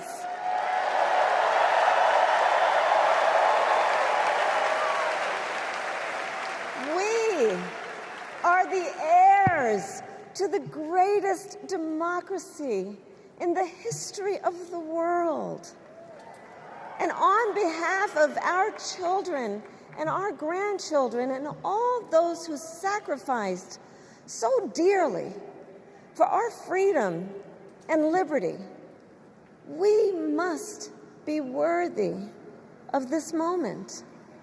It is now our turn to do what generations before us have done, guided by optimism and faith, to fight for this country we love, to fight for the ideals we cherish, and to uphold the awesome responsibility that comes with the greatest privilege on earth, the privilege and pride of being an American.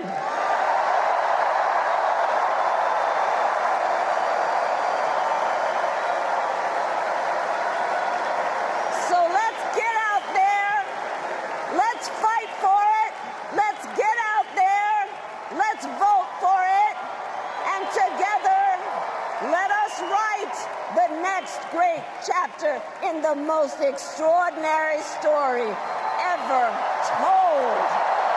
Thank you. God bless you, and may God bless the United States of America. Thank you all.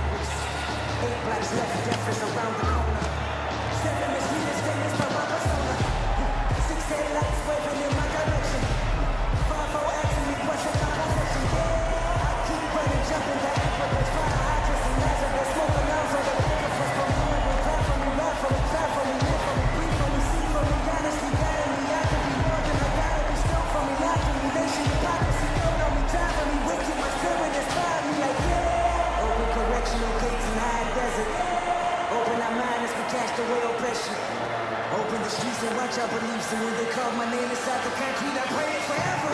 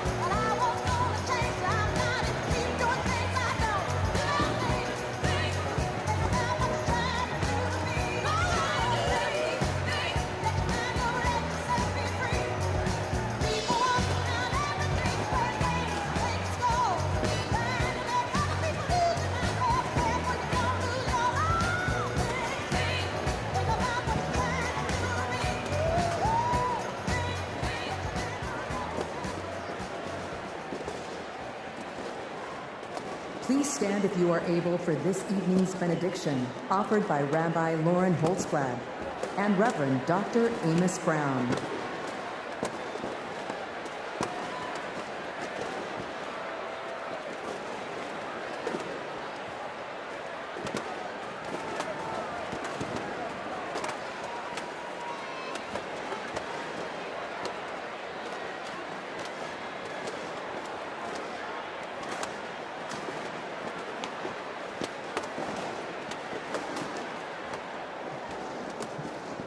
America, let us pray.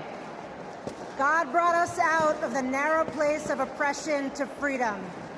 Let's remember the treacherous road our ancestors traveled to freedom, their sacrifice and resolve to bring a better, more inclusive world.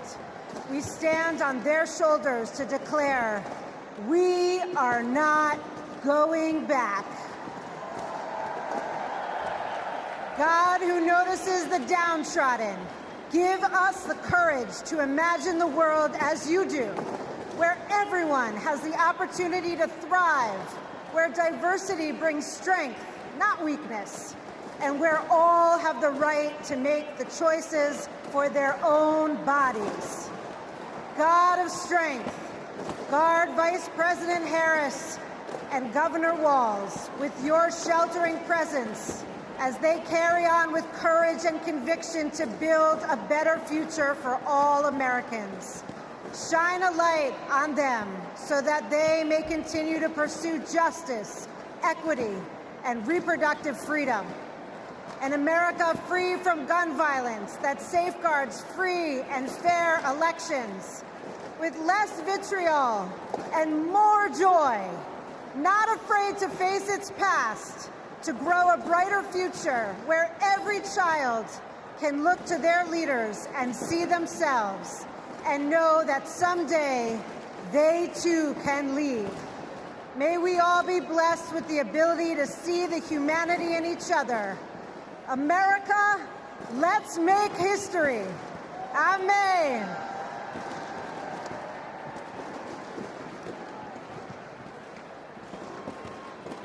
As we close this convention, we ask that the Creator bestow blessings on Vice President Harris and Governor Walz, and upon the bright future they will bring to the people of America. A future where our nation lives its motto of e pluribus unum, bringing together in civility and dignity the diversity that has built this great nation. E pluribus unum, one nation that embraces us all, every race, creed, or color, regardless of sexual orientation, gender or gender expression, rich and poor, old and young, urban and rural. A future, oh God, for every American, where the humanity of all persons will be affirmed and celebrated, where every American has the opportunity and freedom to pursue those inalienable rights of life, liberty, and the pursuit of happiness. A future, oh God, where we live in peace and joy, where we set aside our rancor and division, where we heal our differences and celebrate our common purposes as one nation, one American community, that great city on a hill that serves as a beacon for all the people and all the nations. This is a journey we begin today, and we pray that the Almighty God will guide us on this path today, tomorrow, and for all the generations to come. Amen and amen.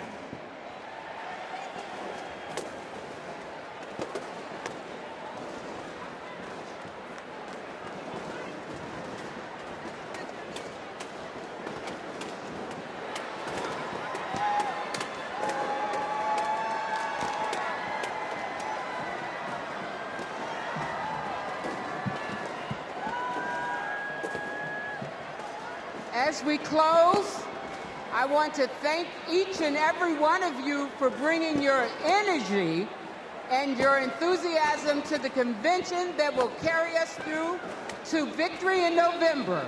Look around. You're surrounded by people from every corner of the country who traveled here because they believe in our mission. We know that unity is our strength. We know that the issues we've highlighted this week are not abstract. We know what's at stake, and we bring that with us and this beginning. Over the next 75 days, we will mobilize like never before to show America what we as Democrats stand for. Together, we will fight for our rights, our freedom, and our democracy. Together, we will elect Democrats up and down the ballot. Together, we will win. Win that. As we know, we have to further business to come before the convention. I am now proud to adjourn the 49th Democratic National Convention. Thank you, Chicago.